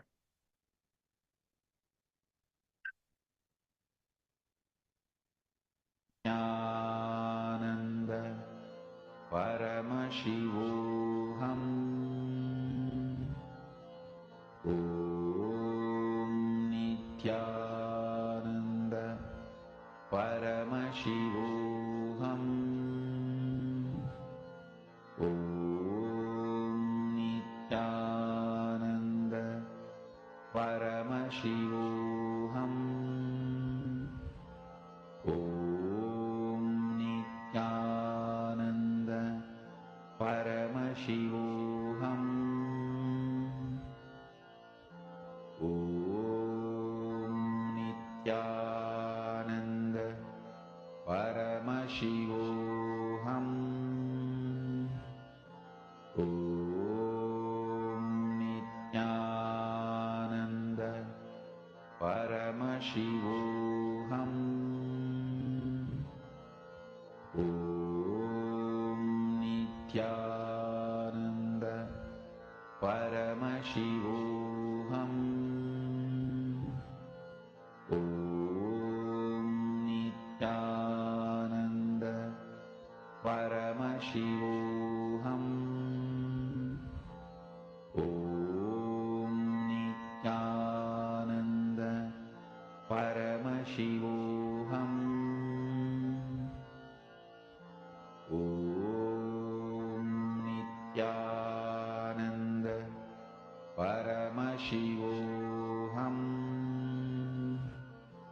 Om Nityananda Paramashivoham. Om Nityananda Paramashivoham. Om Nityananda Paramashivoham. Om Nityananda Paramashivoham. Om Nityananda Paramashivoham. Om Nityananda Paramashivoham. Mahamahavagya, spiritual lullaby for samadhi, and Suprabhatam, wake up call, wake up song for Paramashiva. This Mahamahavagya is spiritual lullaby for you to fall into samadhi. Suprabhatam, wake up song for Paramashiva to wake up in you. Just remember this one powerful cognition. This Mahamahavagya puts me in samadhi. This is spiritual lullaby for samadhi, and Suprabhatam, wake up song for Paramashiva in me. For Paramashiva to manifest. With this one spiritual powerful cognition, chant this Mahamahavagya.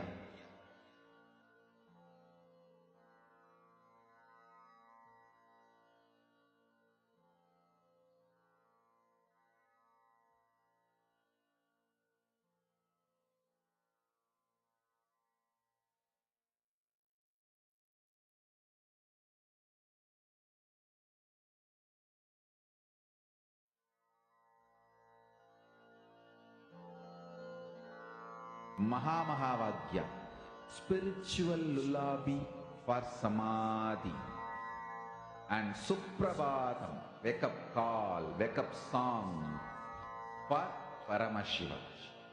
For Paramashiva to manifest. With this one spiritual powerful cognition, chant this Mahamahavagya. Om Nityananda Paramashivoham. Om Nityananda Paramashivoham.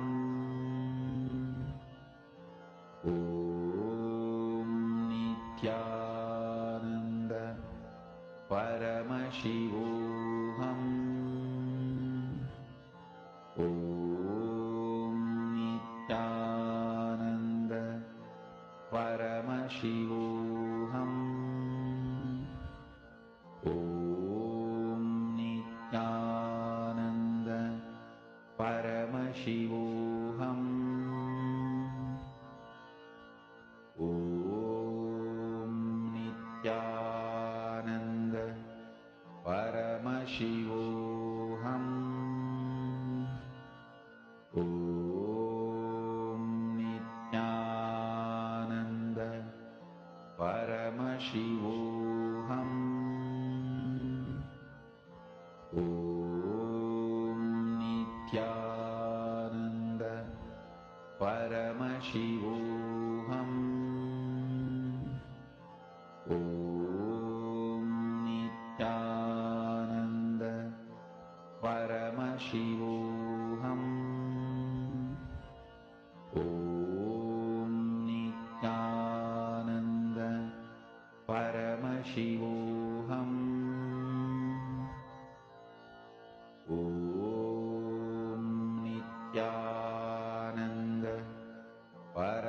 Paramashivoham Om Nityananda Paramashivoham Om Nityananda Paramashivoham Om Nityananda Paramashivoham Om Nityananda Paramashivoham Om Nityananda Paramashivoham Om Nityananda Paramashivoham Om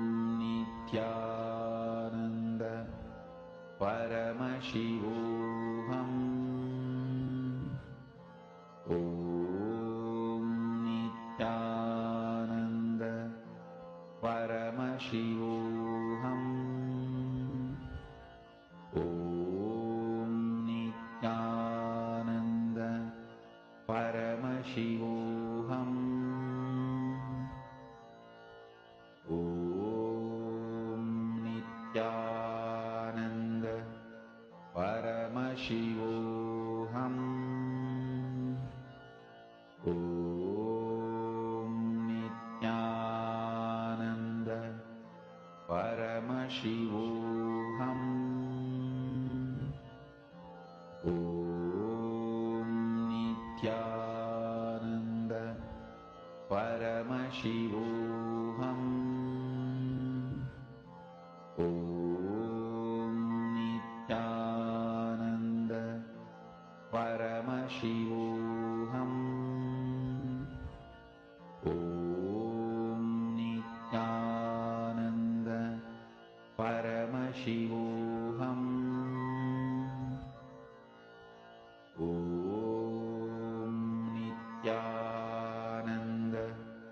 Nityananda Paramashivoham Om Nityananda Paramashivoham Om Nityananda Paramashivoham Om Nityananda Paramashivoham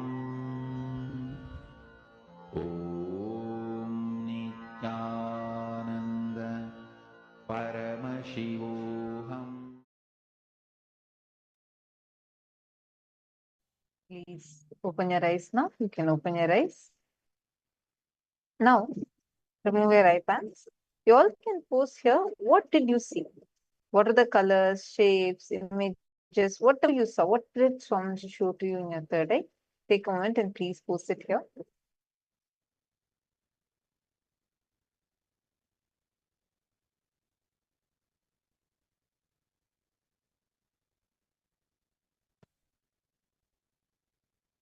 What exactly did you see? Describe it elaborately and post it. Now, let's see what the answer is. So this was the image that was shown to all of you. So this had blue, orange, pink, yellow, red. So these are the shades majorly that is there. Take a moment and verify your answers.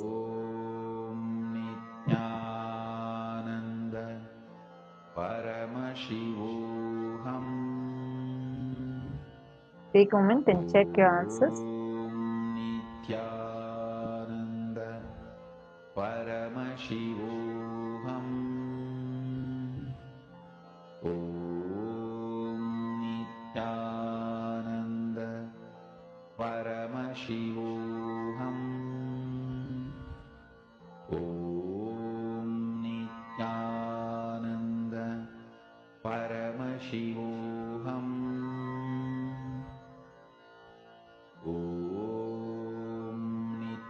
See, understand, whether you manifested or you did not manifest, one thing understand, continuously more and more you practice just doing the power manifestation. You don't need to practice to manifest the power itself. But more and more you do this power manifestation session daily, you will start having breakthroughs in manifesting these powers. Because it is like you're tuning in, you're trained to tune yourself in again and again and again. That tuning in will help you tremendously to be able to have breakthroughs in power manifestation and to be able to manifest powers in an amazing manner. And in various other aspects of your life also, you will have breakthroughs. All right. Now let's all enter into today's sessions. Today we are going to be having the darshan of Bhagavan Dakshinamurti and Bhagavan Shankaracharya and Bhagavan Brihaspati. These are the various manifestations of Paramashiva, his own dimensions as Guru. So this is what all of us are going to be having the darshan of. So get ready. This to all the participants today, you're going to experience literally a jackpot of whatever boons you want. You're going to be showered, irrespective of whether it is right, wrong. None of those matter. Your boons is it right? Your boons are wrong. All those things do not matter at all. Because today, what we are going to be experiencing is a very, very powerful way. You're going to be manifesting your entire life, whatever you want, however you want those goals to manifest, I'm just going to shower upon. Now let us enter into the first session. The first session, we're going to be starting with understanding about Nirvikalpa Samadhi. What is perpetual completion? See, Nirvikalpa Samadhi, the state of Samadhi where you're experiencing intense unclutching and perpetual completion. We're going to be learning about that state, how to manifest that state inside of us, and how you can experience that. Bhagavan Dakshinamurti is an embodiment of Nirvikalpa Samadhi. Just if you go in his very sanidhya, you will automatically put into Nirvikalpa Samadhi. Anyone has been to any of the temples, Kailasa temples, where we have Bhagavan Dakshinamurti's deity, you definitely know about this. So now let's understand about Nirvikalpa Samadhi and let's listen to the revelation of Christ.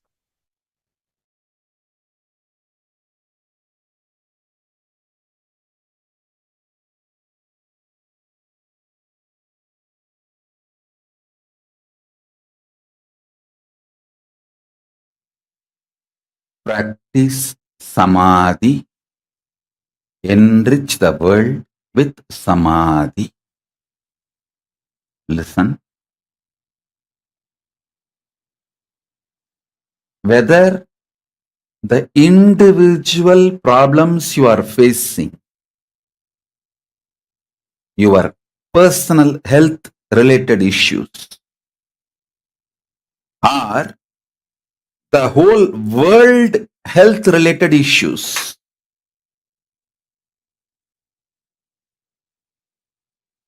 whether you are facing your personal economic problems or the world health crisis,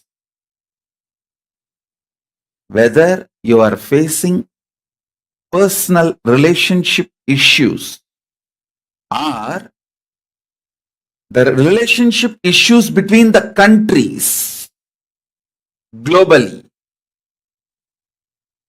for everything, practicing samadhi is the most powerful solution. Please understand. When you practice samadhi,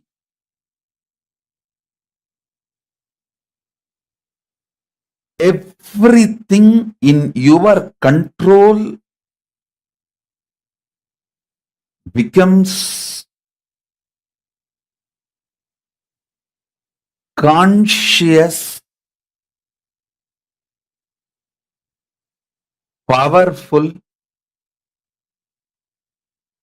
right and best for you and for the world.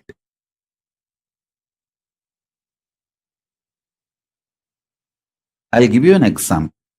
If you start practicing samadhi, your health will become best.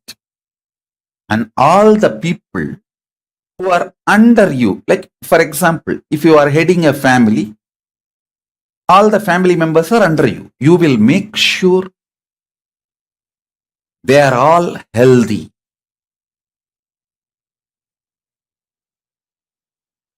If you practice samadhi, you will keep your relationship with you best, and everyone who is under you, around you, all their relationships best.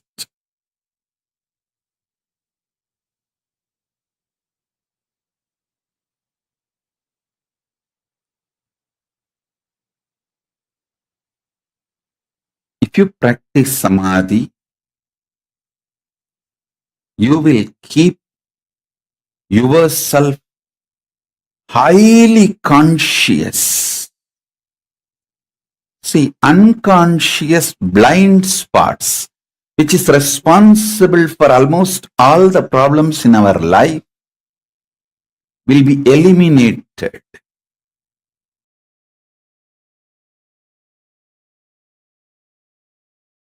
Nirvikalpa samadhi is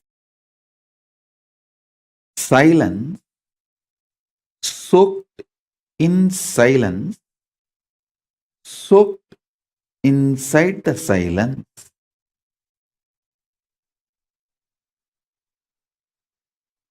shanti, soaked inside the shanti, soaked inside the shanti. Listen, I'll repeat. Nirvikalpa samadhi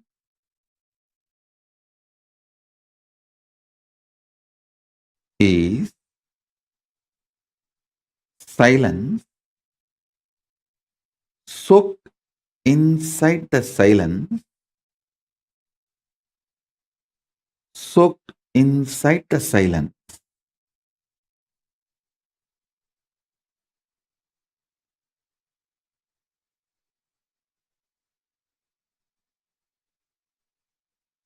Contemplate on it.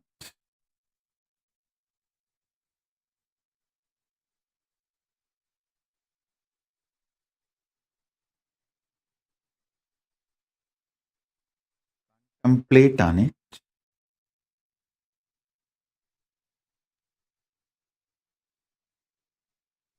I'll initiate all of you into Nirvikalpa Samadhi as a living experience today.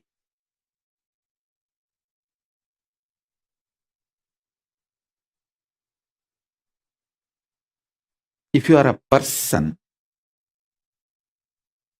using English as the language for your inner talk,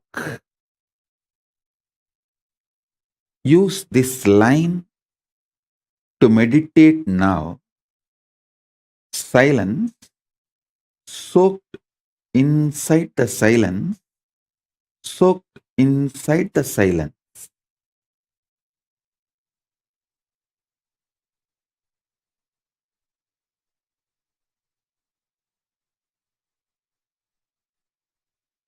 Understand? I'm going to fill you with intense, ferocious, powerful, living silence, not dead silence.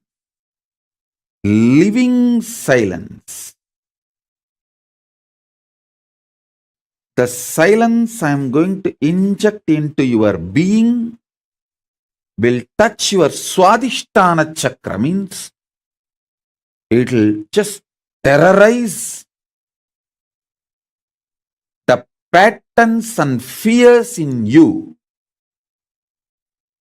The fears and patterns will melt down like how the metals melt in the extreme heat.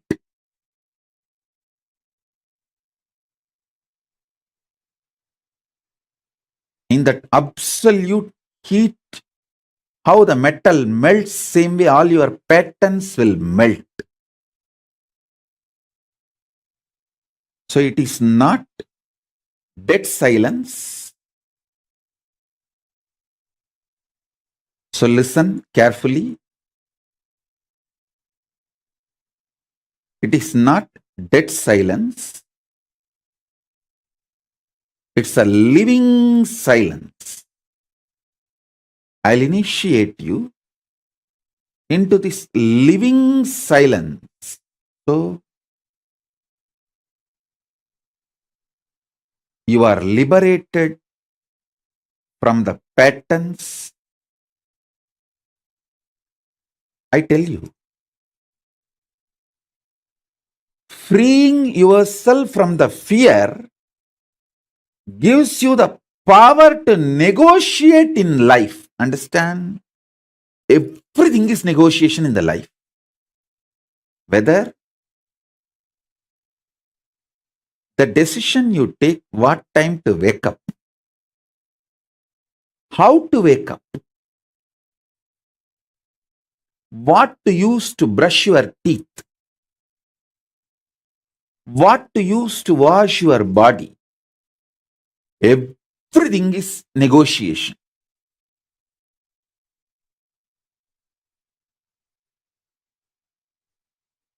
Whether you talk to yourself and convince yourself for some activity, or convince your spouse for something, convince your team, your boss, your subordinates, your assistants, everything is all about negotiation. It's all negotiation. All relationships are negotiation.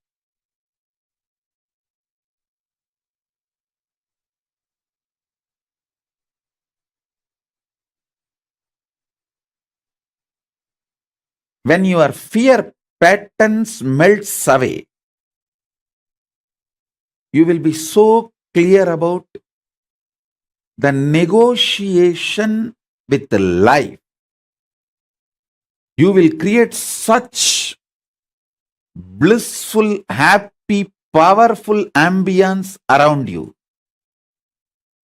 And you will know very clearly with whom you should negotiate, what, how. You will be the boss of your life if you master your fears and ability to negotiate. That's all. That's all is life. So with this infusing nirvikalpa samadhi in you, melting down your fears, I will empower you with the negotiation power. Negotiation skills.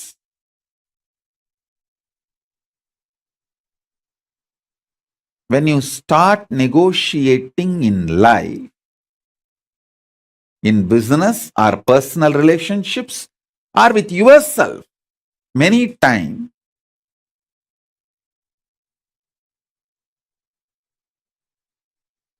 even what time to sleep, what time to wake up,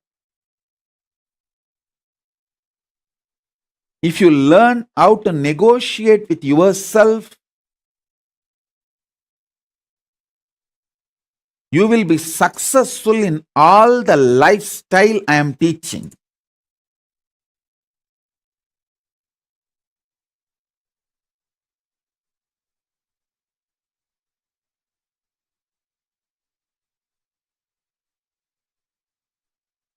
I'll continue the initiation into Nirvikalpa Samadhi.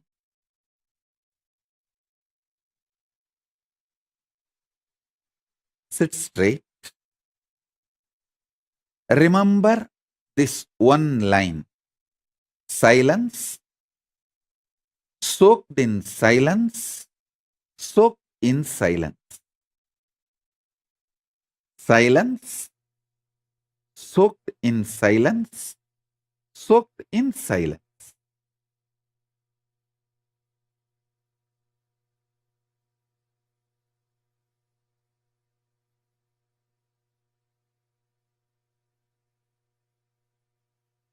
Just meditate on this one line. Om.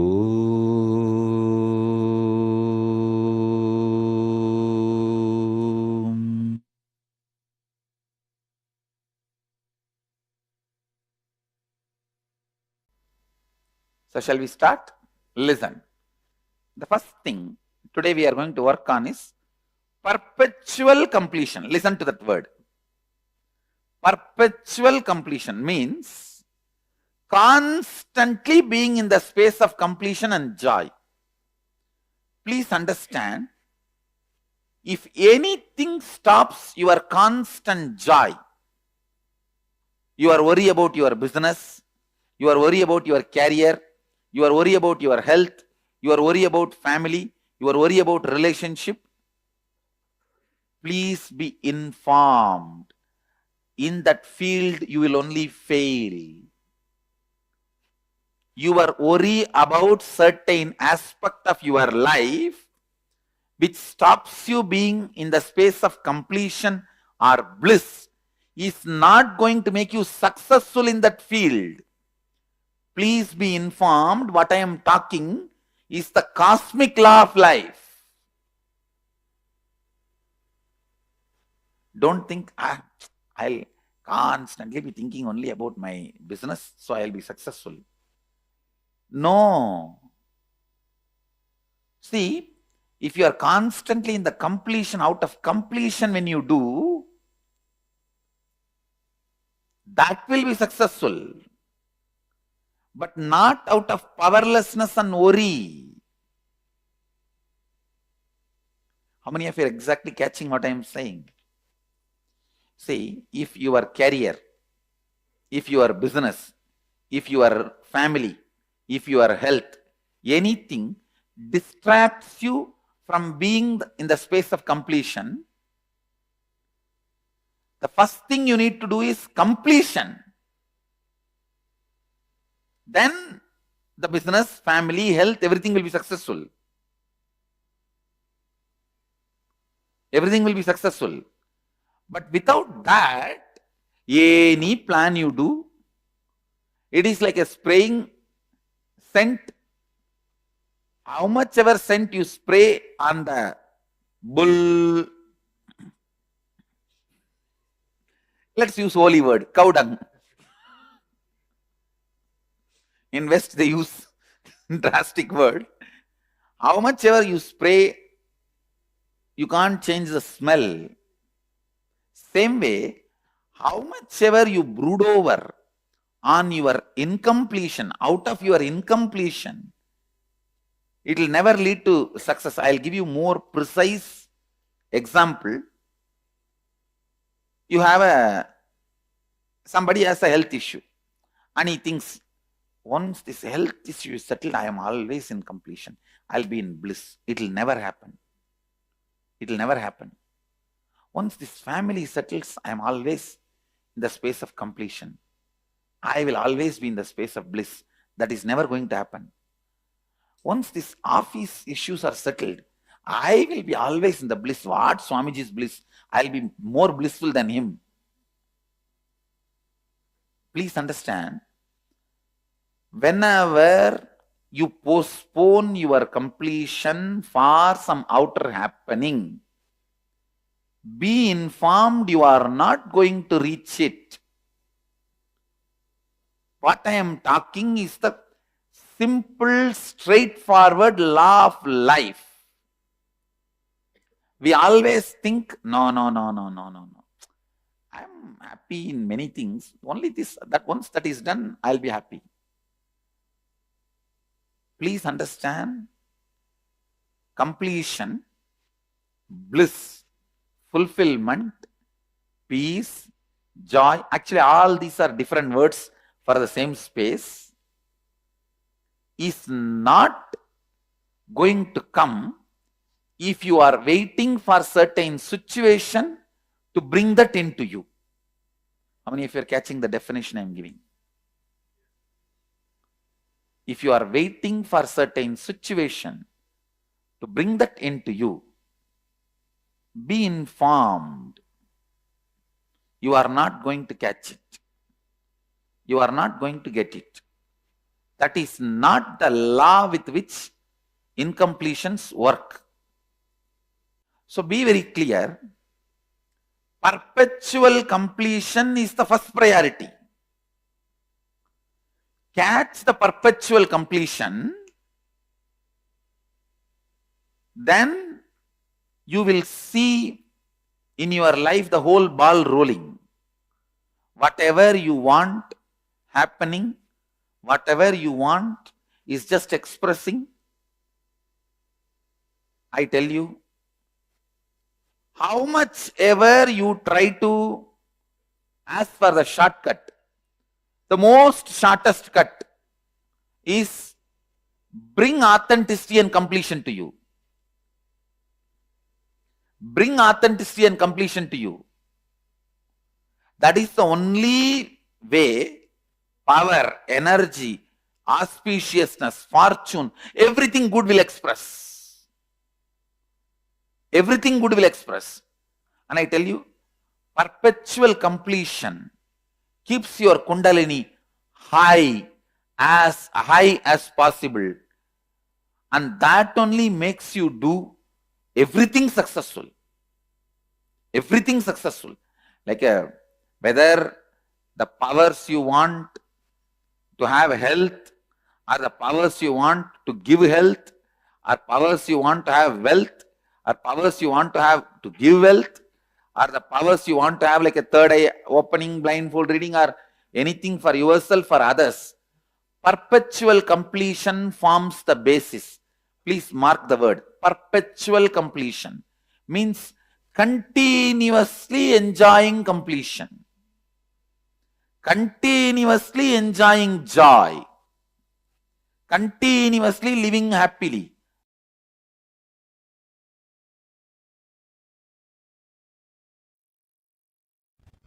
Paramashiva's message from Sri Kailasa directly. Listen.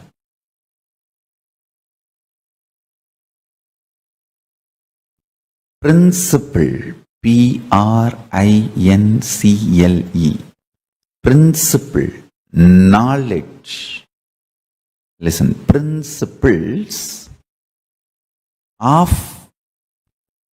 principal knowledge. Principles of principal knowledge.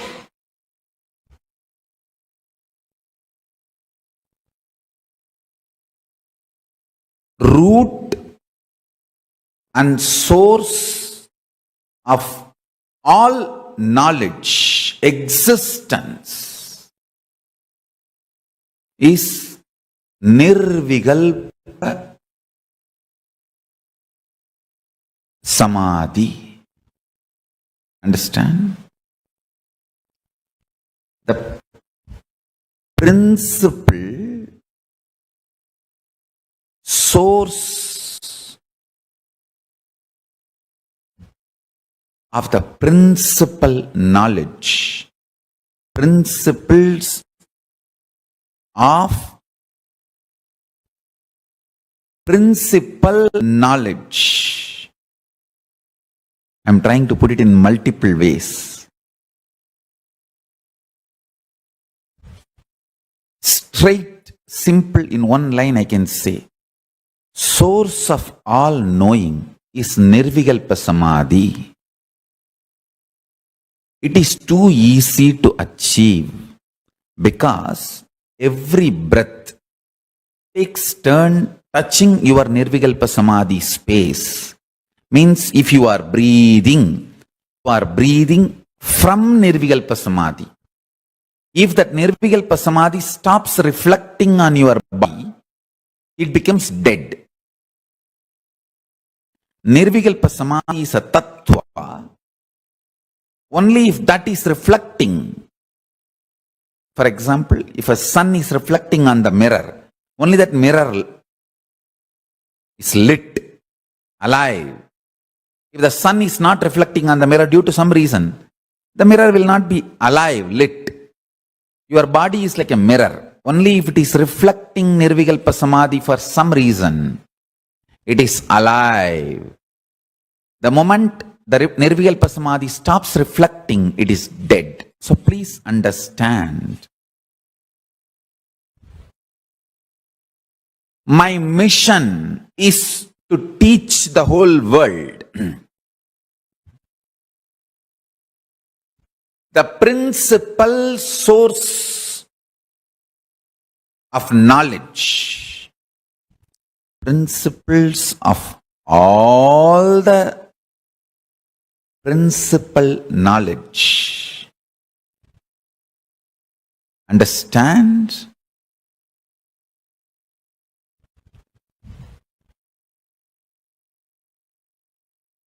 Is Nirvikalpa Samadhi.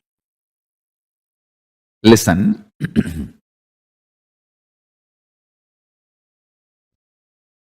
Whether the knowledge about the cosmology or astrology, astronomy, physics, chemistry, biology, any level, any knowledge, I tell you,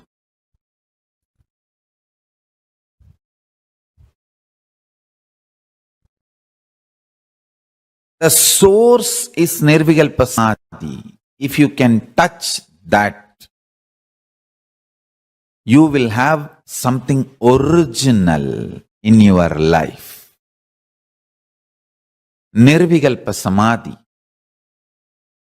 Paramashiva resides in Nirvikalpa Samadhi and radiates it in the form of Dakshinamurti.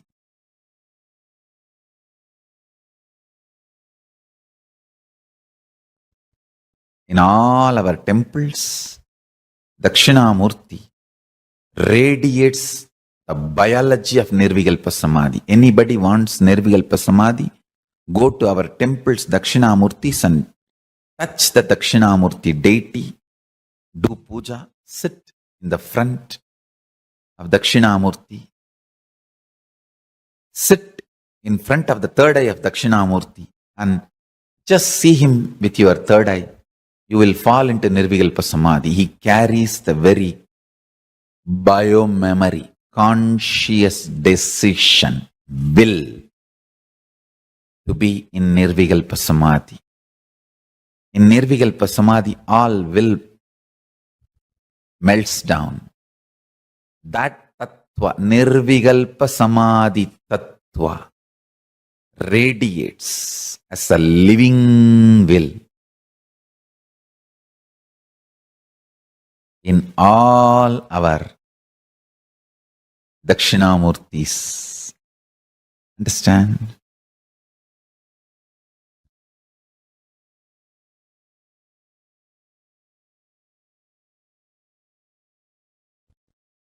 Whether you are a kid studying for your school examination or an adult studying for some interview or presentation, or a CEO studying to present something to your team, or an enlightened being teaching to your disciples, or incarnation wanted to reveal the Paramashiva's message every day.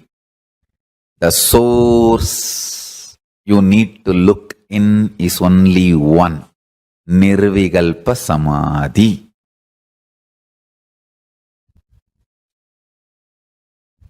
Nirvikalpa samadhi makes a tireless inner space. So, it's an amazing combination of ultimate memory power, ultimate usefulness, stability, and pure power of enlightenment. Understand? How much ever attacks happen, injustice done,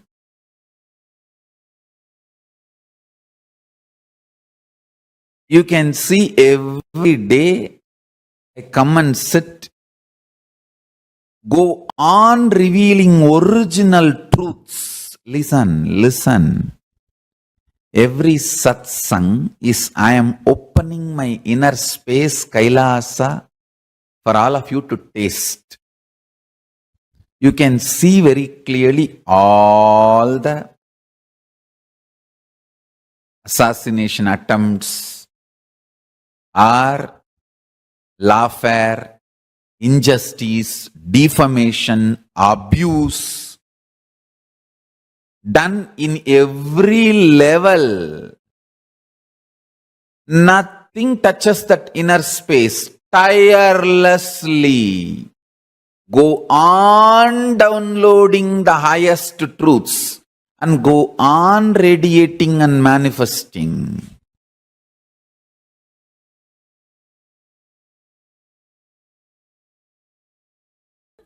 You see, whole day, your mind will be planning, thinking, preparing your reply, and it will be depressed, heavy. Whole day you will be doing the job, but you will be doing your job, office work. Am I right or not? When you can be depressed and do your office job, why can't you be liberated and do your office job? Simple logic. When a part of you can be depressed and continue your office job, why can't part of you be unclutched and continue the same office job? It is possible. We never tried. It is possible. We never tried. Understand? Even if part of you is depressed, tensed, planning for your evening fight, you are doing your job. You are doing your office job. You are making decisions. You are doing all your work. Everything is going smoothly. Everything is handled. You can see many times. You will sit in your car, drive more than half an hour. Only when you reach your office and switch off the car, you remember you drove for half an hour. You only took right, left, gave brake for the signal. You did everything. Pressing the accelerator, taking right turn, left turn, pressing the brake for signal. You did at least 200 things.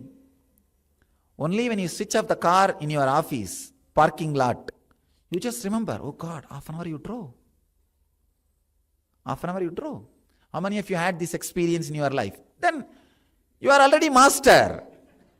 You have mastered the art of unclutching and driving. Then why should you have fear? 3 hours of your life, 24 hours, if you remember this and come back to your center, actually, when you unclutch, please understand, just understand that first. When you unclutch and sit for a few minutes, you will have a kind of a awareness in this area. This area you will settle down. Below the heart center, above the navel center. That is the area you will usually feel like you are settling. All I am saying is, when you again and again and again unclutch in your whole day routine, whenever emotional tsunami attacks you, unclutch and come back. Whether your boss firing at you, or you firing at somebody. When you are imbalanced, come back. Come back to that center. Even if you come back and be in that center for 2 to 3 hours in a day, you will carry that flavor of unclutching whole day. All your decisions will be made out of that unclutching mood. All your decisions, your actions will be out of that nirvikalpa mood. See, carrying that nirvikalpa mood in your life is enough. You will be Jivan Mukta. You will be Jivan Mukta. Nothing else is required. Instead of carrying the depressed mood whole day, irritated mood whole day and working, I am just replacing that mood to this mood. Actually, what will happen, if you practice the replacing of irritation mood to this unclutching mood, within a month you will see, you just start rejoicing that unclutching mood. The time in which you stay in that unclutching mood will start expanding. The recovery time from any tsunami will start reducing. The first 10 days, the recovery time will be 2-3 hours. If you had a fight, it will take 2 hours for you to recover and come back to the center. After a month, it will be half an hour. After 2 months, it will not be more than 3-4 thought. 3-4 thought. Hey, all right, this is what, come on, get back, over. Nothing else. Recovery time, reducing the recovery time is Nirvikalpa Samadhi. Understand? I am making the whole thing practical day to day. If you lose something, think it is a Guru Dakshina given to me. Forget about it. I tell you, just the simple process. Anything which creates agitation in you, irritation in you, raises the heat of your blood. Just say, unclutch. Know thoroughly, nothing can sit in your inner space more than few seconds. Understand? This is a basic truth. Just the moment you have the thought of moving the right hand, it has already moved. If it comes back, again move the left hand. If it comes back, all you need, only 2-3 few times, not more than that. You will see very clearly, no problem is more adamant than your fear that problem may come back.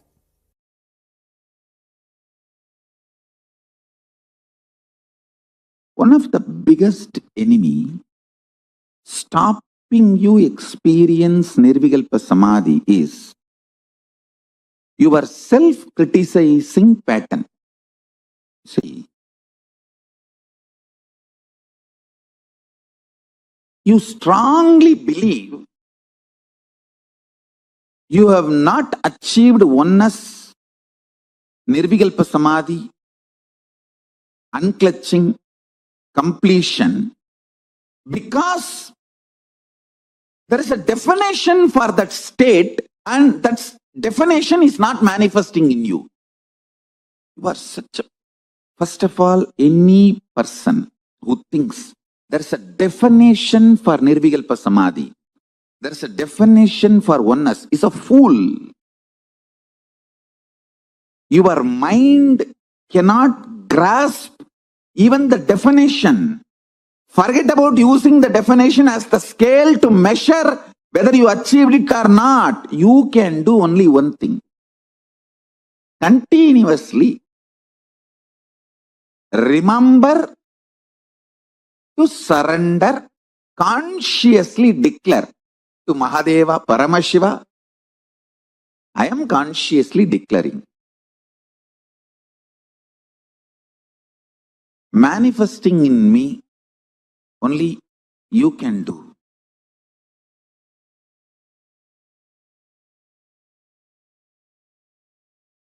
I'll tell you precisely, exactly right attitude. Declare to Paramashiva, Prabhu, really, I personally do not know much about the way you exist.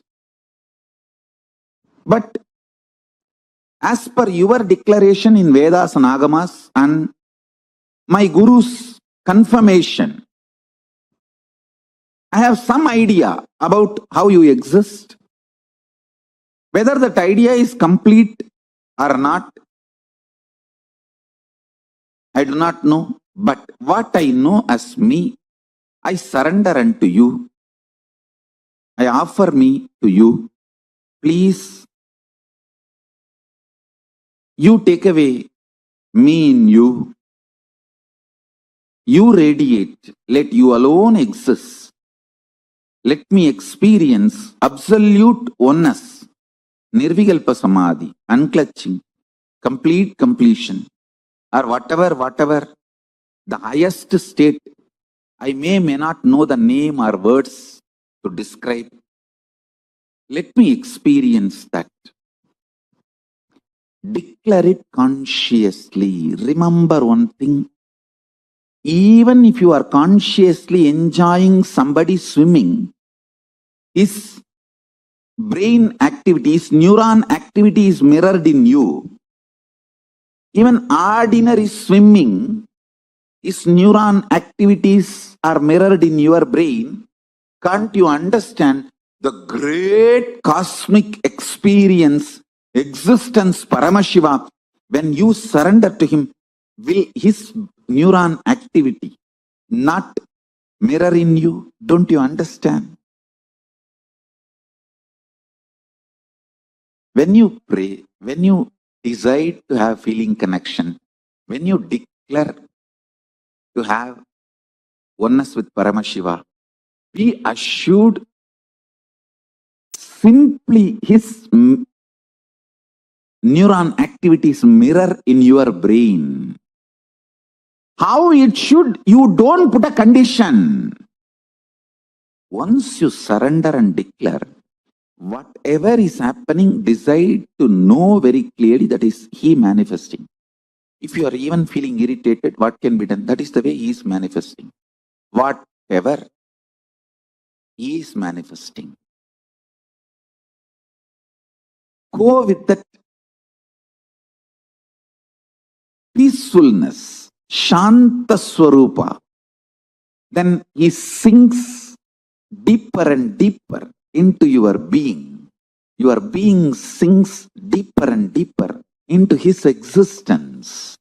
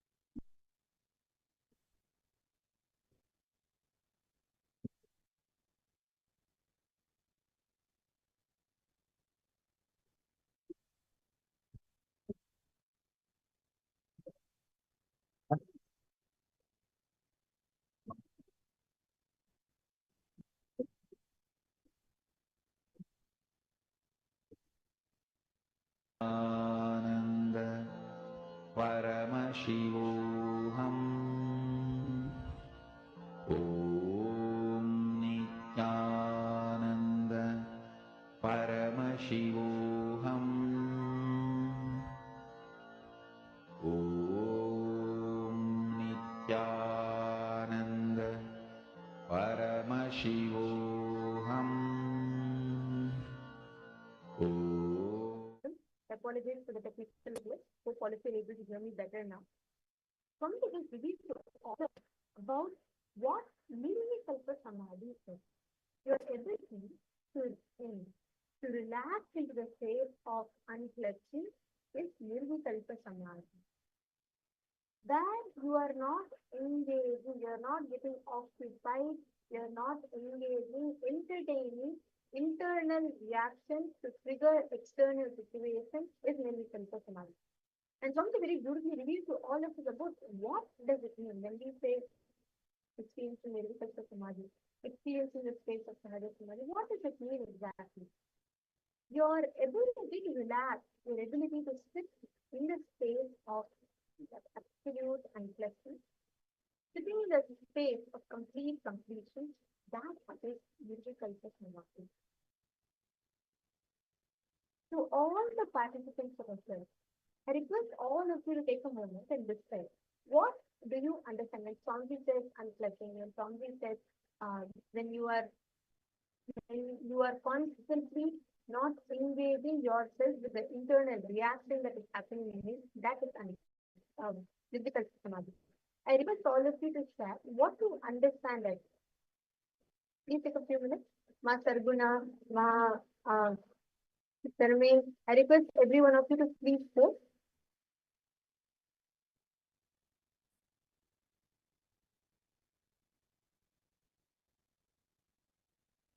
What do you understand when Swamiji says Nirvikalpa Samadhi? Because today, all of us are going to be manifesting this space, the space of Nirvikalpa Samadhi. Whenever you have Nirvikalpa Samadhi, whenever you experience the space of Nirvikalpa Samadhi, that is automatically your whole being, your whole inner space experiences so much of completion, so much of healing in you. And you see how all the thoughts will die down. And this is a space in which you manifest power. You manifest possibilities and powers. Anything that you want, you'll be able to access it when you are in the space of unclutching. Because unclutching is a space that the point where you're in the present, and the present moment opens you up to so many possibilities that exist.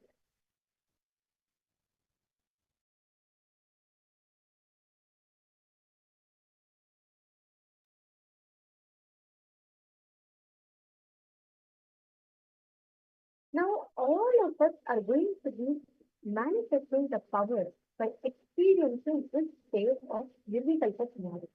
I'm going to request all the participants here to take a moment and please sit in the deep listening.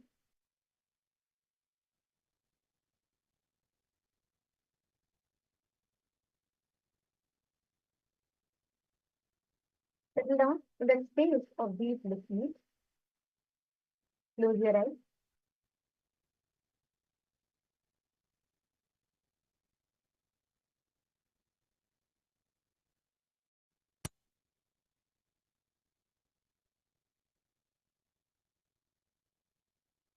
Come and establish yourself into the space of complete reflection, in the space of Nirvikalpa Samadhi.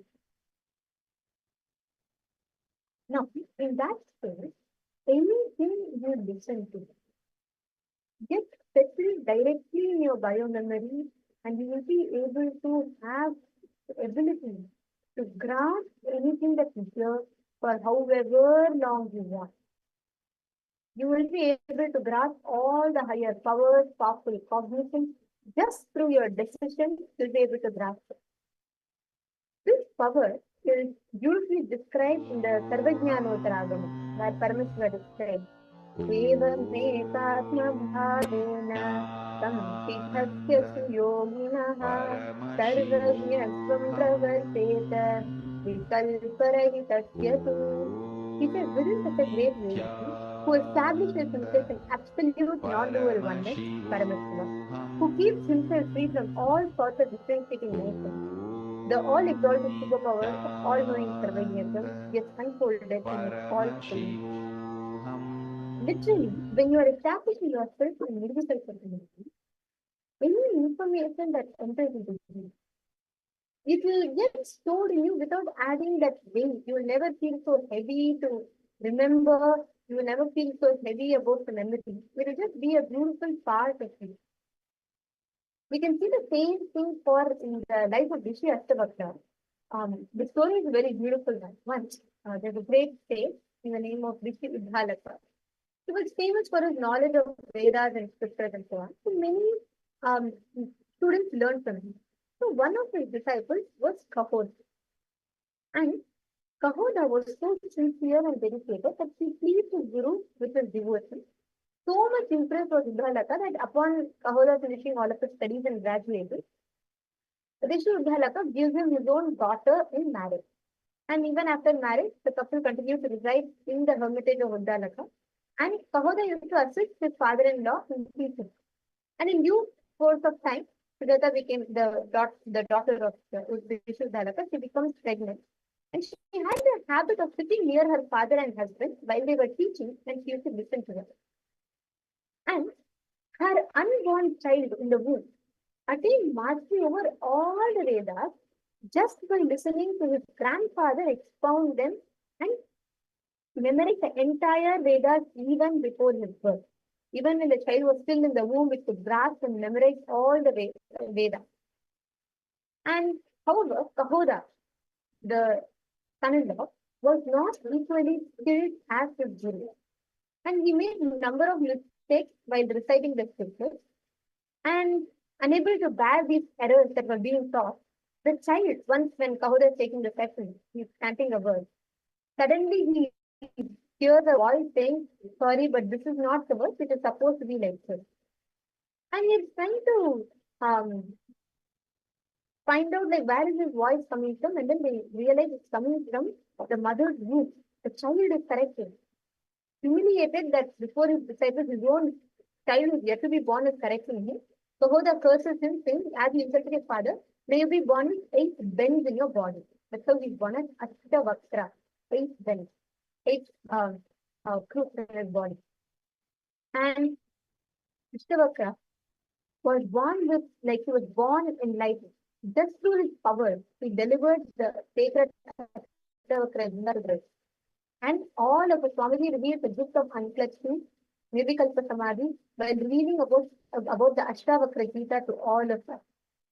So this is a very, very beautiful happening. See, understand, you have the ability to store 250 chips of information in you. You need to just come to that space of unclutching so you can access that in your inner space. There's a very beautiful happening in Swamiji's own life, how Swamiji manifested Ekasanta. And let us listen to that now.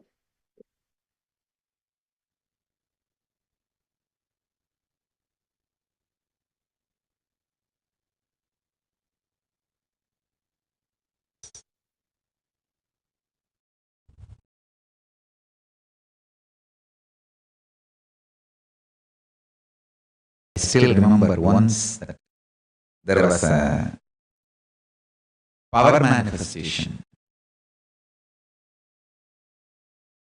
My guru Kuppammal, she was making me manifest the Yegasandagrahyam. Yegasandagrahyam means listening once and repeating the whole as it is. That power.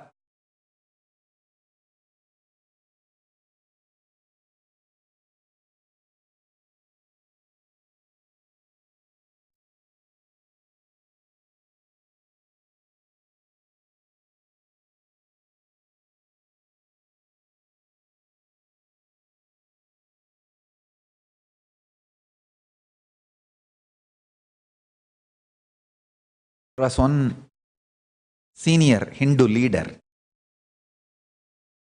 who was visiting Tiruvannamalai, and my guru, Kuppammal, has taken me to meet him.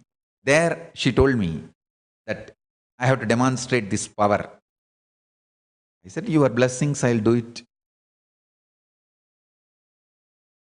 And that Swami was asked to choose. First he chose Shiva Puranam, They chanted the Shiva Puranam, I repeated the whole thing. Only once they will chant and I have to repeat completely. No one was expecting he will choose a very complicated first Tiruppugal. And it was chanted and I repeated just by listening once. முத்தைத்தரு வத்தித் திருநகை அத்திக்கிரை சத்திச்சரவண முத்திக்கொரு வித்துக்குருவர எனவோதும் முக்கட்பர மற்குச் சுருதியின் முற்பட்டது கற்பித்திருவரு 33 வர்க்கத்தமரரும் அடிவேண 10 தலை தக்க கணைதொடு மொற்றைக்கிரி மத்தை பொருதொரு பட்டப்பகல் வட்டத்திகிரியில் இரவாத பத்தற்கிற தத்தை கடவிய பச்சை புயன் மெச்சத்தகு பொருள் பட்சத்துடன் ரட்சித்தருளுவதொரு நாளே பத்தற்கிற தத்தை கடவிய பச்சை புயன் மச்சத்தகு பொருள் ரட்சித்தர் அருளுவது ஒரு நாளே.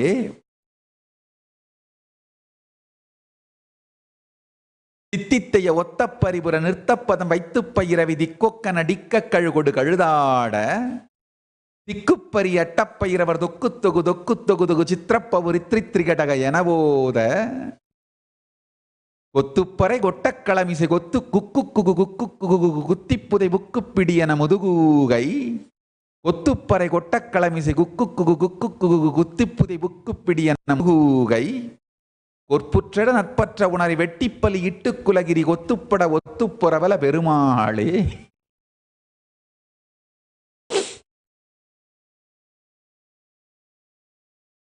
Is a song somebody recited, and only once I heard and I recited the whole thing as it is.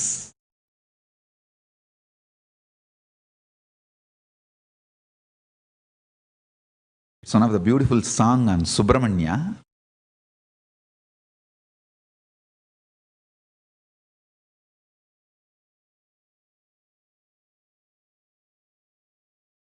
Our manifestation of Egasantagrahya.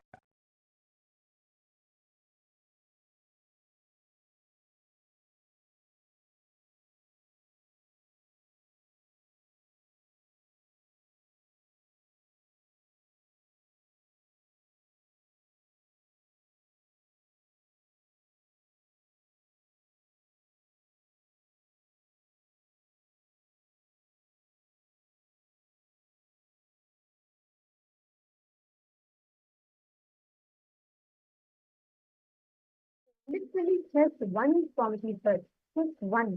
And Swamiji repeated the whole Tiruppugal.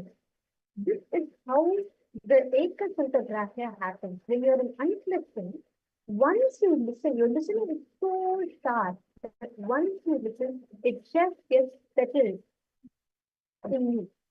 The moment we just listen once to it, it just gets settled in you. That is how the Ekasantagrahya manifests. Now, what we're all going to do is we're going to be manifesting this power, where we have some satsang clips. Okay, listen, I request all of you to sincerely manifest this power, because if you do this now, it will have incomparable benefits in your life, because you'll have so much of listening such that you'll so beautifully be able to listen and make decisions without getting clutched to the reactions or situations. So I'm going to request all of you to come. Can I request my Sharmin, my Julie, my Mariam, my Sarguna, all of you to come on camera. My Karla Tabet, come on. I request everyone to come on camera. Sit sincerely and manifest this power. Listen, provide your complete listening to what exactly Swamiji is speaking in the video. Let's come to Unclutching. Okay, I'll show you all a video. You're going to be completely unclutched. And you're just going to listen to it. Don't try to memorize it. Just listen to it. At the end of it, I'll give you all time to write down what you listen to, and you all can write that down. Ready? Can we start?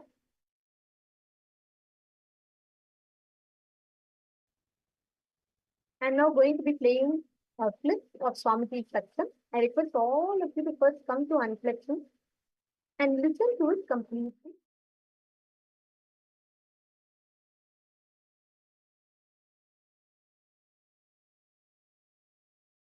I wanted all of you to know some of the important things about aging from the Siddha tradition.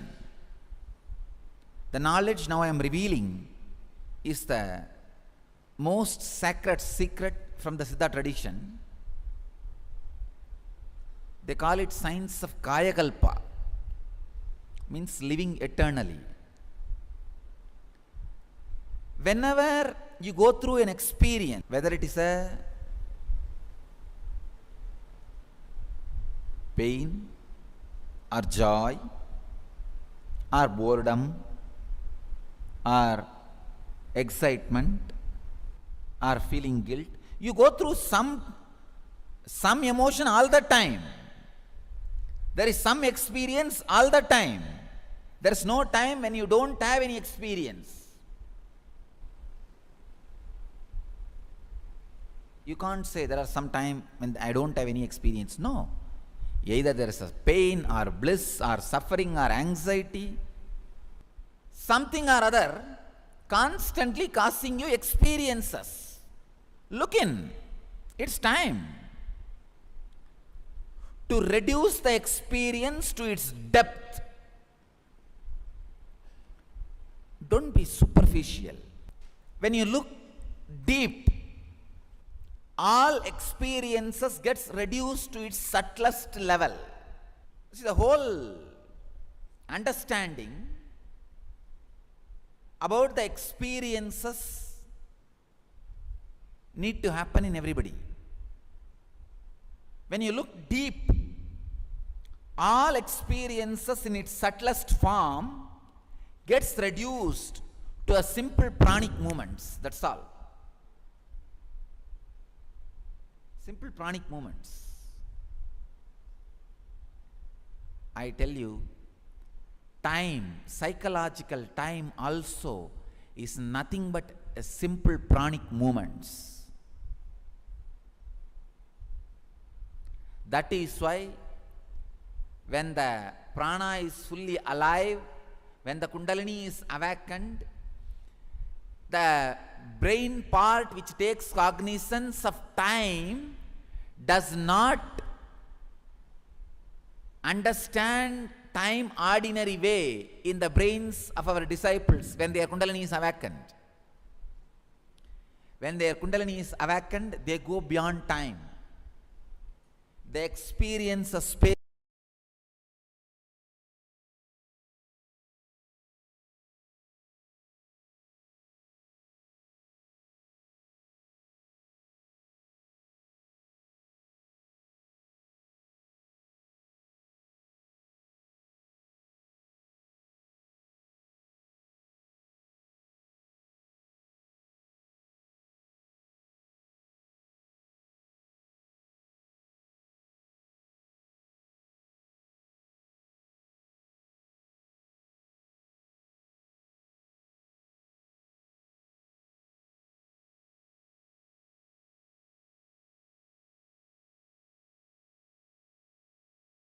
No. I request all the participants to write down with unclutch. Write down whatever you remember. Just write it down. Take a minute. Please write it down.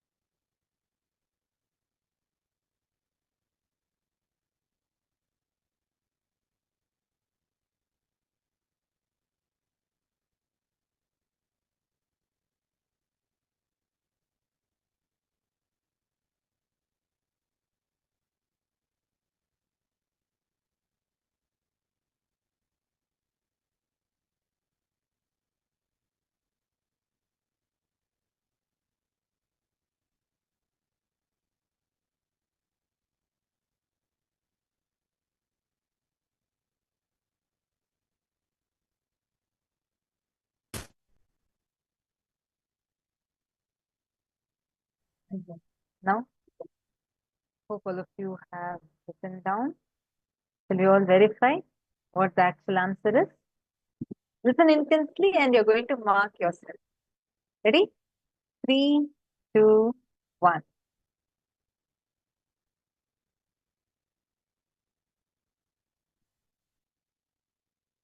Some of the important things about aging from the Siddha tradition.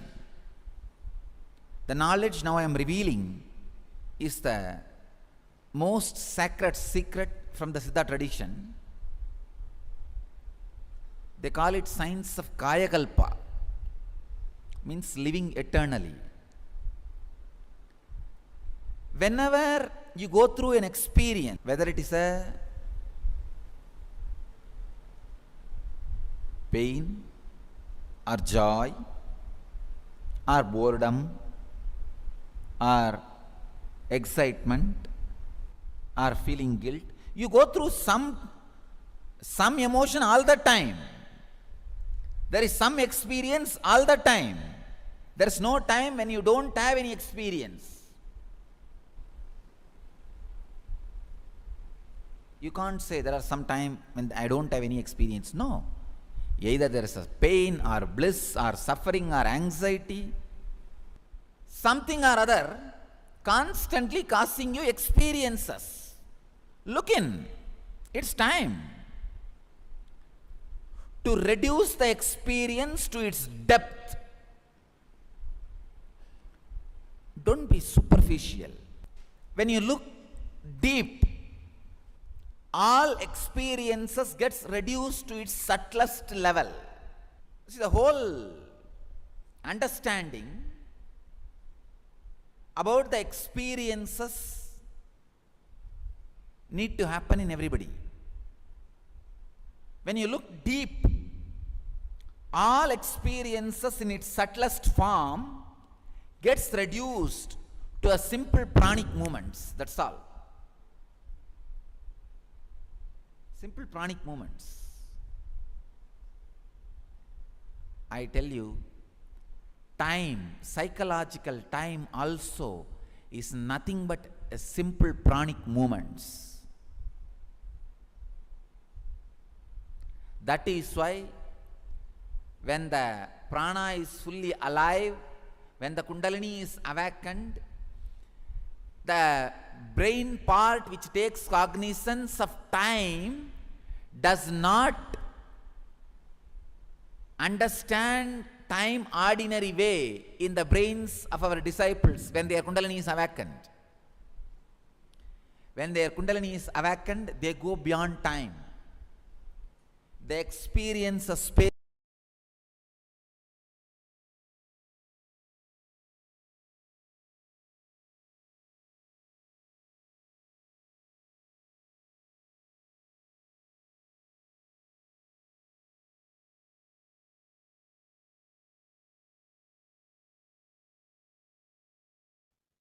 I request each of you to verify to see what each of you wrote down and verify it with that. You will actually clearly see what is the exact statement that Swamiji said and how many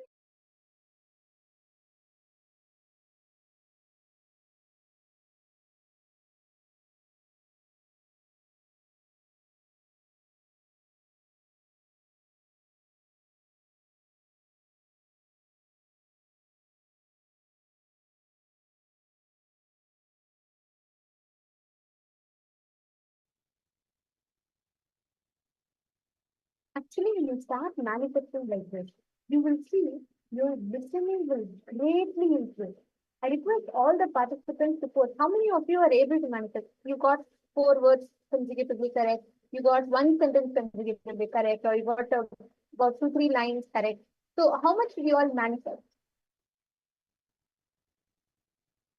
This is how it starts. See, when you start manifesting the space of deep listening, you will be able to clearly see anything that is happening.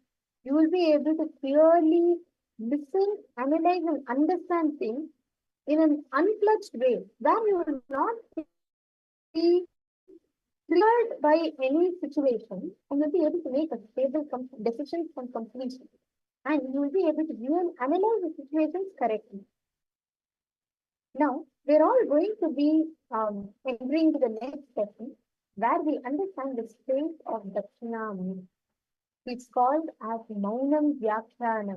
Like his face is called as a deep Mauna, and the Vyakyana happens in that Mauna. Means without talking a single word, he transmits petabytes and petabytes of information. That is Dakshinamurti. Now let us understand in the next session about what Bhagavan Dakshinamurti represents.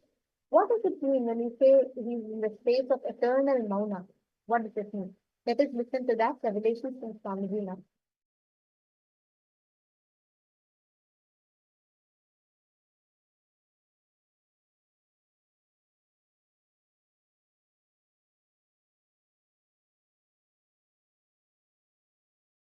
Principles, policies, strategies about your own existence in your personal life, private life, secret life, public life, social life.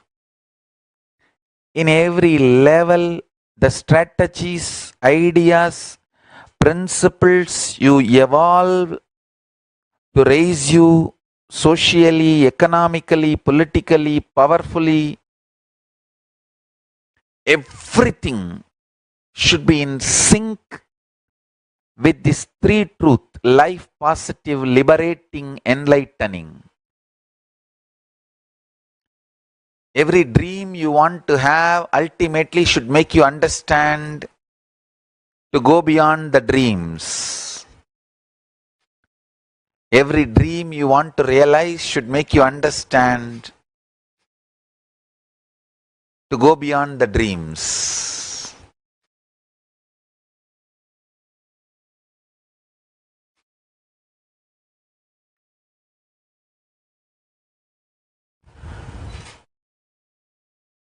Nightmare or daydream,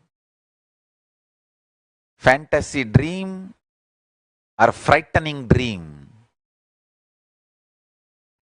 both should make you realize it is dream. Life should constantly make you more and more strong. That is what I call liberating realities.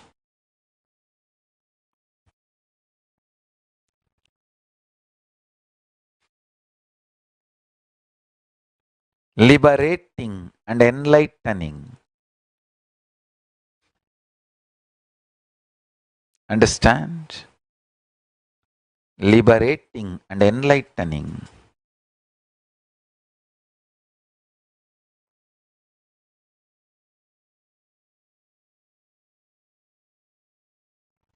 One thing I understood thoroughly in my life, every experience, if you see with this one understanding of how to use that to liberate yourself and enlighten yourself, you are living enlightenment. Good or bad, right or wrong, do not classify them, judge them. Just see how it can liberate you and enlighten you. Everything becomes strength. Everything empowers you. The intense love I felt for my masters made me receive the whole thought current into me.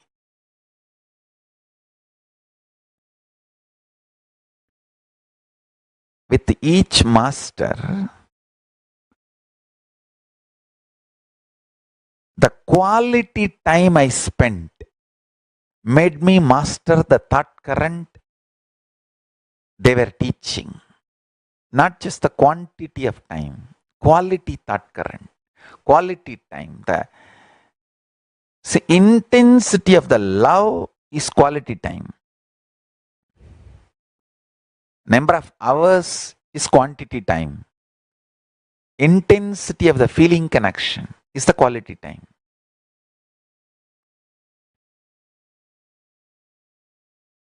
the quality time I spent.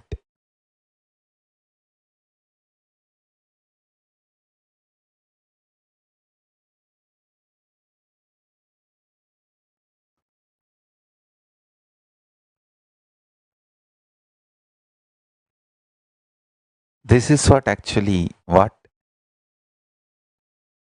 we call maunam vyagyanam. When Paramashiva sits as Dakshinamurti in silence, the intense love between him and the disciples, such high frequency, spiritual thought currents are revealed, less words, too many truths are shared.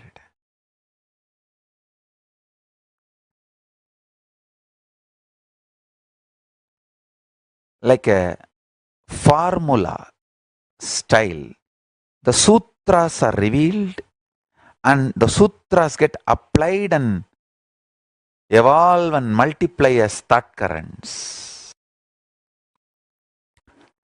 Hindu way of education, beautifully that Gayatri mantra expresses. There is no brainwashing, there is no spoon feeding of ideas, nothing. It just says, let me meditate on the consciousness which kindles truth and knowledge in me. Om Bhurvuvassuvaha Tatsavidurvarenyam Bhargo Devasya Dhimahi Dhiyo yo na prachodayat. Let me meditate on the consciousness which awakens more and more intelligence, consciousness in me.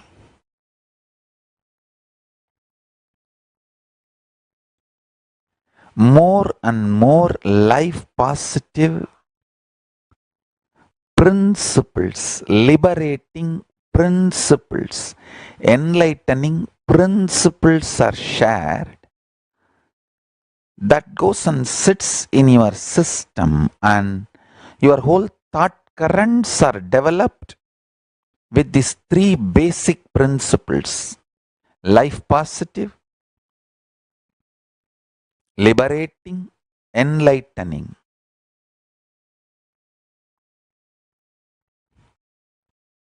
When somebody understands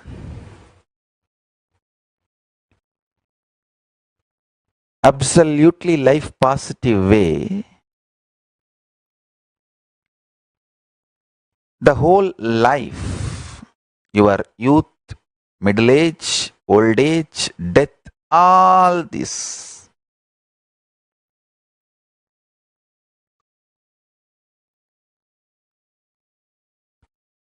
you will have completely different understanding, which will be liberating, not suffocating, enlightening, not engaging. I tell you.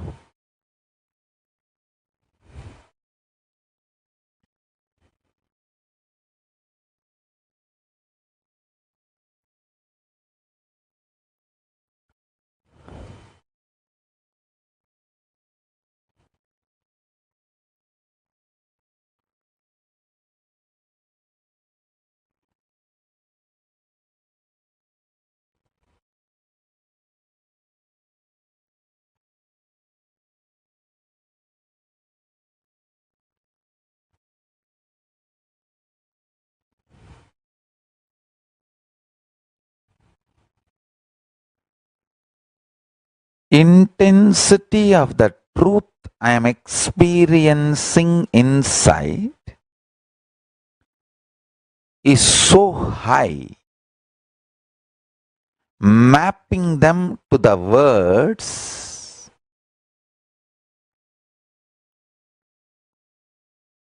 is taking such intense silence and time. Please understand.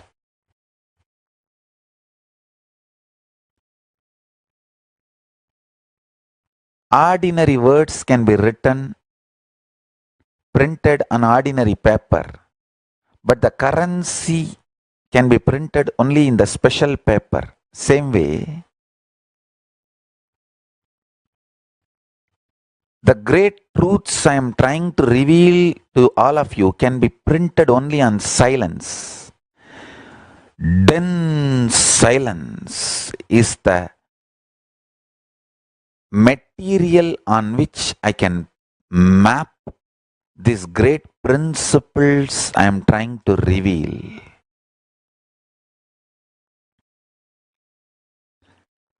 Intensity of the truth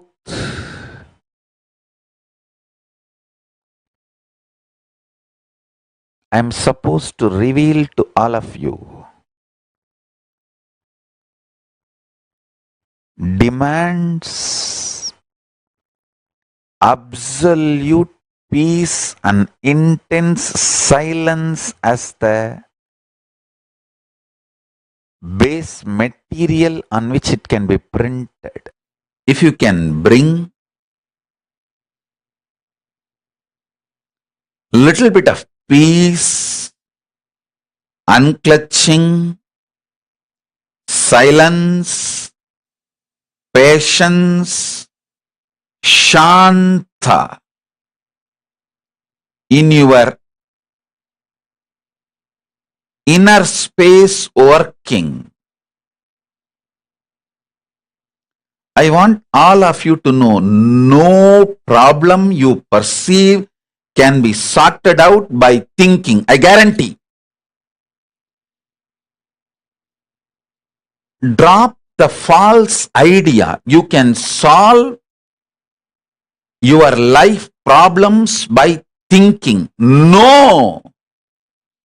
You can solve all the problems of your life by bringing silence in your inner space and making the problems redundant. Hey, listen. Whether inside you or in your life, if you win your enemy, that is not the ultimate victory, because some other enemy is going to come. Some other enemy is going to come. Somebody else is going to come up with weapons. If you make your enemies redundant, that is the ultimate victory.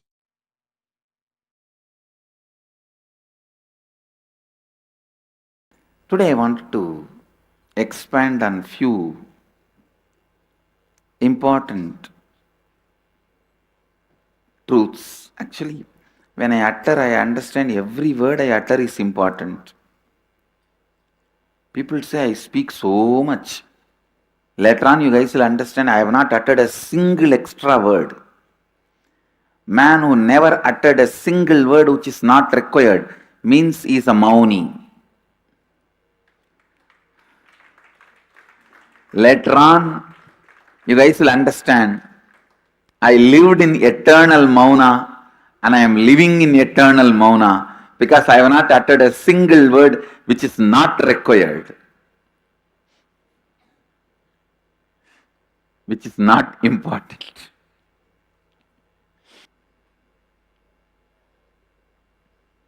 See, the whole universe is made out of these two, sound and light.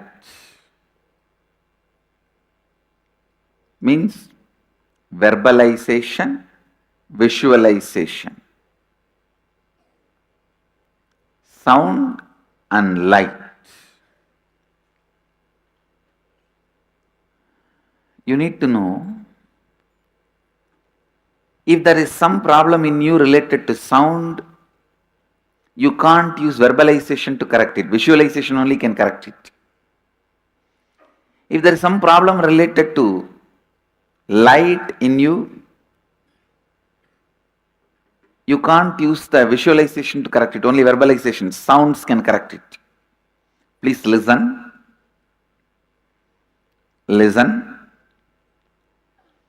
The whole universe, including you, is made out of sound and light. When the sound and light meets, the universe happens. Mahadeva represents light, Devi represents sound. That is why the syllables we call it as Matrika, Mata. Sound is mother, light is father. When these two, Nada Bindu, when these two unites, universe happens.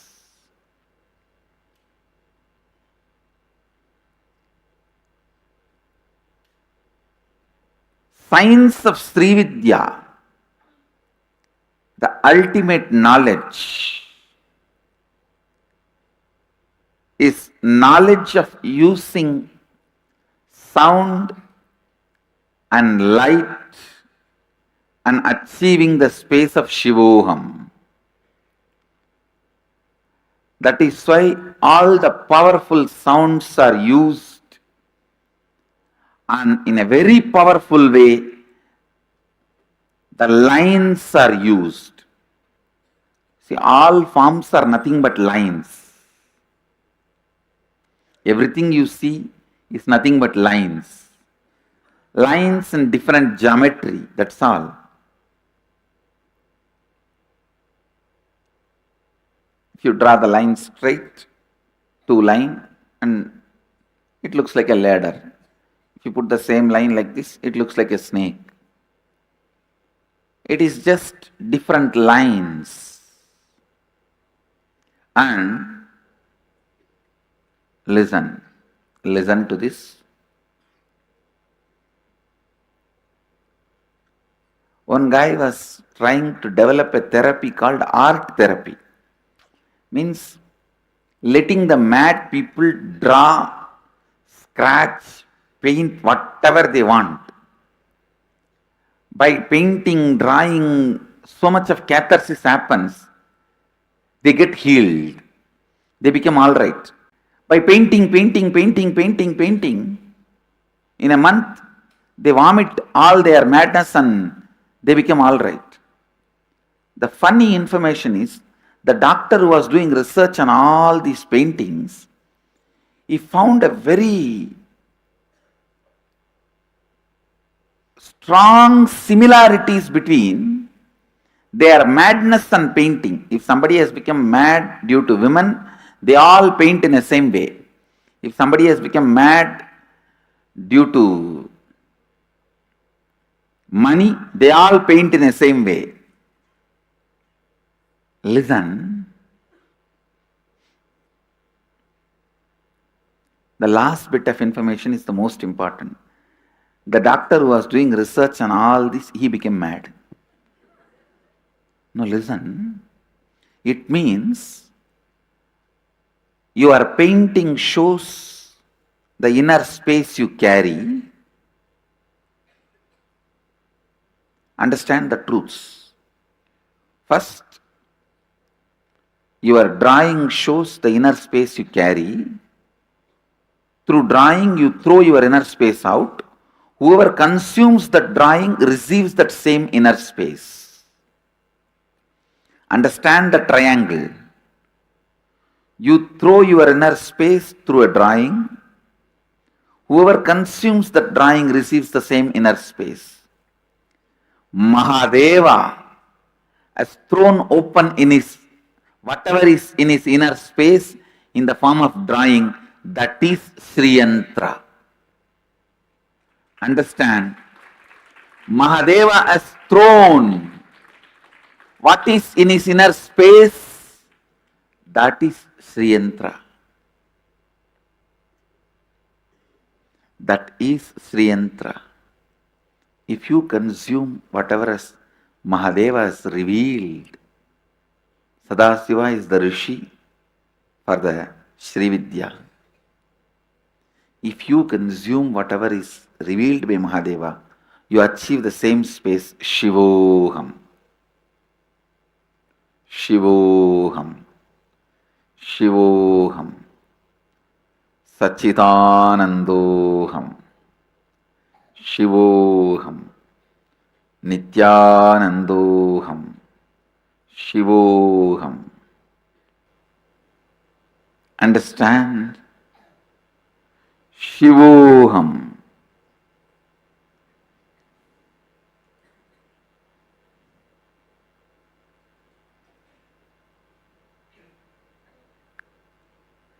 Shivoham is the sound, verbalization of Mahadeva's inner space.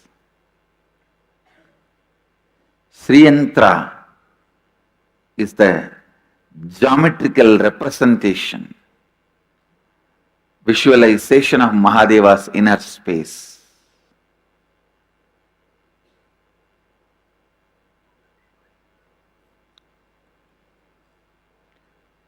With this yantras and the sound,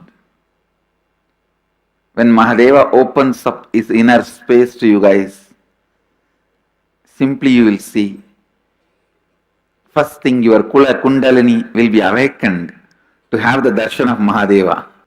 See, you are the mixture of pure consciousness and body.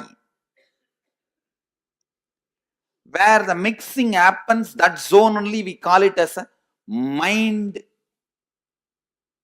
For example, this is consciousness, this is body. When this mixing is happening, the body side which is touching the consciousness is mind. Consciousness side which is touching the body is biomemory. The stick in my right hand is consciousness, this is body. You are a mixture of these two. The small ball which is in the body side is mind. The small ball, the tip, which is in the conscious side is biomemory. All of you understand? I don't need your mind, your cooperation.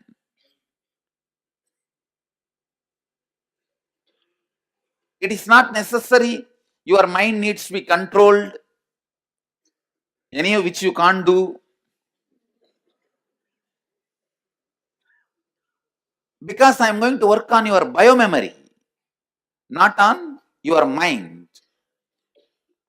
But for me to work on your biomemory, physically you are required here.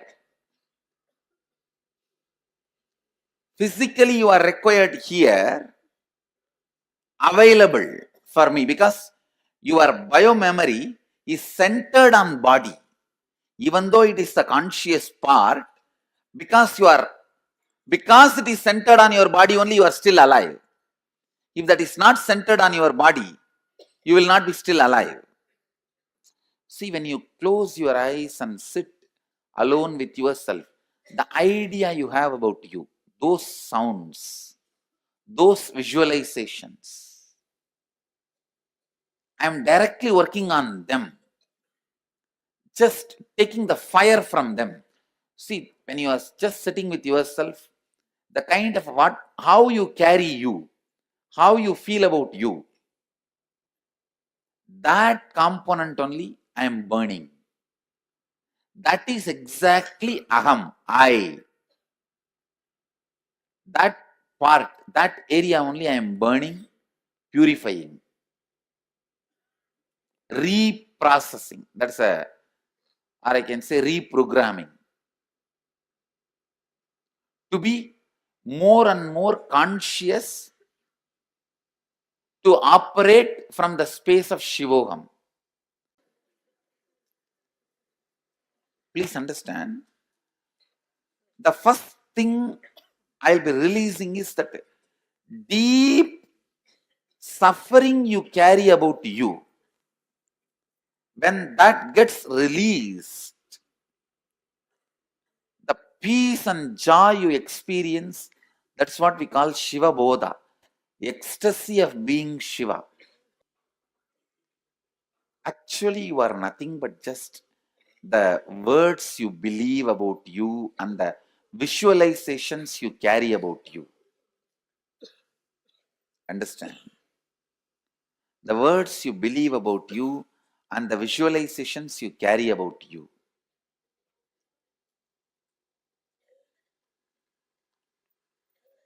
If the correction is done there in the source, if the purification and reprogramming is done in the source, that's it. Then the periphery also starts changing. That also starts changing. That also starts getting reprogrammed. He's doing Ananda Tandava eternally, always.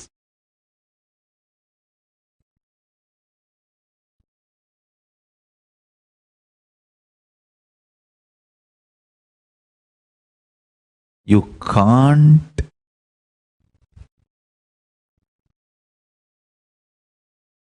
miss Paramashiva's Ananda Tandava. It's too powerful. Everything happening in your life is Ananda Tandava.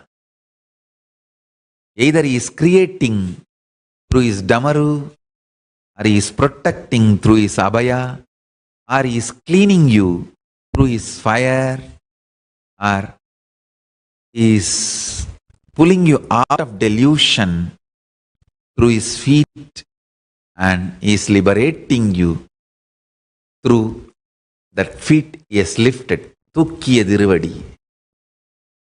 The feet he has lifted, dancing. Understand? His Ananda Tandava is continuing. Do not be worried about something being removed from your life. He is rejuvenating you. Do not be worried about this whole Ananda Tandava. Celebrate it, enjoy it.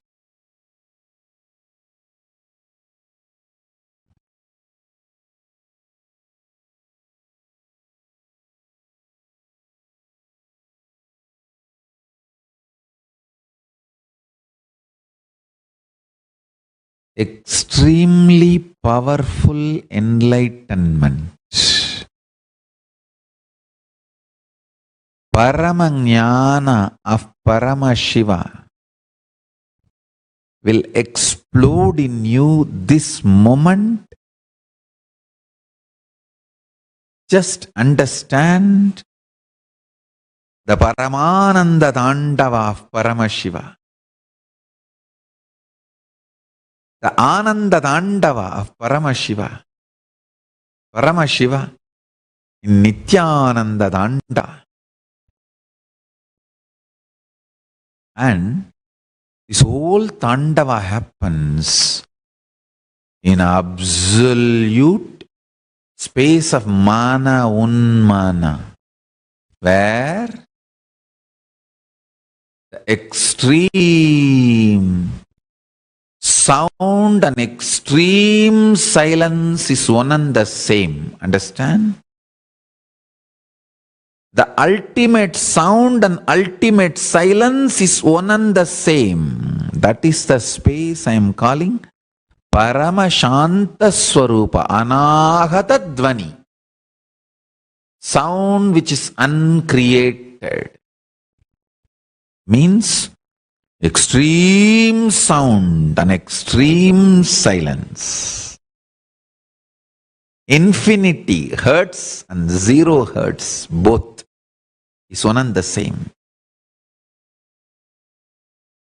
That is the Damaru of Paramashiva. Damaru of Paramashiva is 0 hertz and infinity hertz, both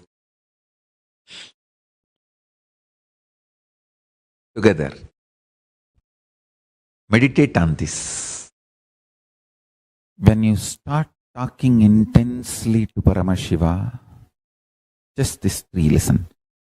Forget about everything else. Paramashiva is real. And you start talking to him. You can be complaining. You can be crying, you can be talking, you can be enjoying, you can say, thank you for what you have given me, or you can be angry, saying that what have you done to me? Older than the sun, newer than the fresh breath you are taking inside. So you can talk anything you want.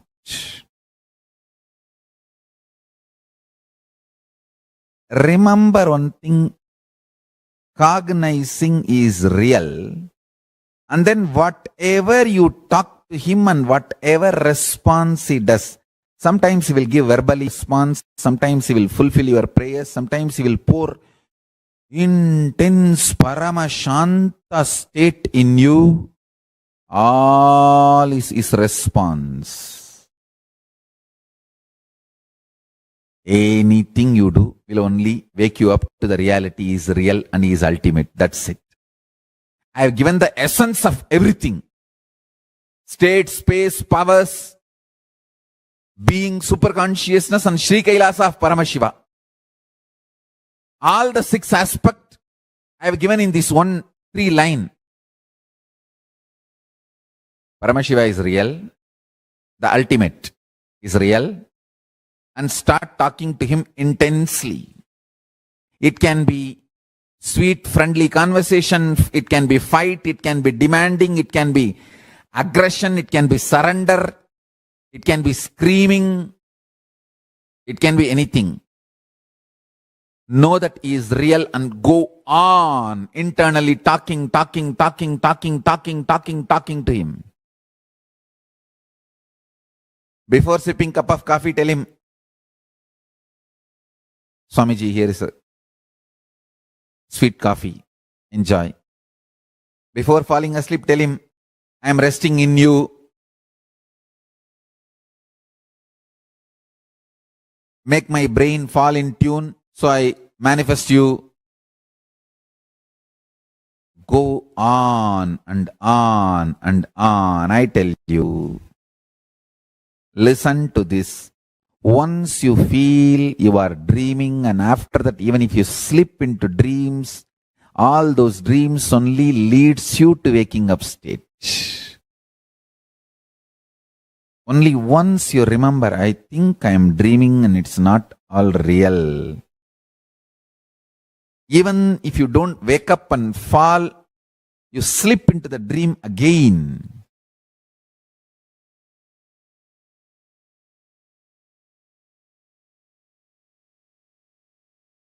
After that, every dream you go through,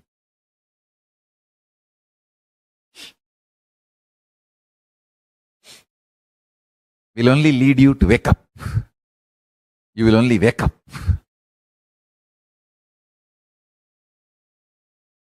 Understand?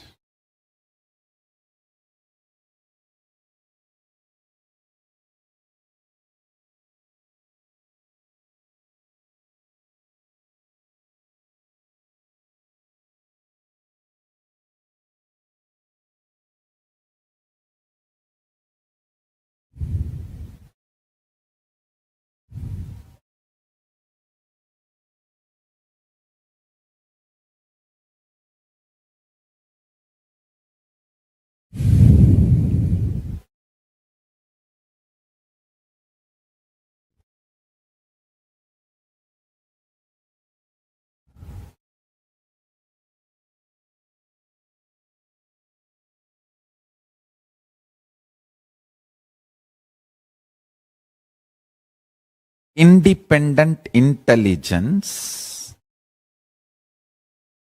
who is creating, sustaining, renovating, rejuvenating, pulling out of delusion and liberating all of us and this universe is Paramashiva, and he is real.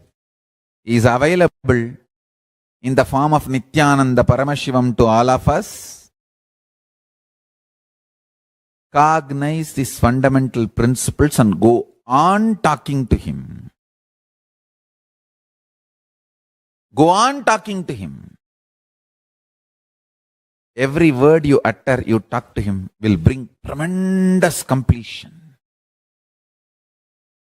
You can vomit your confusion, you can vomit your frustration, anger, anything is okay. Stop talking to yourself, start talking to Paramashiva. Maybe this is what I'll give us today's essence of satsang. The title for today's satsang is Stop Talking to Yourself, Start Talking to Paramashiva. Talking to yourself, you will create more and more guilt, anger, confusion, frustration, incompletion. Talking to Paramashiva, more and more you will feel intense Paramashanta. Your whole nerves will get intense Paramashanta, extreme joy, patience, activism. Understand? Activism in life. Paramashanta gives you activism in life. You all mistake aggression as activism. No, aggression is activism in the negative direction is aggressiveness. Paramashanta flowing in positive direction is activism.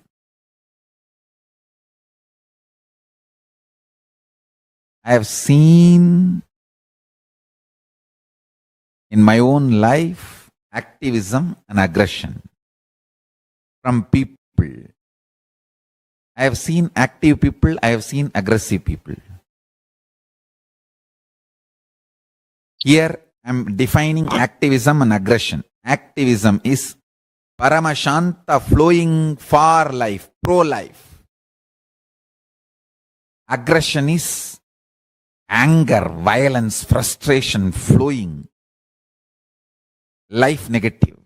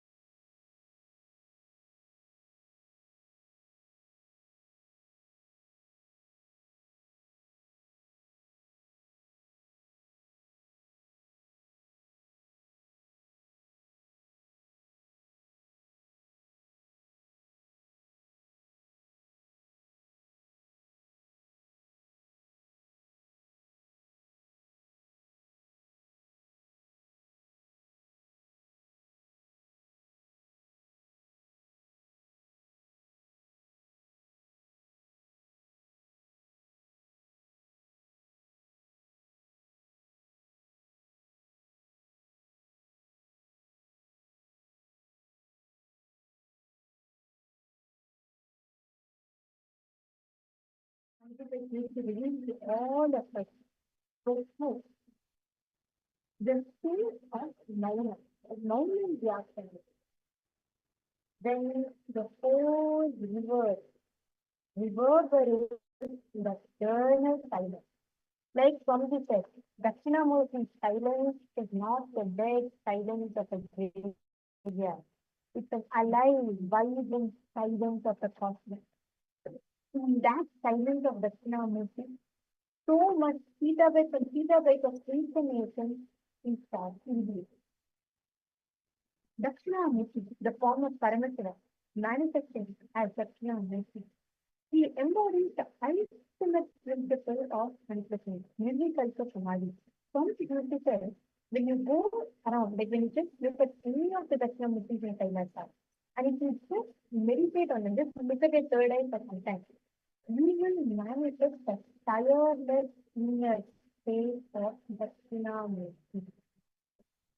Any Dakshinamurti in Kailasa, if you just meditate on their third eye, you will manifest the state, tireless inner state of Dakshinamurti. Dakshinamurti, Adi Guru, he embodies the state of silence. But what is the silent teacher? Some teachers, every experience, see with this one understanding of how to use that to liberate yourself and enlighten yourself.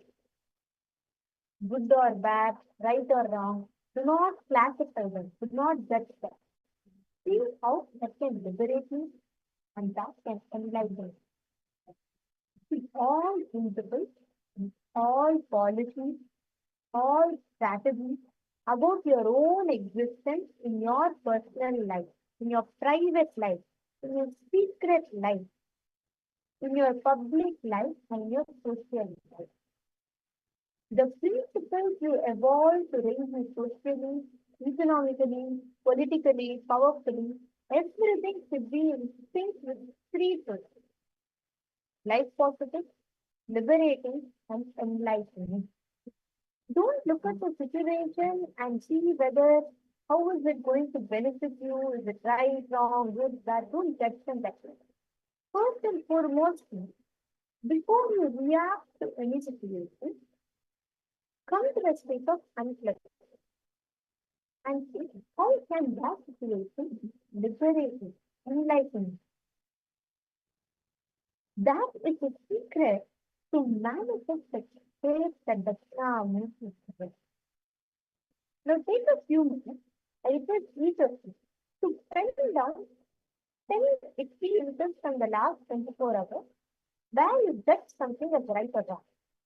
For example, how is it that women make less than men in Shakespeare? The best way is for me, even though I was a few minutes late. Each thing, write down at least 10 experiences in the last 24 hours where you categorize judge and atrocities as right and wrong.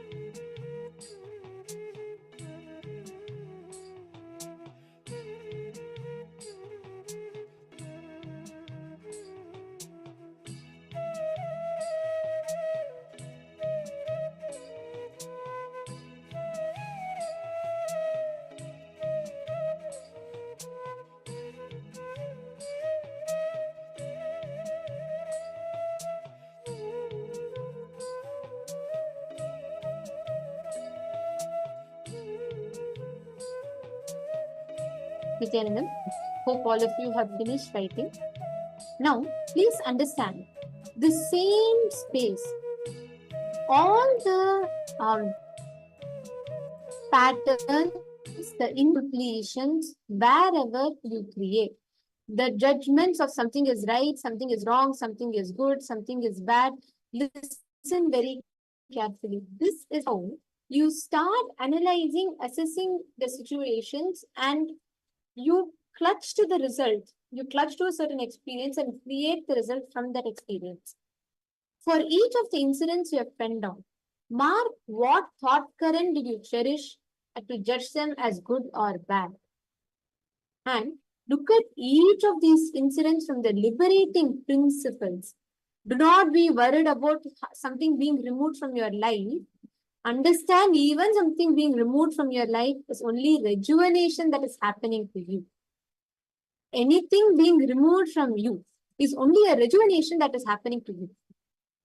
Now, let us all experience that space of Maunam Vyakhyanam.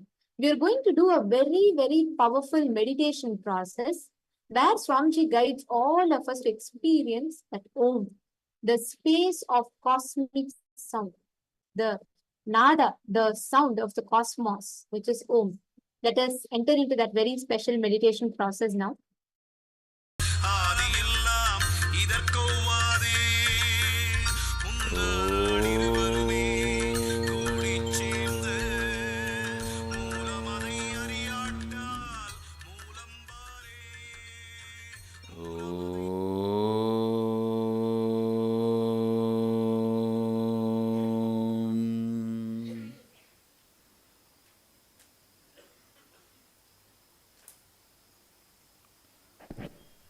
Chant the Omkara intensely along with me. Om is the sound of the universe, which is centered in source, which can vibrate in our time. This can be the beautiful bridge for us to move from time to Kala, the source. So just chant intensely the Omkara along with me. Om.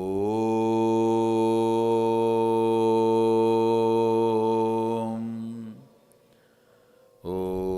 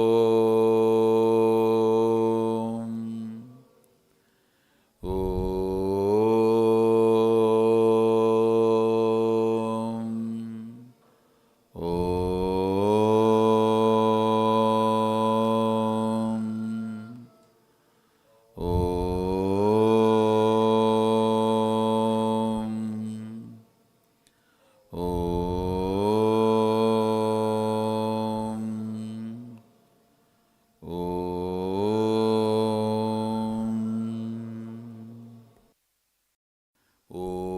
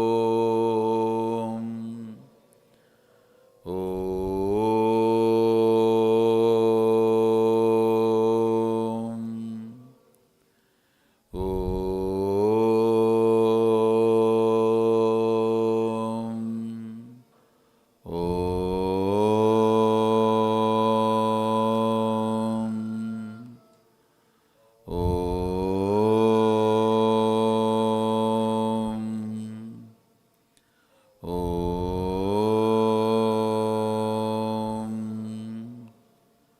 Om.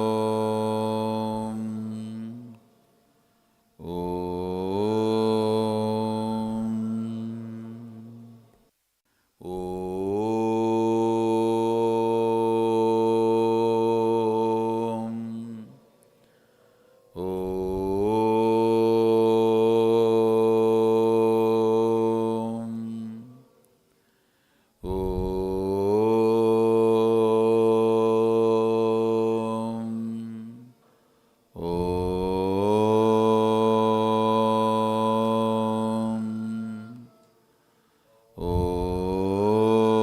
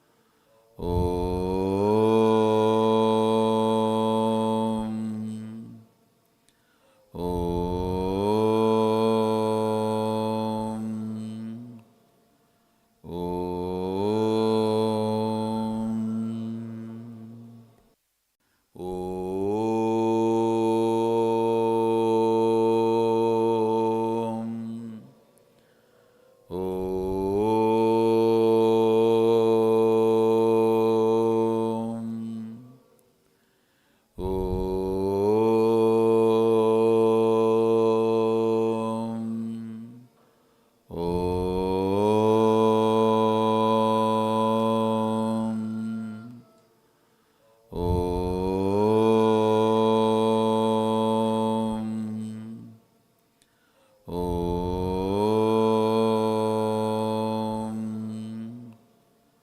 Om.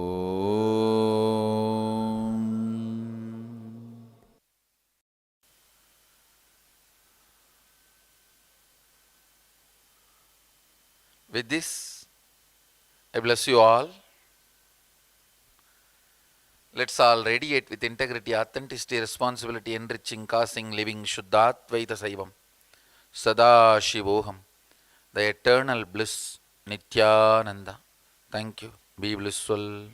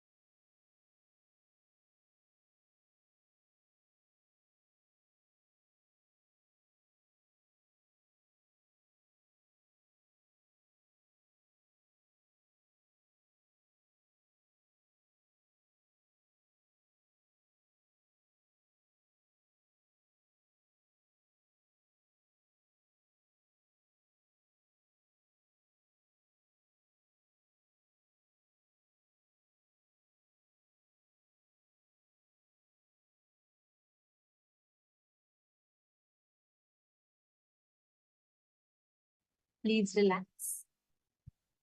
This powerful process that Swamiji conducted literally puts you into that space of that anahata dhvani, experiencing that state of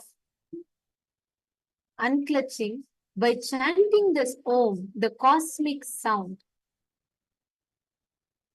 chanting the Om continuously and reverberating in that chanting, in that vibration, activates, enables you literally to experience the state of that Paramashanta, that Shantatva, the tireless inner space. The secret to tireless inner space lies in this.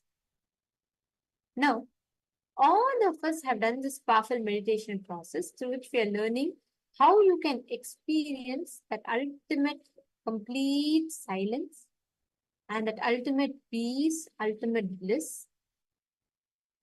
Now sit in the same space and we're all going to experience that, learn the science of how by being in Nirvikalpa Samadhi, you can experience the Shantatva, the absolute inner peace, where you will experience all the space where all the core of being a visionary, the core of manifesting your vision as a reality happens. So we're going to be learning about that now in the next session. And this was actually part of a unique session that Swamiji had conducted for all of the Paramashivoham participants. And now we're going to be listening to that excerpt. I request all of you to pay a complete listening to this beautiful revelation from Swamiji.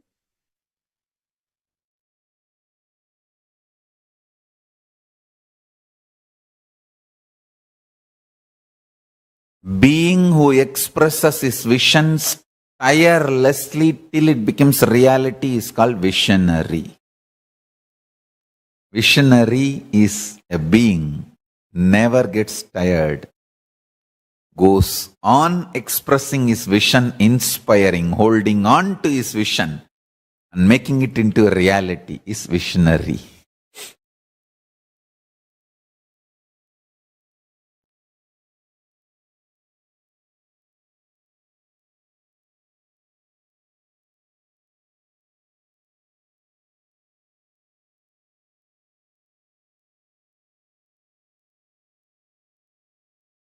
Temples, ashrams,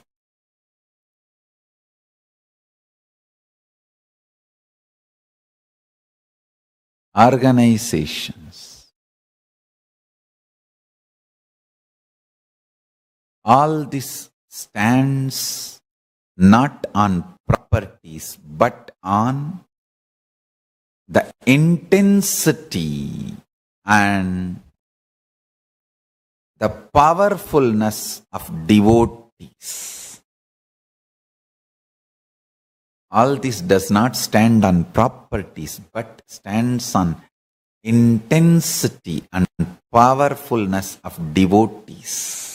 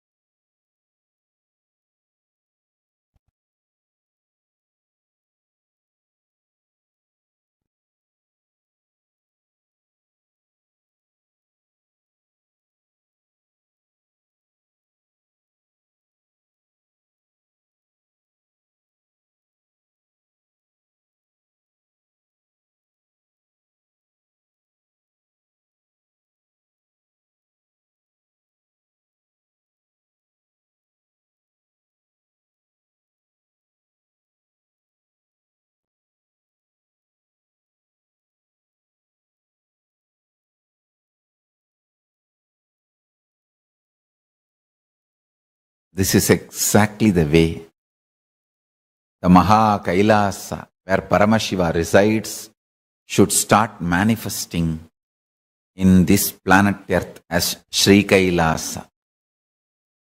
Everywhere. Listen. Unending patience. Again and again and again. Reviving, reviving, reviving.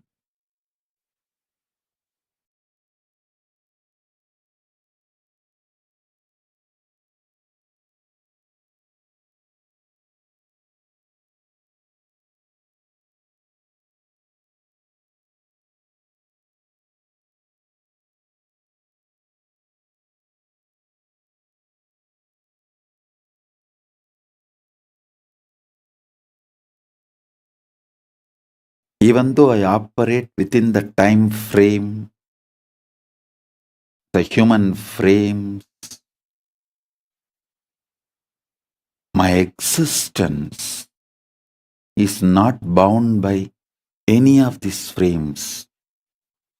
It infuses such large energy power,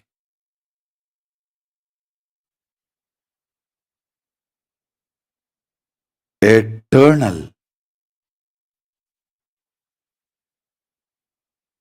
life, excitement, energy, tyaga, ability to restart. Let's all restart with the tremendous energy of Paramashiva.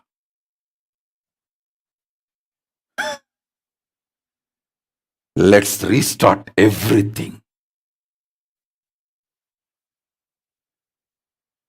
with complete new energy, inspiration, joy, power, tyaga, will, and ultimately Paramashiva's grace, very being.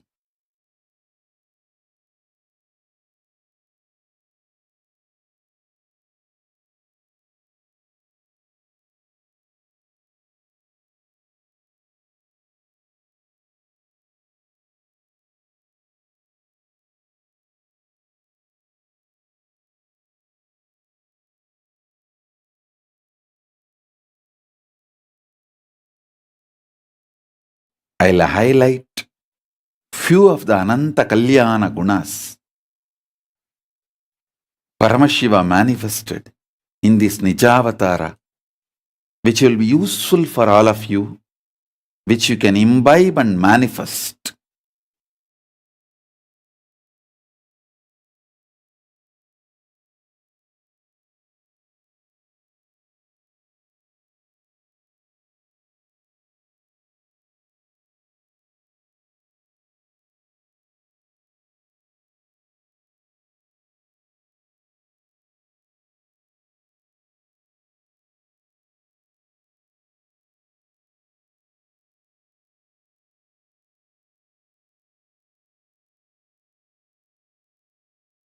Absolute compassion and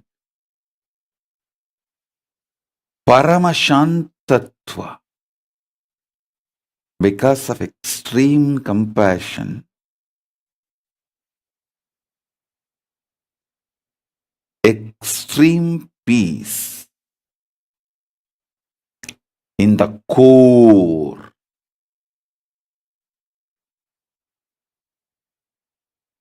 Not only not getting agitated by those so-called people who vomit poison and enmity, very strategically using them also as part to make Kailasa successful, to make my mission successful. That is what terrorizes those people who are vomiting poison, venom, and enmity.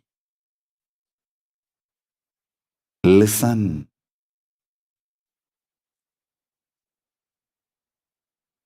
I never show violence, never get agitated, but because of my Shantatva, eternal peace, I know very strategically how to use even their enmity for my advantage and to fulfill my mission. I tell you, always decide how Paramashiva on the peak of Maha Kailasa is an eternal Shanta Swarupa, Paramashanta Swarupa and Paramashanta Nirvigalpa Samadhi. Meditate on that. During any agitation, anything tries to perturb you, shake you from externally or internally, just meditate on that form. How coolly he is sitting on the top of Maha Kailasa in blissful Shanta Swarupa and Nirvikalpa Samadhi, you will simply see how to strategically use even the venom vomited by your enemies. I know how to make them part of my sana without their knowledge.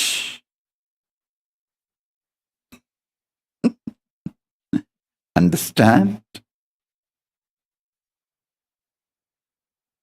So even the agitation of the enemies, well used,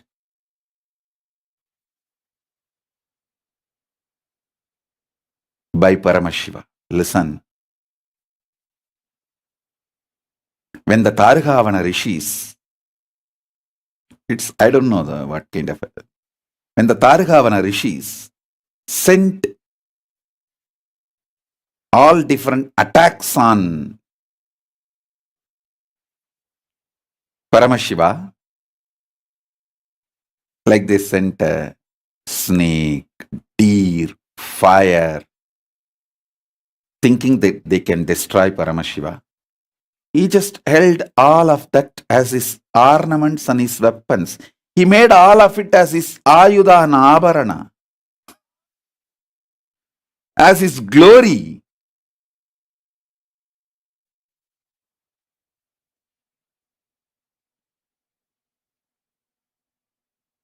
When Targavana Rishi's most powerful people sent a snake and he held it like a toy and playing with it and controlling it, nobody else even dared to attack him. All of them know his power, his glory. They just disappeared. Nobody else even thinks about attacking him. Nobody even cherishes enmity towards him.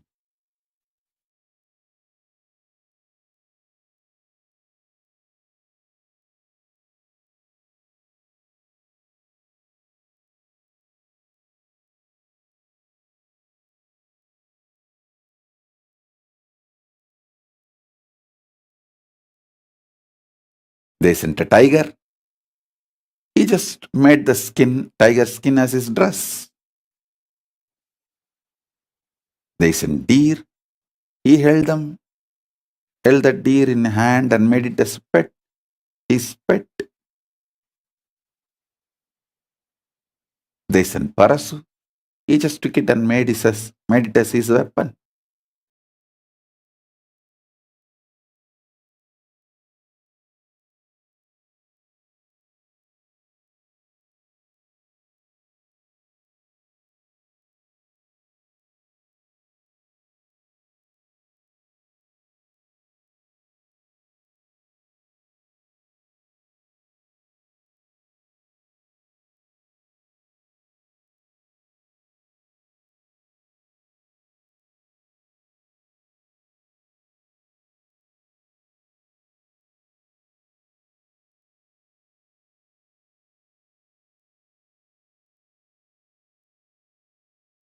Paramashiva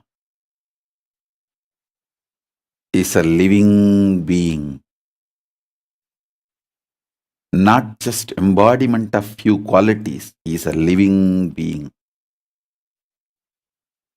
Karunamurti. Connect with him. He will shower his auspicious qualities on you. So from the age of 8, my first book publishing, till now, even few hours before I am sitting and writing, and even though after setting a record, world record, that I'm the largest published author in any field.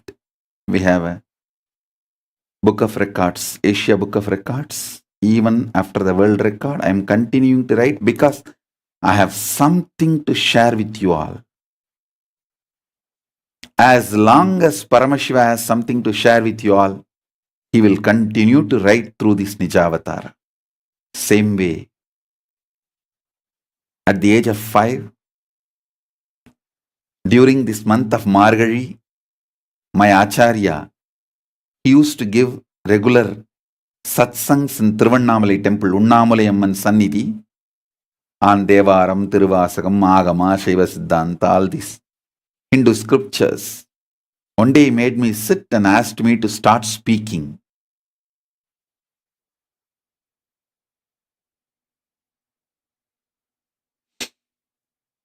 From that time my public satsang started. It is now 40 years of public satsangs. In this also we have set world record. The largest number of hours public discourses given. We have already set Asia Book of Records, and we are going to send both to Guinness record, because even in Guinness record, this is the record. Nobody else has set this record. We are able to break all the records, earlier records. Even after setting the world record, I don't feel tired or bored to speak. I have so much to speak. If I am stuck and sitting without words, not because I don't have anything to speak, I have too much to speak. And I am just waiting, thinking where to start. Understand? I am not stuck because I don't have something to speak. I am stuck because I have too much to speak. It's only traffic jam. If the words are not moving, not because words are not there, but because of the traffic jam.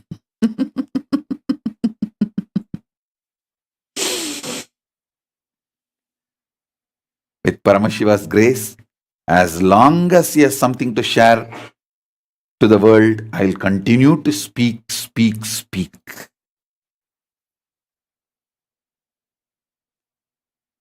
Tireless life. No boredom.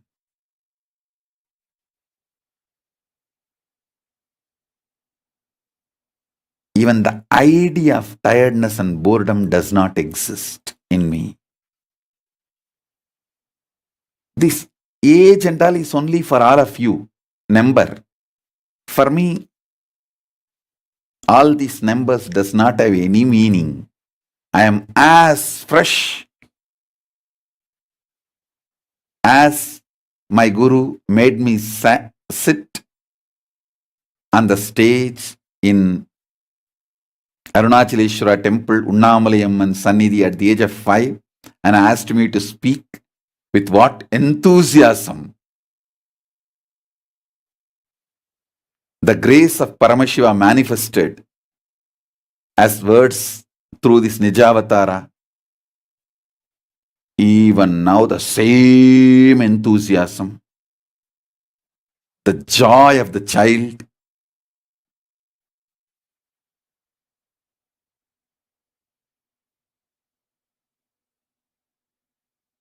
fresh beginning.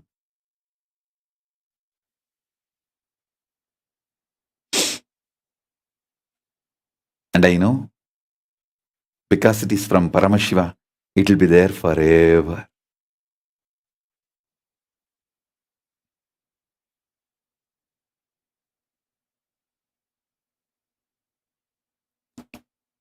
If you heard oldest video recorded satsangs,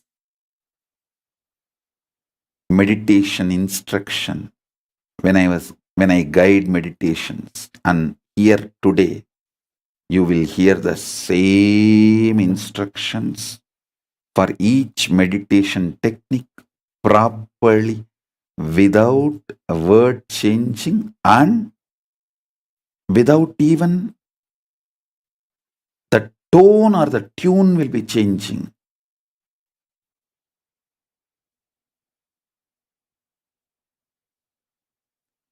Any meditation technique or kriya,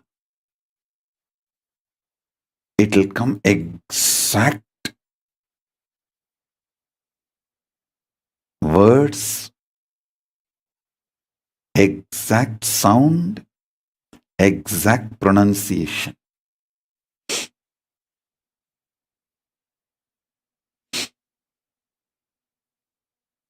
Because it is coming from Paramashiva, it will be there forever.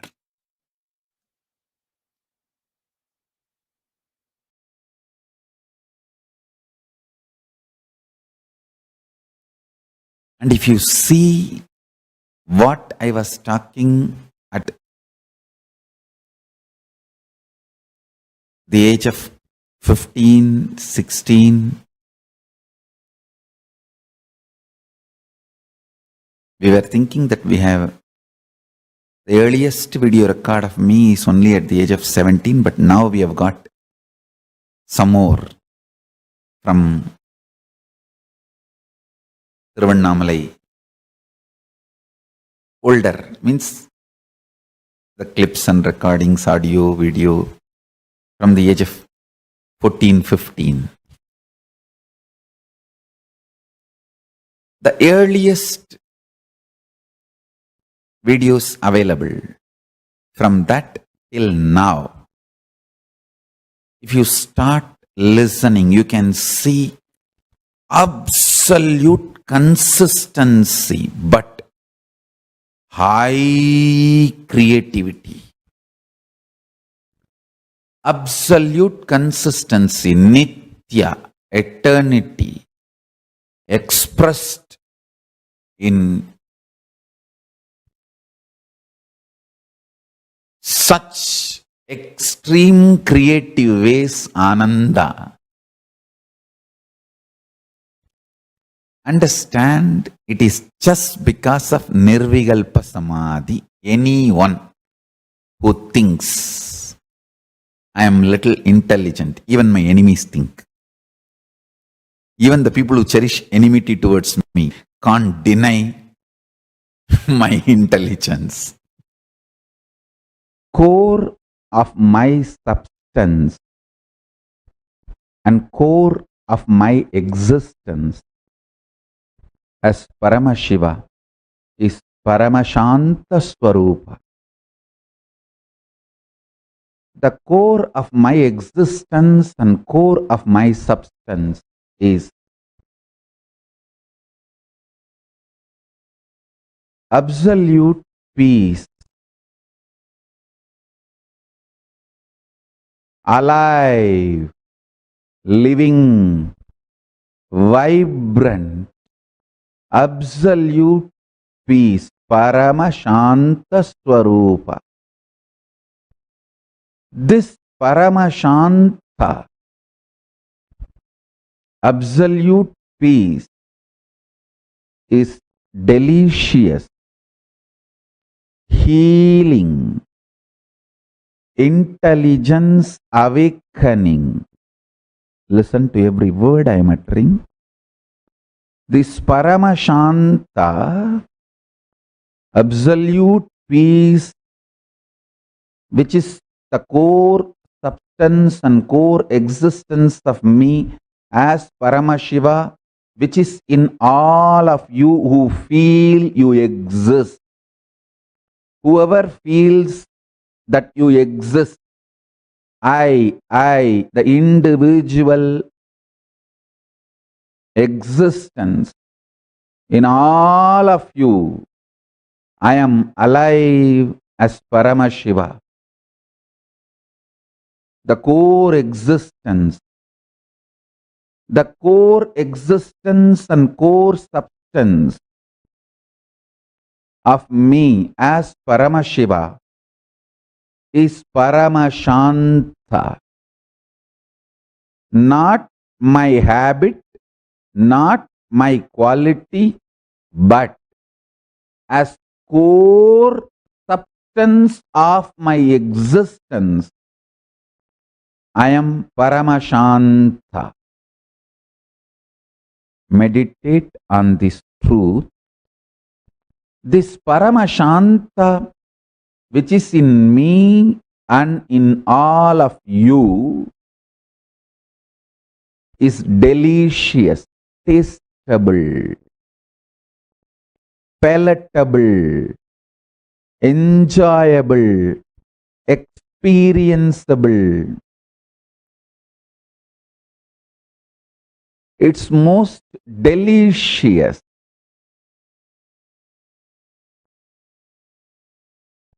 Start delighting, getting delighted, enjoying, sharing this joy of this absolute peace. I tell you, whether it is a simple headache or worst corona, simple, small argument with your wife, or the worst dangerous, difficult relationship issues, whether your fear of losing your job or your desire to build a career, whatever may be the issue, listen carefully. If you have learned to taste this Paramashanta, it's like a honey bottle, honey kalasa, amrita kalasa, kept inside your Anandagandha. If you just know to taste it, before every action, remember to taste that Paramashanta. You will always be successful, because that Paramashanta, absolute peace, ultimate peace in you, is intelligence awakener. Decide to enjoy the Paramashanta Swarupa, ultimate peace who is sitting inside you. Whenever you have time, just sit all that time happily in Paramashiva's space. Paramashanta. This whole cosmos is happening. Big bangs happening, black holes happening, universes manifesting, playing, merging, time zones happening, playing, merging. You are there in that Paramashanta Swarupa as Paramashiva, witnessing this whole drama. I tell you, I am not giving this technique as a solution or to achieve just enlightenment.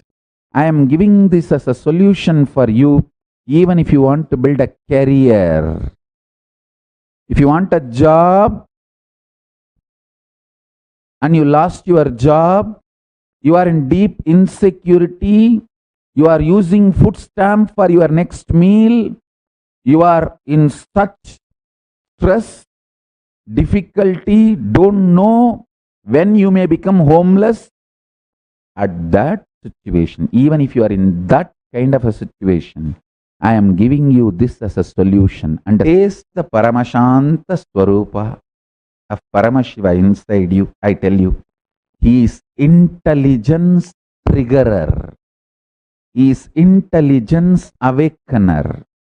I tell you, the most delicious taste of Paramashiva is his Paramashanta Swarupa, absolute Paramashanta, ultimate Shanta Swarupa,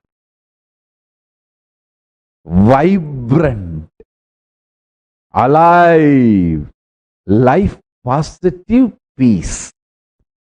This one truth, whether you are going to take any medicine for your physical, mental problems, or you are getting ready to have an argument with your husband or wife, or you are getting ready to give an interview for your future career, job, or you are getting ready for your education or the major decisions of your life, or you are getting ready to choose your future life partner, husband or wife, or you are planning anything, before doing anything, take few minutes and taste the Paramashanta Swarupa, which is beyond religions, country, nationality, gender, sex, race, creed, beyond anything, beyond everything. Just connect with that Paramashanta Swarupa. There are multiple methods I have given to connect with that Paramashanta Swarupa of Paramashiva. Use any one of that method and connect. Taste that Paramashanta Swarupa. With that strength, go and act. Be active. You will see you are always best. The habit of tasting the most delicious Paramashanta Swarupa of Paramashiva in you will always make you successful. Understand one thing. Always be in the space of reaction of Paramashiva. Whether in your existence or action or reaction, in every level, perception, in your very existence level, decide to be Paramashiva, Paramashanta Swarupa. Cognize, meditate on this. Don't think you'll have to achieve the victory today, and if you don't achieve the victory today, you will not practice it. No. That's a stupid incompletions of the past.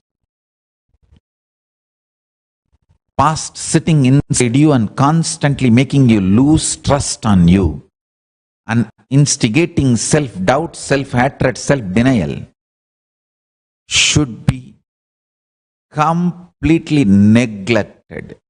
Disrespect your past. The reaction and reactionary assumptions you gathered from the past, do not allow them to live, work, be alive or active inside you. By unclutching, being in the space of Paramashiva, Paramashanta Swarupa, just remember you are Paramashanta Swarupa and react only as Paramashiva will react, past will be dead. You can just change not only the experience of past on you, even the facts and informations of the past of you can be changed. I tell you, when you decide for life, when your core decides for life, automatically your laziness disappears, your boredom disappears, again and again and again, tirelessly standing up. Tirelessly standing up. Listen. Tirelessly standing up. Listen. Tirelessly standing up. Again and again. Kuruvan nevega karmani jijivishechadagum samaha. Deciding to live again and again, tirelessly standing up again and again, naturally aligns all your acts into the concept of life you carry. So all your commission and omission of the acts align themselves to the idea of life you have. To the idea of life you have. So your commission and omission of acts become complete with the idea of life you have. That's all. So understand, deciding for life again and again and again, not entertaining laziness,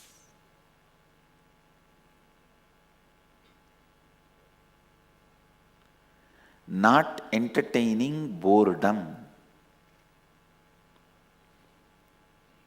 being in the space of constant excitement, being in the state of constant passion, compassion, excitement. So understand, the only way to be free from karmas, the bondage created by acts, by deeds, the only way is decide for life. Decide for life. Listen. Listen intensely. Your mind influences your body heavily. Your willpower influences your mind heavily. Your consciousness, conscious decision to control your will influences your willpower heavily. Listen. Mind is master of the body. Willpower is master of the mind. Conscious persistence is master of the willpower.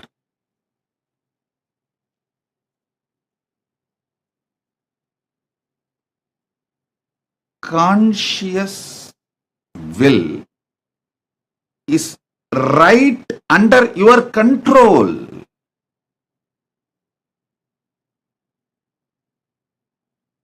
Your self-doubt, a few earlier failure makes your self-denial, listen, self-doubt. You feel, oh, even if I try to make a strong will that I am Paramashiva and all that powerful cognitions, I miss it, I forget it. Your self-doubt, many people develop this self-doubt. Self-doubt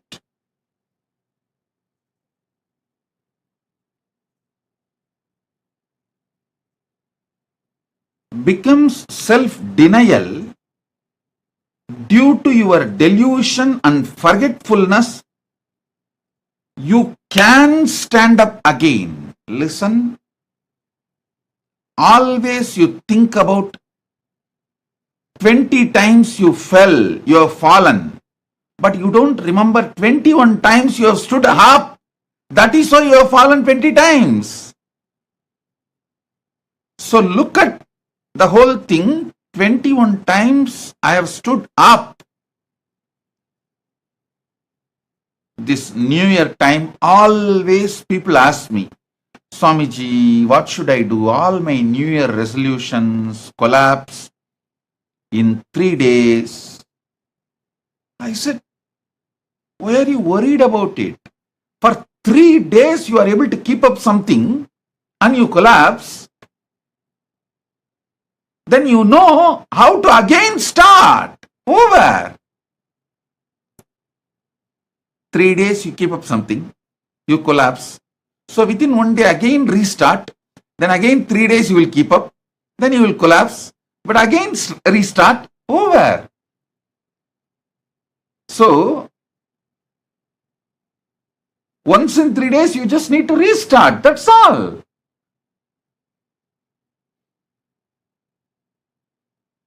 Do not get frustrated about restarting. Do not get frustrated about failures. Delusion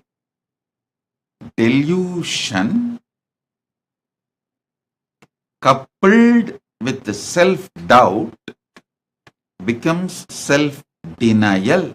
Listen.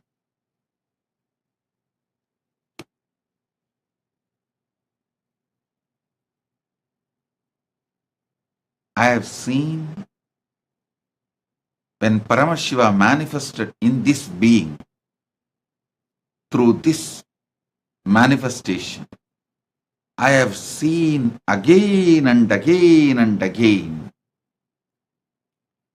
the power of will persistence manifesting.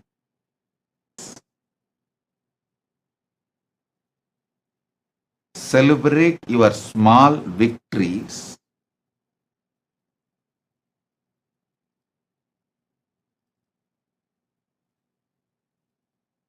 The more you celebrate your small victories, you stop letting your self-doubt becoming self-denial.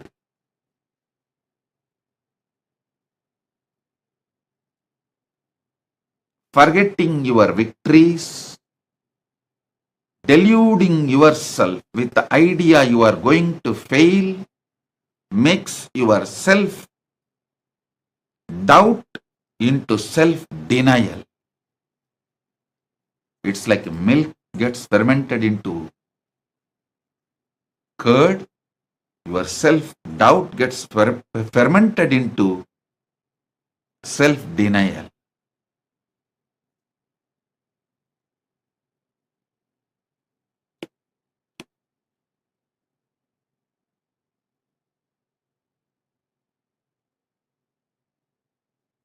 Decide to remember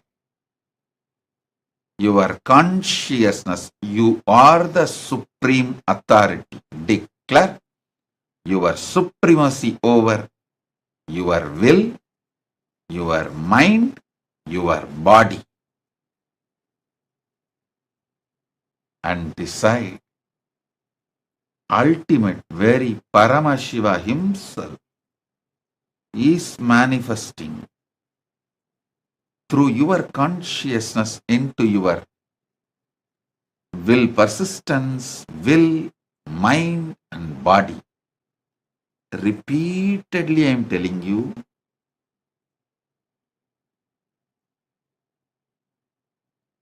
decision is enough.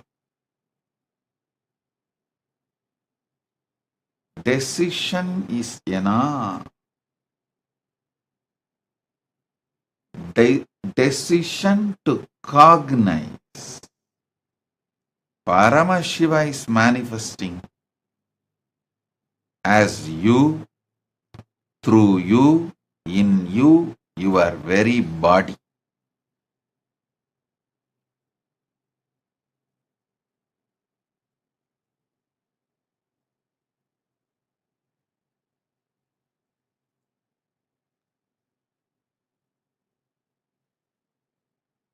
This simple decision, will persistence,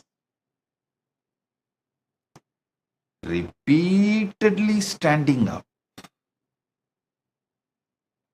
I tell you, time as a 3-dimension, length, breadth, depth. If you are thinking how many times you try, you are going to fail, you are moving in the length dimension of life. If you are thinking how many times you fail, you are going to stand up, you are moving with the length and breadth dimension of time. If you decide whether I win or fail, this is my life, you will move with the length, breadth, depth dimension of life. Many times people come and ask me, Swamiji, I try to enrich, results are not happening. I said, you are moving the length dimension of life. You are always looking for finishing the work and going for vacation. You just want to get rid of that enriching work. So already there is a boredom, tiredness, even while you are enriching. How will you be successful in enriching? You decide whether I succeed or fail. This is my lifestyle. You will simply be successful. Paramashiva, when he manifested as this being in this life, in this manifestation, one of the biggest lesson I learned, any tapas I do, if I am in the length dimension of time, it doesn't bring success. People ask me so many times, how many years I need to get sannyas training? How many years I need to get training to reach Kailasa, to be at your feet? Array, it is not about time. If you decide whether I succeed or fail or live or die, this is my life, you will reach my feet. You will reach Kailasa immediately.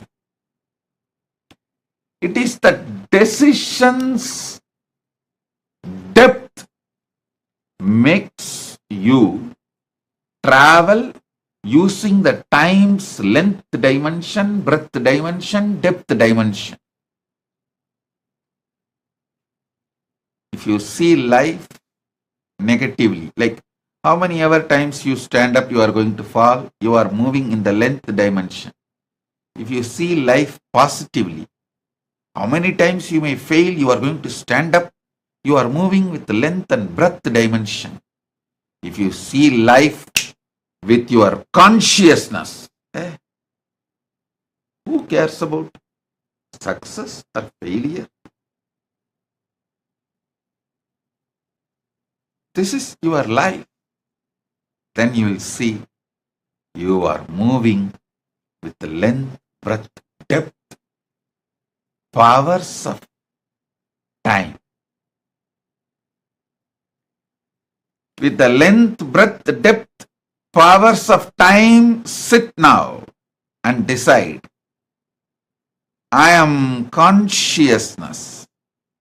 Paramashiva is manifesting in me as my consciousness. With that consciousness, I declare my supremacy over my will, my mind, my body. I am Paramashiva. My body is eternal as Paramashiva.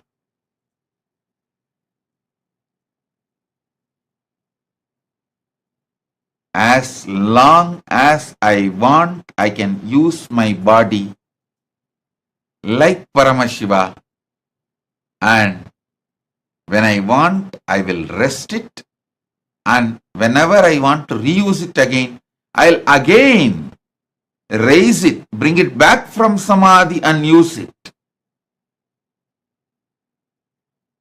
I rest or raise as I want.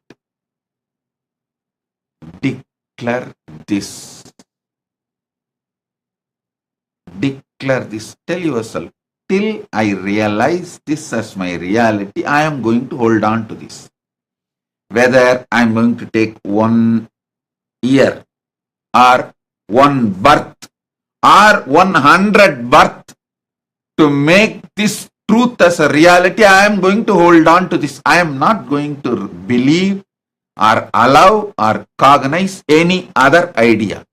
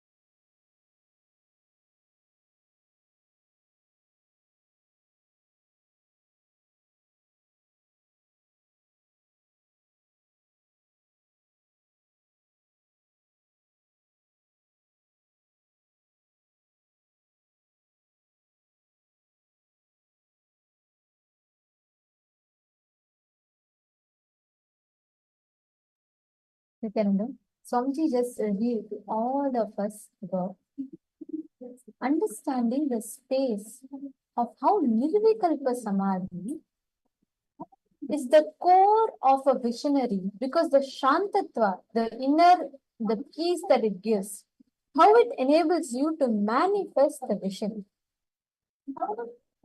Actually, remember this session so well.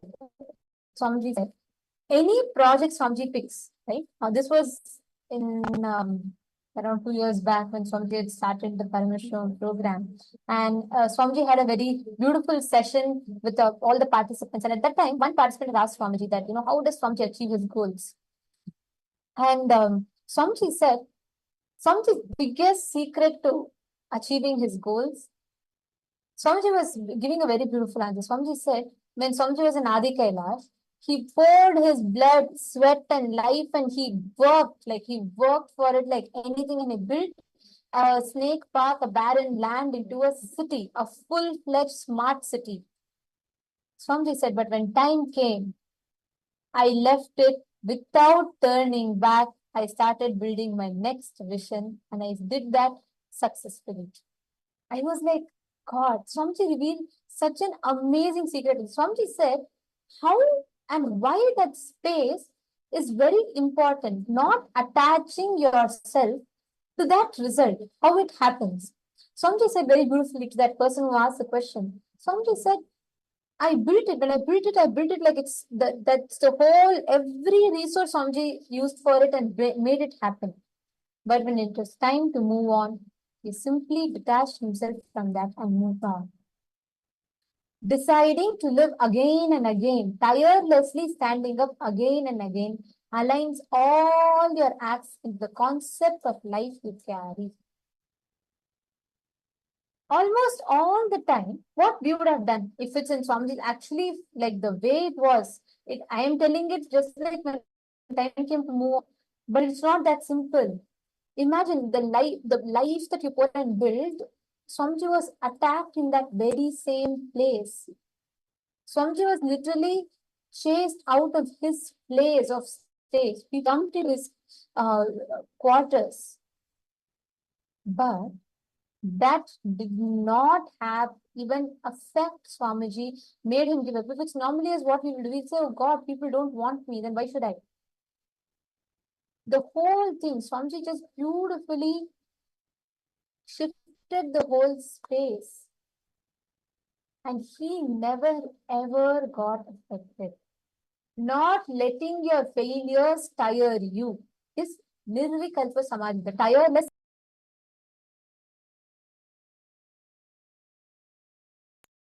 That is what Swamiji is very beautifully revealing to all of us in this session. Again and again, decide to stand up tirelessly without giving up. This will naturally align all your acts with the concept of life that you carry. Take a few minutes looking and pen down situations where you failed in the past. Just a few, at least write down 5, 6.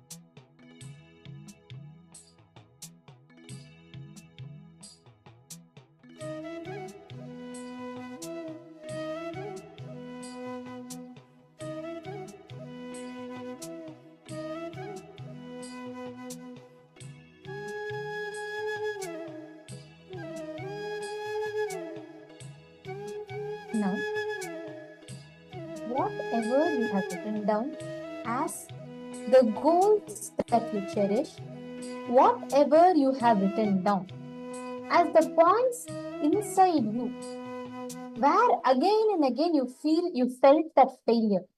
Listen very carefully. In each of that you have written down, pen down the situations that happened after the failure. I'll give you an example. Let's say you took a commitment to maybe start a temple in your place, or you took a commitment to become part of creating some kailasa somewhere, but somehow you failed because you got distracted into something, you didn't fulfill it. Now pen down the situation that happened after the failure.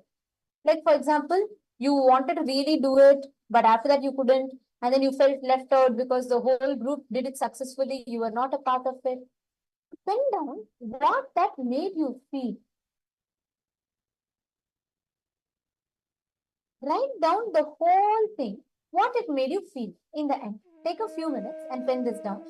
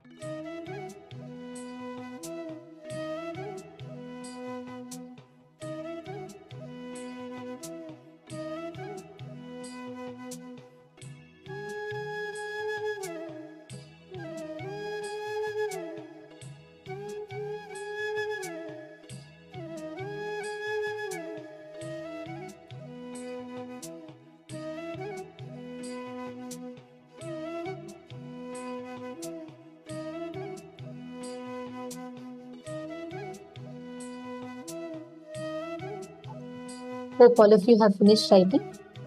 Now, in the next step of the process, listen carefully. Wherever you felt that resistance, wherever you felt that, after that you're afraid to try once more, you didn't want to do it, and you were afraid that you will keep going through that, wherever you experienced all of it, consciously decide to go beyond, drop that resistance to try again. See, always you think of 20 times you have fallen, but 21 times you stood up. That is why you fell 20 times. You fell 20 times because 21st time you stood up. Look at everything that you have penned down from this perspective. Once in 3 days, you just need to restart. That's all. And it's okay. Like sometimes your computer will start hanging and all it needs is a restart. You're not going to throw it in the dustbin because of that, right? Same way, your inner software just needs a restart. That's all. If you just do a conscious restarting of it, you will manifest it. Are all of you understanding so far? Are all the participants understanding? Do this exact same thing in every aspect of your life. Stop being afraid of restarting. Ma Prityangira, ma forum, I'm so sorry, ma, for that audio issues you all had. We fixed it back. Hope it's all better for you now. All of you understand. If you just consciously align and stop entertaining, stop being afraid of standing up, you will have a breakthrough. Now we're all going to be entering into a power manifestation session where we're going to be continuing to manifest the Eka Santagradya. Now, from this, I'm going to play another video for all of you, a clip of what Swamiji is saying. Come to that space of Nirvikalpa Samadhi, establish Shantatva, and listen completely to what Swamiji is saying. Okay? And after that, I'll give you all a minute to write it down, and you're going to write down and verify. Shall we all start? Okay. Get ready. I'm going to be playing another clip now.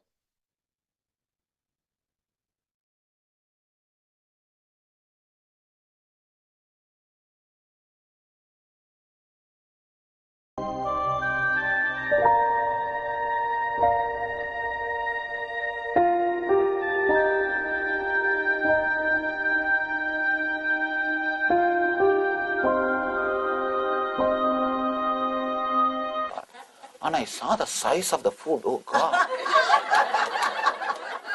No, really. And let me be very clear. Please understand. So much of advertisement for food should not be done.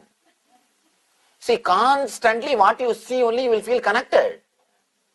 So much of advertisement for food should not be done. And you eating is somebody's business means naturally you will be made to eat. Be very clear. So much of advertisement for food because you eating is somebody's business. It is dangerous. It is dangerous.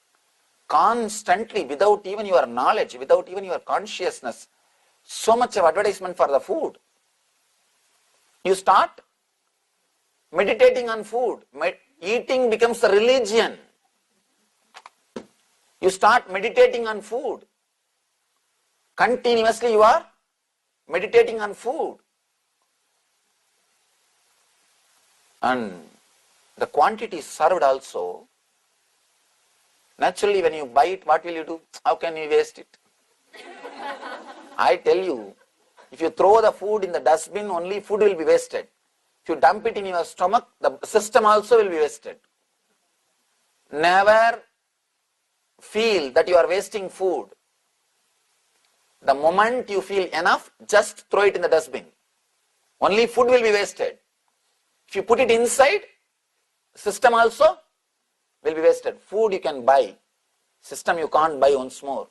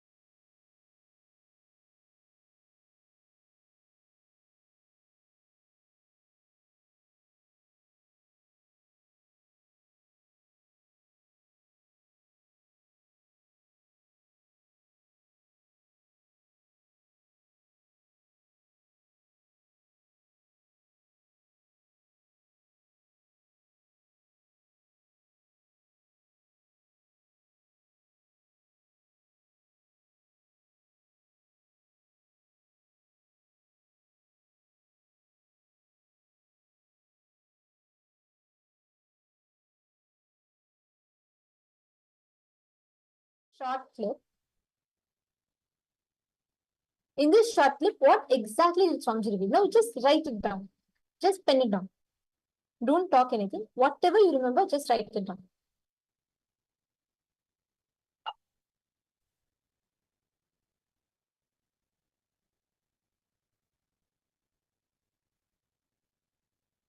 Please take a minute.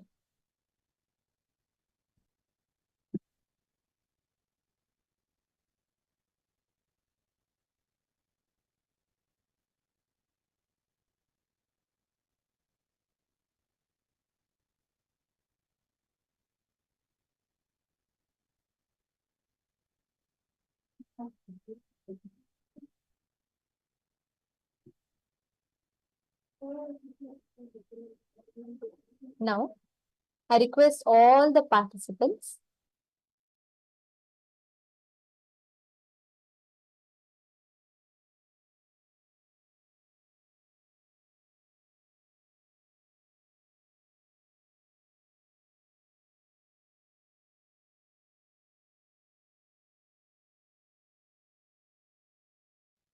read the transcript and verify what you wrote and see how much of it is magic. Whether you got one sentence correct or two consecutive sentences correct, or you got like 15 words correct.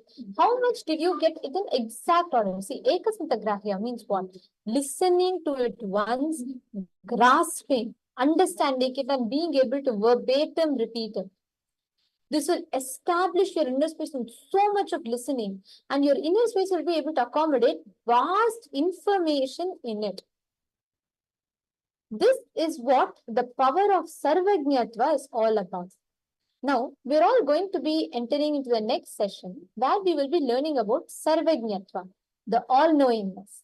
Let us enter into the next session.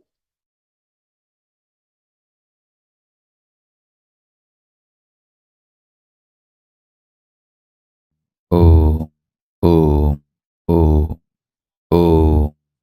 Sarvanyatva is the superconscious DNA of Paramashiva. I will manifest in all of you through today's superconscious mutation process. Paramadvaita Diksha.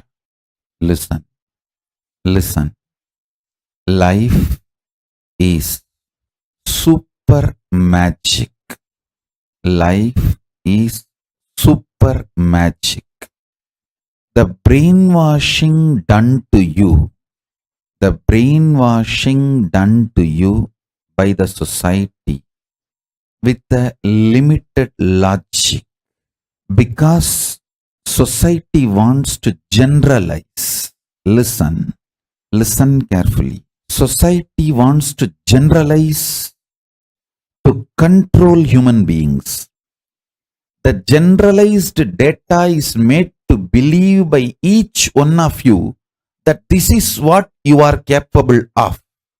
Listen, listen, listen to this one incident. In young age, I used to make all deities out of clay.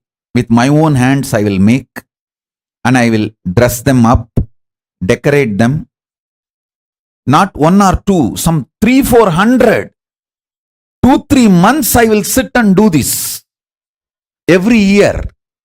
And I had a great collection of the deities made by my own hand. I'll make in clay, use copper rod inside like a spine structure, the bone structure for the deity, and apply clay and put nice thin cloth like a skin, apply clay on that again, and then bake it, not burn, bake it.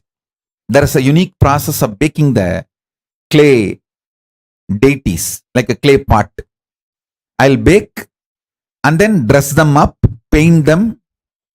Once my grandmother told me, because this whole work I'll make the whole house ruckus. Everywhere the clay will be there, paint will be there, all the things I need. Every corner it will be lying. My grandmother, fed up with me making the whole house dirty for my deity making, She screamed and said, hey, if we pay 1 rupee in the shop, we will get much more beautiful deities like this. Why are you wasting your whole day sitting and making on your own? I will pay 1 rupee and buy it from the shop and give you. Stop making. Then I ran to Arunagiri Yogeshwara. That was the time I was having his physical darshan. All of you are seeing Tiruvannamalai Moolavar, original Moolavar Abhishekam. Somebody made the video. We got it. You can all enjoy. Exactly the Arunagiri Yogeshwara's physical linga manifestation is this linga. On this deity only he appeared and gave me darshan. That ultimate Paramatvaita Diksha he gave me on this deity. On this deity and as this deity. Listen. I was having darshan, physical darshan, so I ran to him and said, like this my grandmother is telling. But Arunagiri Yogeshwara was encouraging me doing the deity and dressing up, painting, all that he was encouraging. I said, you are encouraging me to do, but my grandmother is telling it's only 1 rupee worth. Why are you wasting your whole time? I will pay in the shop and buy the deity and give you. He laughed and said, with that 1 rupee you can get the deity externally, but when you make, what happens inside your brain, inside your system, you cannot get that from that 1 rupee deity. The deity bought for 1 rupee will be external deity.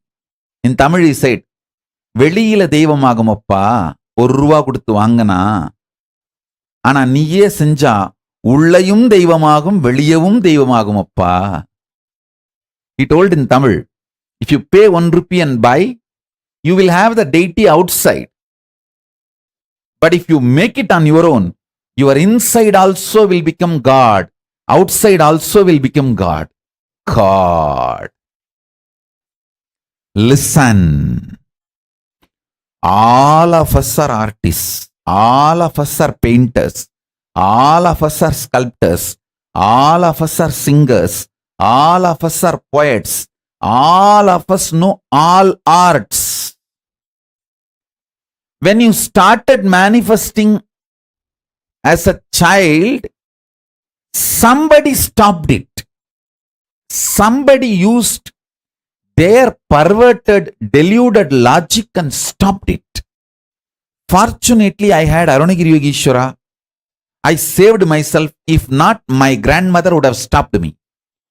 If I decided to go for 1 rupee deity, I would have had deity outside. But I would not have had that sarvanyatva inside. All of us were stopped by somebody to be logical, dropping our life as super magical. Understand?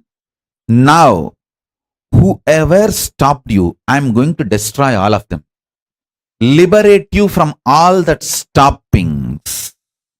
So you can manifest your sarvanyatva, all-knowing. Understand? That one simple teaching from my Guru Arunagiri Yogeshwara. These are the deities I made in stone, but I used to make in clay, hundreds.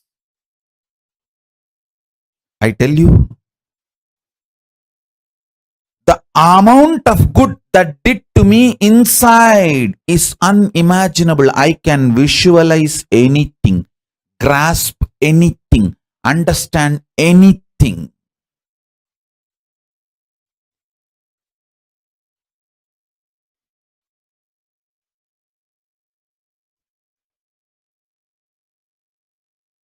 Actually, whole Tiruvannamalai temple, I can just download it from my brain in 3D version.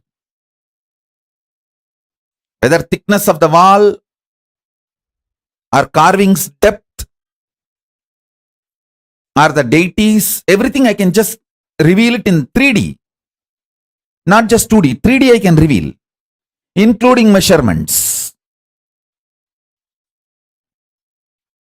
Because that is the way my brain works. I tell you, all of you are hardwired for this. All your brains are hardwired for this. Your life, your consciousness is magical. Unfortunately, you are forced to believe you are logical.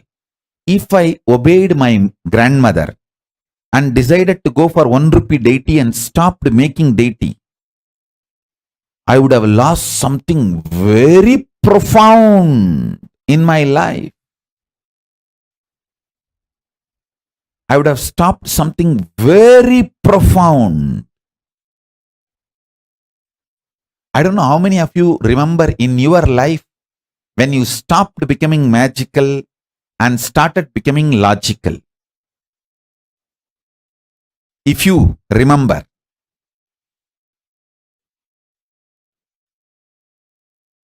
start penning down. I'll break all of that and infuse sarvanyatva. Sarvanyatva, all-knowing Paramashiva component. All-knowing Paramashiva's superconscious DNA. It's not just this deity making. It made my brain able to get into past, present, future. All kinds of arts. Even now, I don't know how many of you know. All the temples of Kailasa, whether the deity or their kavachams or their jewels or their clothes or the vessels kept in front of them, everything is absolutely micromanaged by me. If you are running a temple, you will know how much I am involved into the details. And people actually get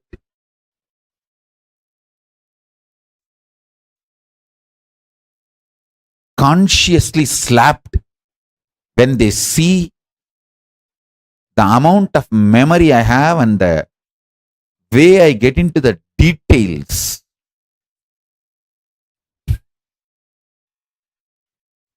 The way I get into the detail. Understand? It's not just in temples. Now, the way I get into the details in the treaties with many governments, the many MFAs, Minister of Foreign Affairs, many country statesmen, they ask our ambassadors and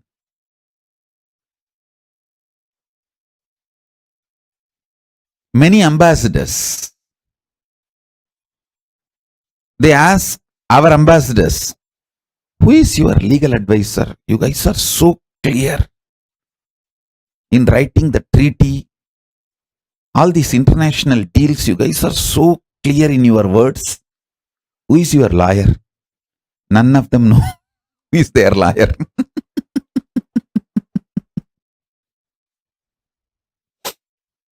Understand? Getting into the details have become my lifestyle. I'll manifest that sarvanyatva in you. Listen. Knowledge means knowing the fundamentals of some field, stream. Expertise means converting that knowledge into practical benefit. Listen. Like in the field of science, pure science, applied science. Pure science is formulas, foundational principles, fundamental truths. That's a pure science.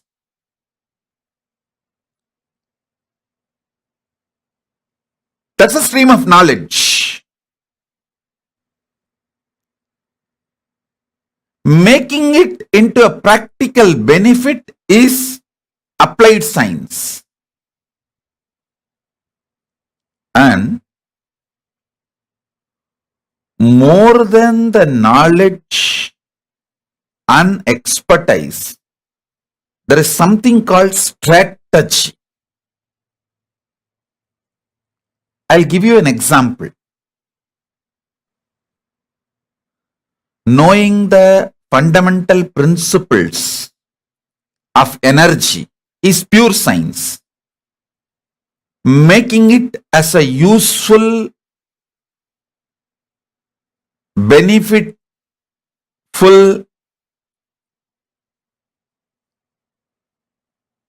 applied science, like making our lives better and comfortable from the fundamental principles like electricity or atomic power. That's applied science.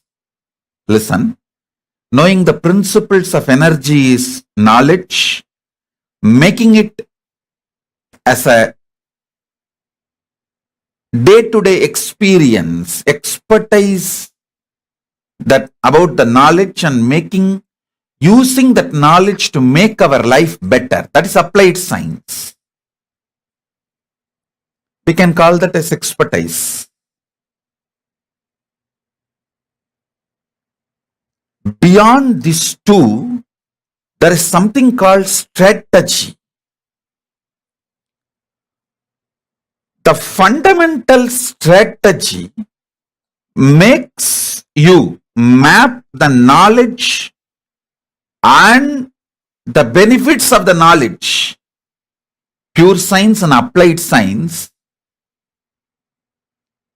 to make your life better,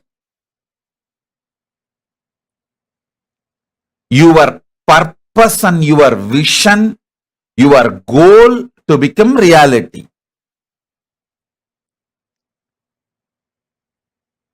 The core strategy of the cosmos is sarvanyatva.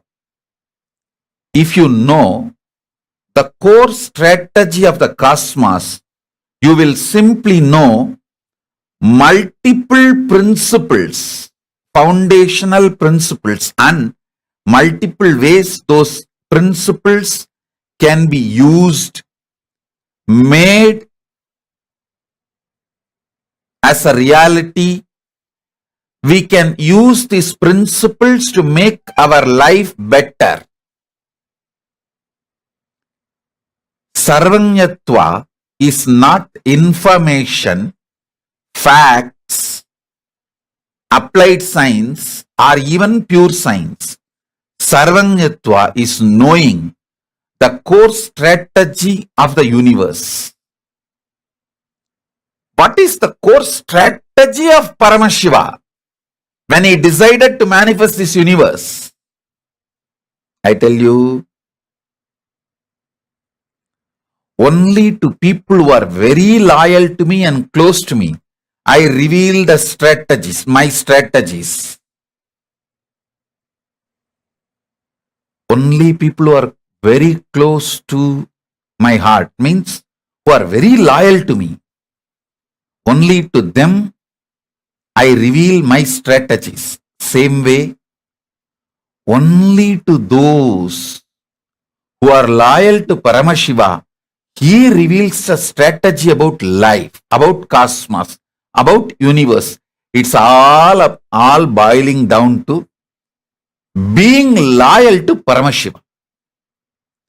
When he reveals the initial strategies of life, if you show your loyalty to him, continue to imbibe him more and more, he reveals more and more strategies, more and more the core principles, core strategies. I tell you, if you get 10 applied science methodology, you may make $1 billion. If you get just one pure science, you may make $1 billion. Listen carefully. If you get 10 applied science methods, you may make $1 billion. But if you just get only one pure science knowledge, you will make that same method, same $1 billion. If you get the strategy with which all these functions, you will just make $1 zillion, $1 trillion. I can say that numberless, countless. Listen.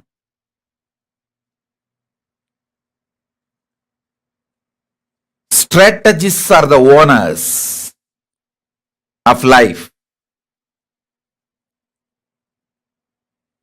If you know the strategy of the cosmos, you own cosmos.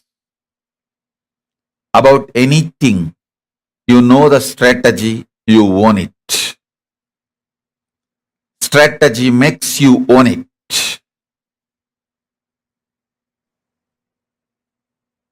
I don't care about anything other than being loyal to Paramashiva. When he reveals the strategy, I imbibe, never question, and ask for him to reveal more so I can do next in his direction. In his direction. So naturally, everything is revealed. Everything is shown.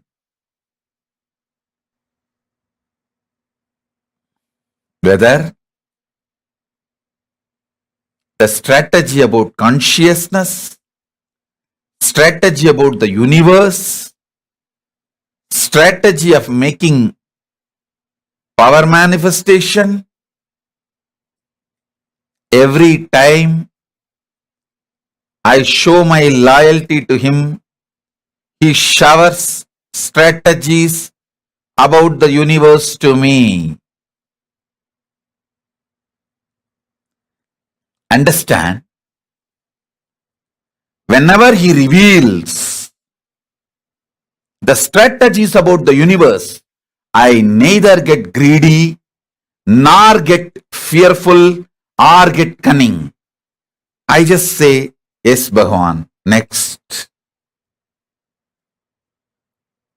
Then he himself starts manifesting in the consciousness. Understand? I am a very practical person. I teach only very practical truth. Start from today. When you unclutch and sit, the strategies revealed in you is directly from Paramashiva. Don't allow your fear to interfere, your greed to breed. Stop breeding your greed, fear interfering. Fear interfering with you, greed breeding in you is the whole crime against Paramashiva. You can start today. Learn unclutching. Start spending 10-15 minutes a day in unclutching. When you are unclutched, you will see in the beginning fear interfering, greed breeding. In few minutes, it will all settle down. Then pure strategies will start coming out for your life. Just simply obey and start doing. When Paramashiva reveals more and more, I tell you, if you are thinking of billion, he will shower you with a trillion. If you are thinking making a real estate company, he will teach you how to build a whole city. Come up with a plan to change the face of the city you are living. He doesn't think small. And I tell you, he celebrates your victory when you celebrate his victory. What is Paramashiva's victory? Nothing but you being in samadhi. That does not mean he makes you poor. He showers more than the wealth you want. Anything beyond your imagination. Every time.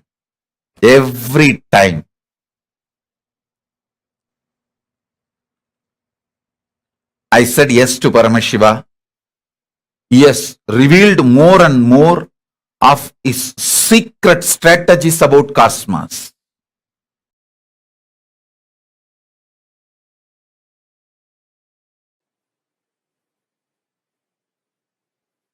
I wanted to explain the science of sarvanyatva. See, all-knowing. Normally, your brain, when it thinks consecutively, cohesively, coherently, each of these are layered, consecutive, coherent, cohesive. If your brain can think one, next, one, next, one, next, one, and coherent, after this, that will happen, after that, that will happen, cohesive. If this happens, that will be the effect. If that happens, that will be the effect. If that happens, that will be the side effect, next effect. In every layer, coherently, cohesively, if your brain can think, it will lead to knowledge, vidya.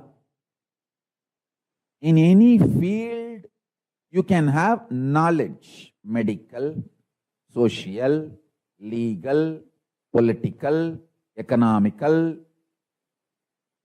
In any field, you can have knowledge if your brain can think coherently and cohesively. In Hindu tradition, we know the science of making your brain grasp the whole cosmos, the whole cosmic happening. When I was developing the software for Sarvanyatva, Sarvanyatva means the power to know everything. Successfully, I have also made many of my Gurukul Balasans to manifest this power for a particular period. When I was training them, initiating them, they started manifesting this power. It was very successful. Listen. All I needed to do was create an ecosystem inside them and outside them where the brain does not feel tired or bored by its own innate experience of the I-ness existence. It needs to be inspired, excited. Atma Ananta, Swarupa Ananta. What they think as themselves, their Swarupa, that itself is exciting. That itself is inspiring. That itself is wow. That Swarupa Ananta within them and around them. They should have confidence to celebrate themselves, and the people around them should celebrate them, the Balasans. That is the way I created the ecosystem. See, when you are given anesthesia, even local anesthesia, it takes so much time. Almost impossible to get rid of its after effects even for years on your consciousness. Listen carefully. Physically, there won't be any, you will be all right. But your brain's capacity to radiate powers, to manifest powers, is permanently damaged. I'll explain one by one. Listen. If you start enjoying the narration you carry about you, Swarupa Ananda, and everyone around you enjoys the narration about you, which they carry in them. In that space, you manifest Sarvanyatva. Kailasa is the ecosystem to help you to enjoy the narration you carry about you. And everyone celebrates the narration they carry about you in them. You celebrate them, they celebrate you. In this kind of ecosystem, powers manifest just like that.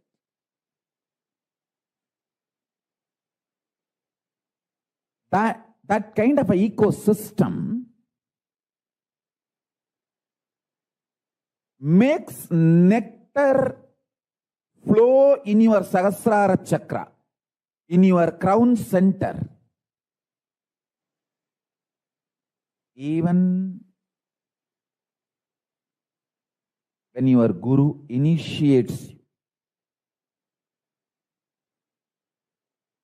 with his consciousness, the first thing happens is your Sahasrara chakra explodes in superconsciousness, that Paramashiva space.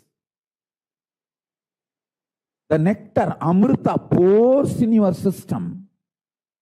You enjoy the beautiful narrative of you carry inside you. That you are Paramashivatva. And you enjoy the Paramashivatva of the whole universe, everyone around you. And everyone around you enjoys you. This complete virtuous circle. Like in the ocean, a bliss rises as a wave and hits at the ocean and creates another bliss wave. Bliss waves, bliss waves, bliss waves. This is the ecosystem of power manifestation. In this ecosystem, in this space, I was beautifully able to transmit the power of Sarvanyatva. People who search for the truth in the field they have chosen in their life, they become genius. In my life, I have met many genius people. In Tiruvannamalai alone, I have met at least 50 genius people. Genius means extraordinary genius because their whole focus is about the truth of life. From the truth, whatever they want to manifest, they can manifest, and they manifested that what they need and lived it. I tell you, Annamalai Swamigal had only 2 loincloth and 2 towel his whole life. But I have not seen a more richer person than him.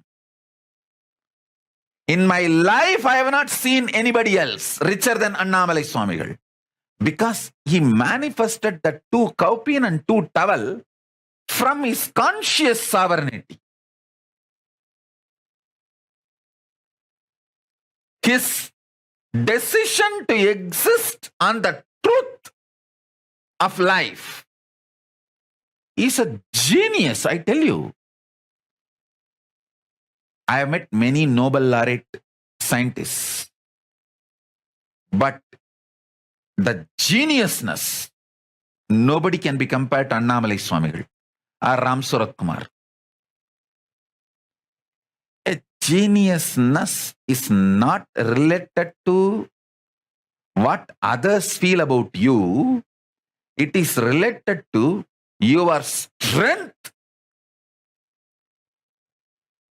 of cognizing the truth of life. Your brain's capacity to cognize the truths of life and manifest them in your life in a very cohesive, coherent way. That is geniusness. That's what I call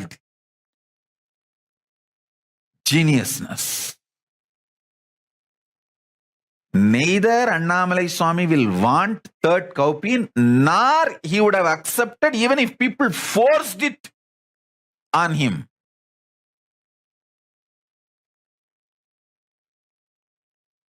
Listen,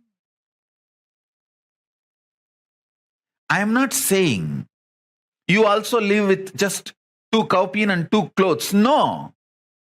All I am saying is manifest billions and trillions without losing your geniusness. Genius means your capacity to cognize the truth. You have 25 heads, as I explained now. You have 25 heads. This 25 face, FACE and PHASE, pace of Paramashiva, you have it. Recognizing this gives you conscious sovereignty. In your life, you are doing all these 25. When you understand this, you become Ishvara of your life. You become Paramashiva of your life. Then naturally you become Paramashiva of existence, cosmos. If you become Paramashiva of your macrocosm, you become Paramashiva of the microcosm, because both are one and the same. Ability to cognize this is geniusness. Geniusness is not just stealing some theories here and there. Geniusness is not about stealing some concept, principles and rebranding, rewording in your name and getting Nobel Prize or this prize, that award, this award, that recognition, this recognition. Geniusness is ability to cognize. You are doing this 25 in your life.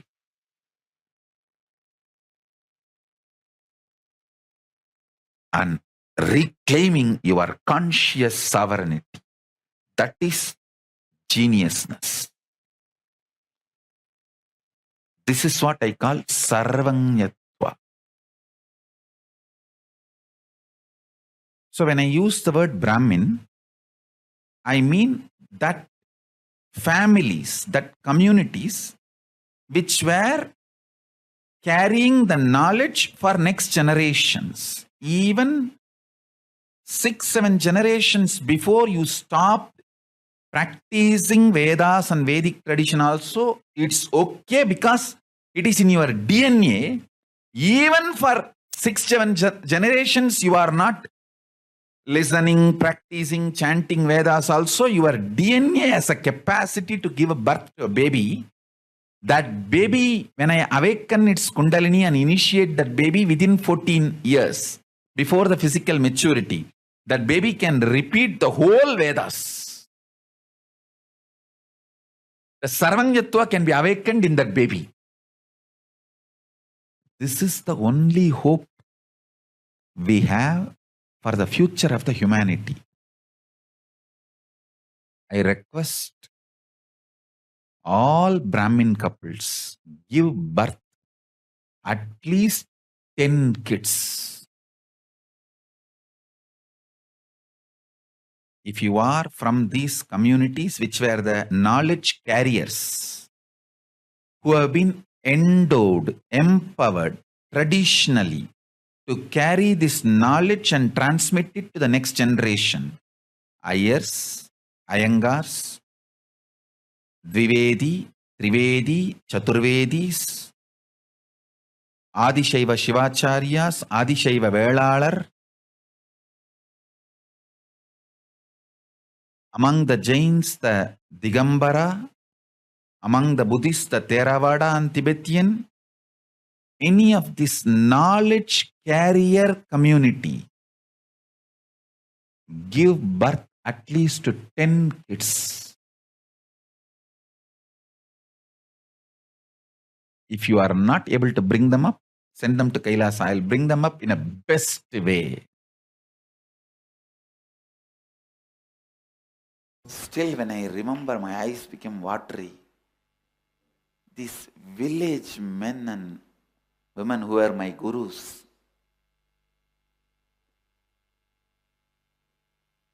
both my gurus, Yogananda Puri and Vibhudananda Puri, what a extraordinary intelligence they were having. From the beginning, they were so clear. See, by being around them, automatically I picked up this attitude of anything I want to know, I can know. Anything I want to do, I can do. This was not taught systematically to me. Please understand.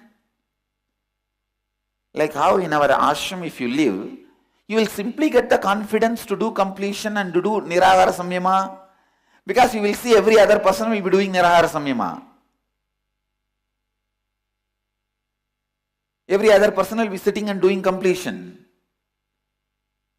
You will not have neck pain to wear this big mala because every other person will be wearing.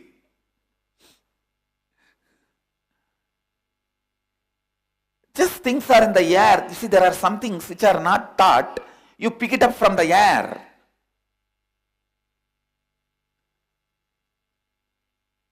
With my both gurus, it was so amazing. Just in their air I picked up. In their presence I picked up that if you want to know anything, you can know. Simply. If you want to do something, you can do. Simply.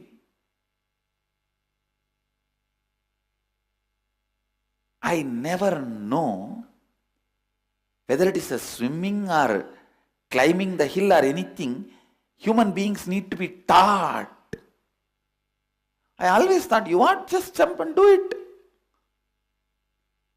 Not just the swimming and trekking, everything. I still remember one day I went to Mataji, Vibhudananda Puri, and told her, the temple, such beautiful deity is there. It is so nice. I want like that.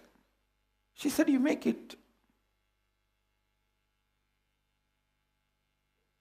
I did not even ask how. And immediately,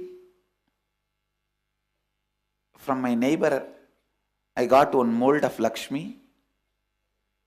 And made a clay mold out of it.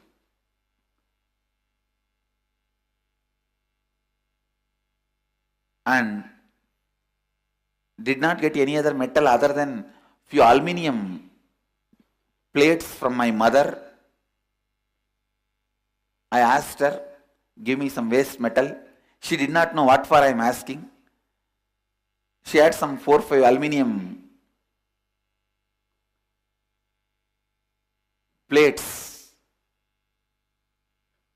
She said, this is useless, take it. She thought I am going to give it to some sadhus for begging. So she said, take this. I immediately brought that and melted and poured the mold and made the deity. Still we have the deity. That was done by me personally in my own hand. And then after the mold, I cleared it and I myself carved it. I was hardly 12-year-old boy. Did not even have a second thought. When I did and took it and gave it to my guru, she said, this is your Lakshmi. She said, this is your Lakshmi.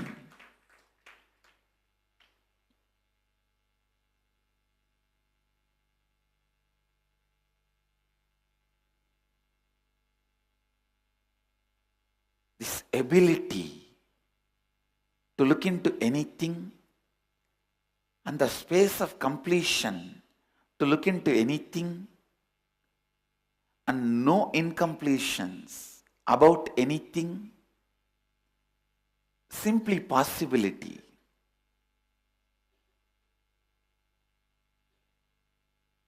Everything is doable and do it. Not only doable, do it.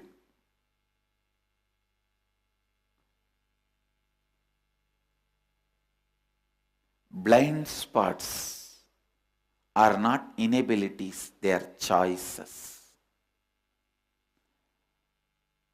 Thinking blind spot is inability is karma. Understanding it is a choice is freedom from karma.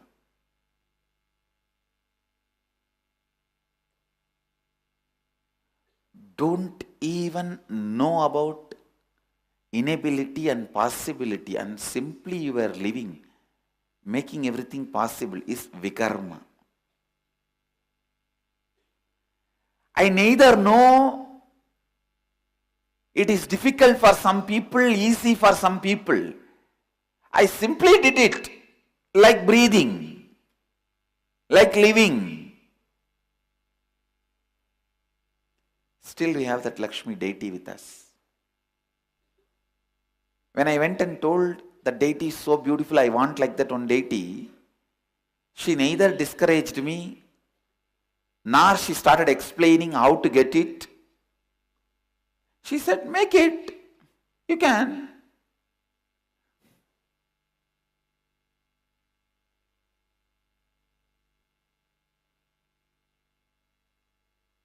I tell you, having the clarity,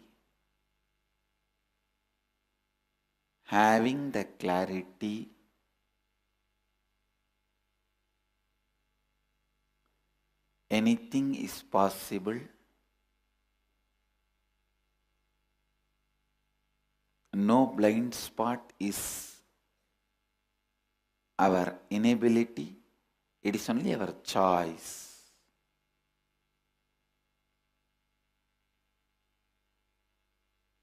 Is sarvanyatva. Have this clarity. Anything is possible. Fundamental education need to be given for a child is the child should discover its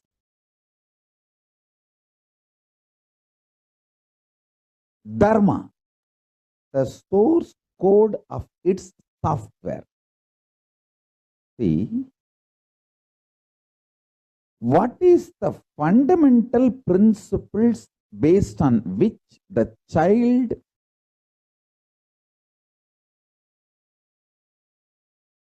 has printed its body? What kind of food excites? What kind of routine inspires? What kind of thought current gives fulfillment? What kind of actions and reactions happen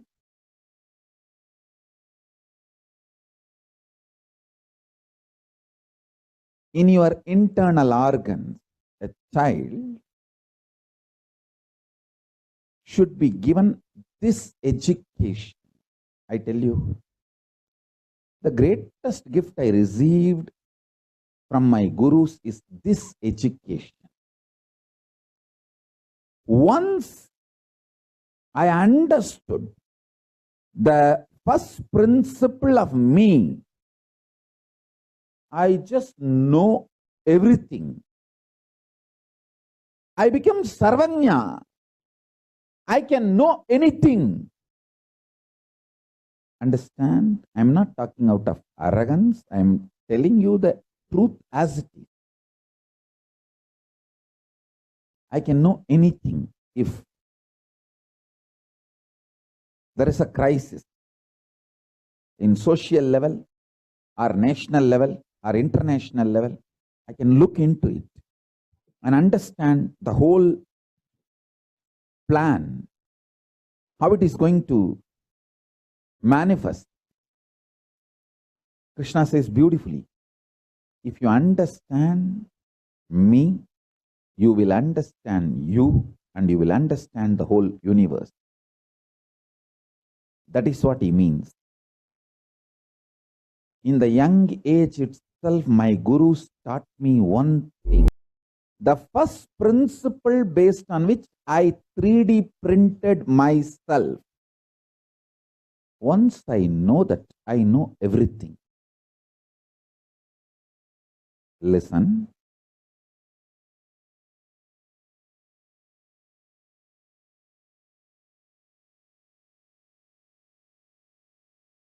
If I can produce 10,000 kids like me, consciously, surely I am not going to give physically birth to any kid. I am not talking that. I am talking about consciously reproducing the Guru Parampara. Reproducing the same superconsciousness. And 10,000 kids, I know this science can't be destroyed on planet Earth. Planet Earth needs this science. This science is the supreme Raja Vidya and Raja Guhya, royal secret and royal sacred science. There's a beautiful story about the Sarvanyatva in Shankara's life. Shankara was supposed to be Sarvanya. Sarvanya means all-knower. There is a story when Sarvanya Pita was supposed to be decorated by Shankara's presence. One cobbler who stitches the shoes, he appears there and asks Shankara, do you know how to mend shoes? How to repair shoes? Only then I can accept you as Sarvanya. The whole Pandits, the whole team of Pandits have accepted, but this cobbler is challenging. Only if you show me how to mend shoes and satisfy me, I'll accept you as Sarvanya. As per the rule, the whole population has to agree unanimously. Only then he can decorate the Sarvanya Pita, Sarvanya throne reserved for Sarvanya. And the story says, Shankara picked up the shoe, picked up the needle with which he's supposed to stitch, and just scratched the edge of the needle on the nose and inserted the needle into the shoe, into the leather. Cobbler was shocked because why the scratching on the nose? Lubricate. To lubricate the needle, always the cobblers will scratch the needle on the nose. The oil on the nose will be the lubrication for the stitching. Shankara did not miss even that small step. Means the power of observation. Power of observation. The story says cobbler accepted Shankara as the Sarvanya. Shankara sat in the Sarvanya Pita and blessed. Now we need to clarify an important doubt. Then it means enlightened being knows everything. No, I do not know the atomic science. Surely Shankara do not know how the train works. Surely he doesn't know how the steam engine works. No, surely he doesn't know. Then what is the meaning of the word Sarvanyatva?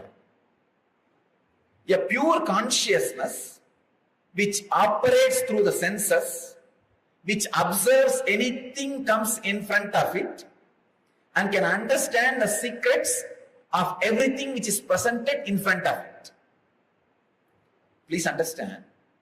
If Shankara wanted, he could have developed a train. If he puts awareness on it, if Shankara wanted, he could have developed the aircraft. If he puts awareness on it. Sarvanya does not mean knowing everything, but whatever is presented in front of his senses will be recorded without any prejudice, without any disturbance, without any footnotes, your own personal comments. The attitude of writing footnotes starts all the problems. That creates the problems. As long as you record all the files and keep it in the archives, you will have complete access to the archives. The moment you start putting footnotes and the favored star, when you put the favored star, when you start marking, that is where the problem starts. Sarvanya is a person who knows everything. There is no special attention. Please understand, when I say the word who knows everything, you need to understand this word very clearly. When I say who knows everything, does not mean he knows how the satellite works. No. Anything presented in front of his senses, he knows. Towards anything, if he concentrates, he will know.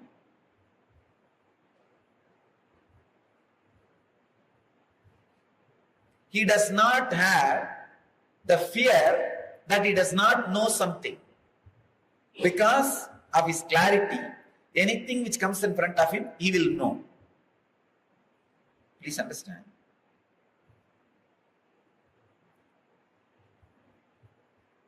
When somebody experiences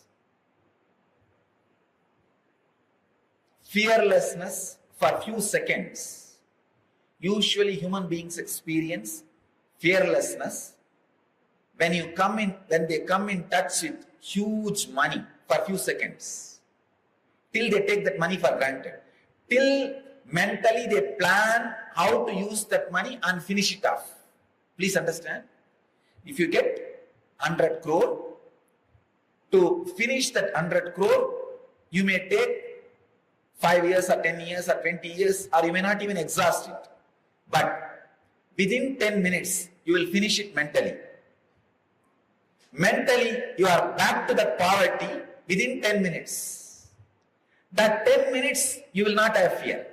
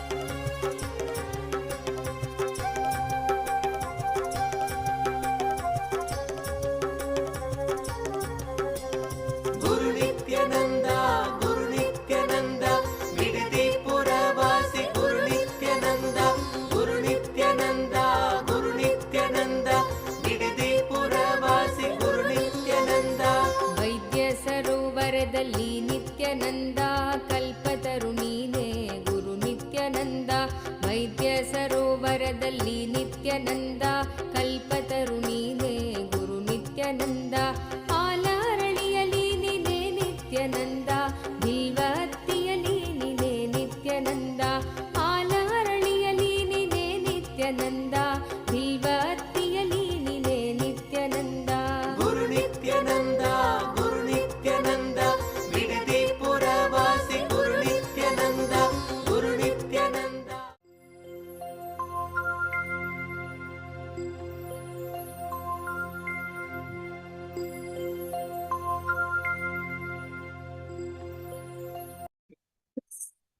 Nityanandam, Swamiji very beautifully revealed to all of us about how the Sarvajñatva, the possibility to know everything that you want.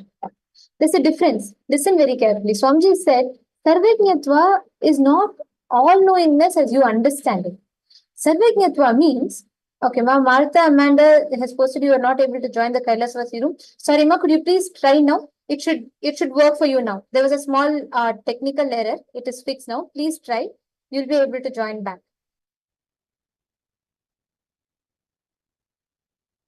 Okay, thank you, Ma. All of you can join back to the Kailasavasi's room. Thank you, Ma. See, please listen very carefully.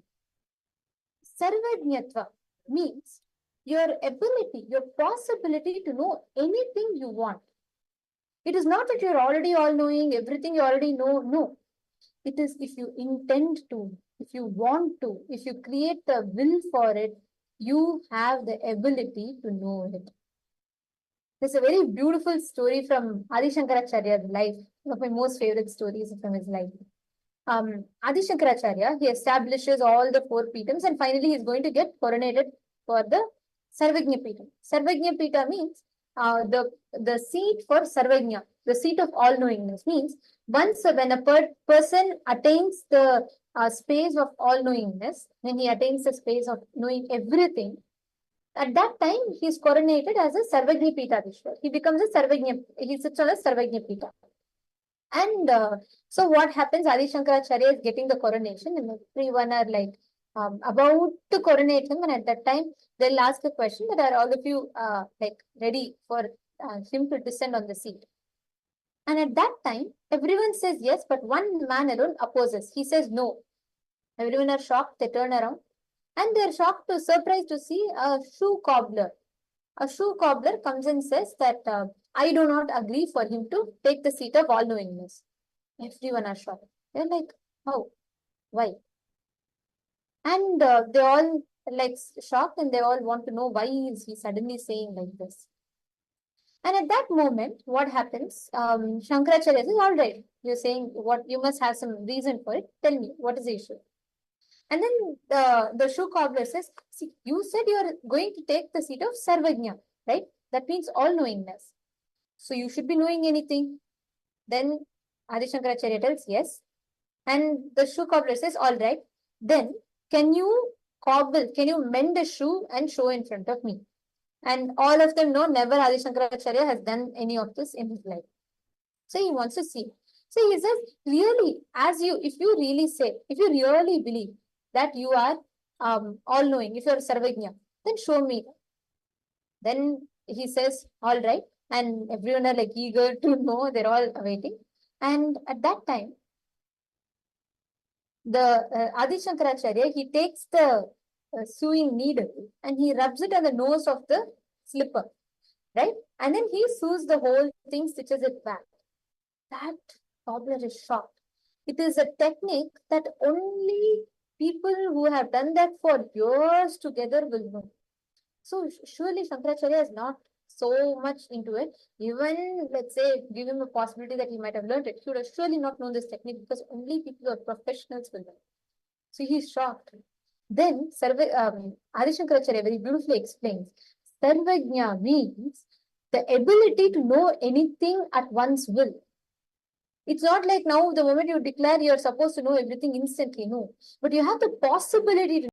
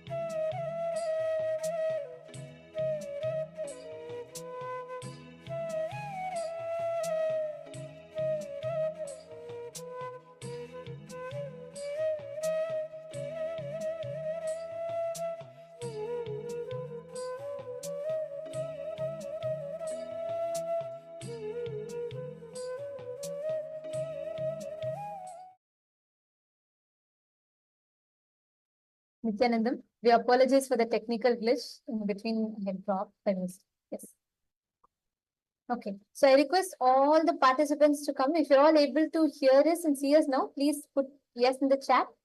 Nityanandam, Ma Nitya, Ma Rajeshwari, Ma Jnana Vijnana Priya, Ma Muttumari, Ma Sonia Kaur, Ananda Parameshwari, Anandeshwari, Ma Nisray Gunya, Nityanandam, Ma Rajeshwari. Great. Okay, wonderful. If you're all able to hear us and see us, please put yes in the chat.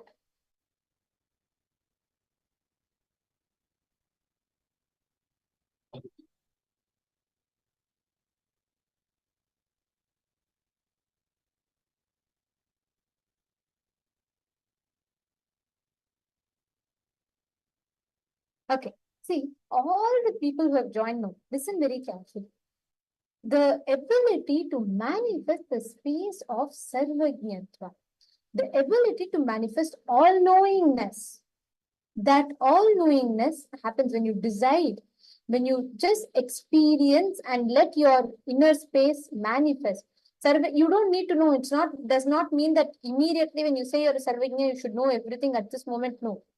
But if you decide and anything, just by having an intention, you should be able to access that. That is sarvajñatva.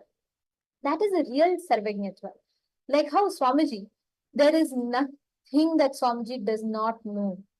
And Swamiji beautifully tells, because Swamiji knows anything that is needed, it is out there in the cosmos and he can access it. That space of all-knowingness is sarvajñatva, where you feel anything you need, cosmos will provide you. Like, for example, you want to know some recipe, how to make a pumpkin pie or how to do something. The recipe for it, you will just know. You'll know, okay, I can just go Google, I can ask Copilot, I can ask any of this and I'll know. But the same thing, when you translate it to your inner space, understanding anything that you want to know, cosmos has it. You just need to access it. That's all. Cosmos will reveal it to you. If you just understand this one truth, and if you function based on this one understanding, you will really see how you will have a breakthrough in every aspect of your life. This sarvajñatva literally will expand your inner space and enable you to store vast amount of information in your inner space. And listen very carefully. When you decide to experience, manifest the sarvajñatva, you will literally see how in all aspects of your life, you will never have the fear or blind spots.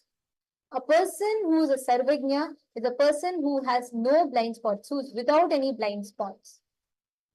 Now, use the same thing, powerful cognition, to manifest this power.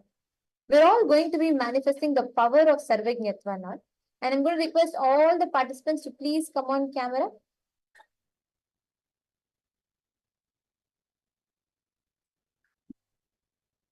Nityanandam, Ma Muttumari, very nice to see you sitting. I know it's quite late for you. Early morning. Early morning, yeah. And I know, thank you for joining, Ma. Very nice to see you sitting and actively participating. Now listen, all of you listen carefully. You are going to use the power of sarvajñatva to consciously will. And whatever you create an intention, you can easily know it. You can easily access that information. You can easily know it. Now, what we're going to do is, I'm going to be showing some objects, places, items to you all. And I'm going to request all of you to manifest, scan and identify what exact places these are, what is the exact details of the place that I'm showing you all. Shall we start? So I'm just going to draw a picture. You're all going to manifest this power of sarvajñatva. You're going to see, scan and describe that place, its details and what's special about it. Shall we start? Okay. Now, I'm going to be projecting the image. Connect to Swamiji. Scan through the third eye. Identify what exact image this is. And please post whatever you're seeing as the answer in the chat.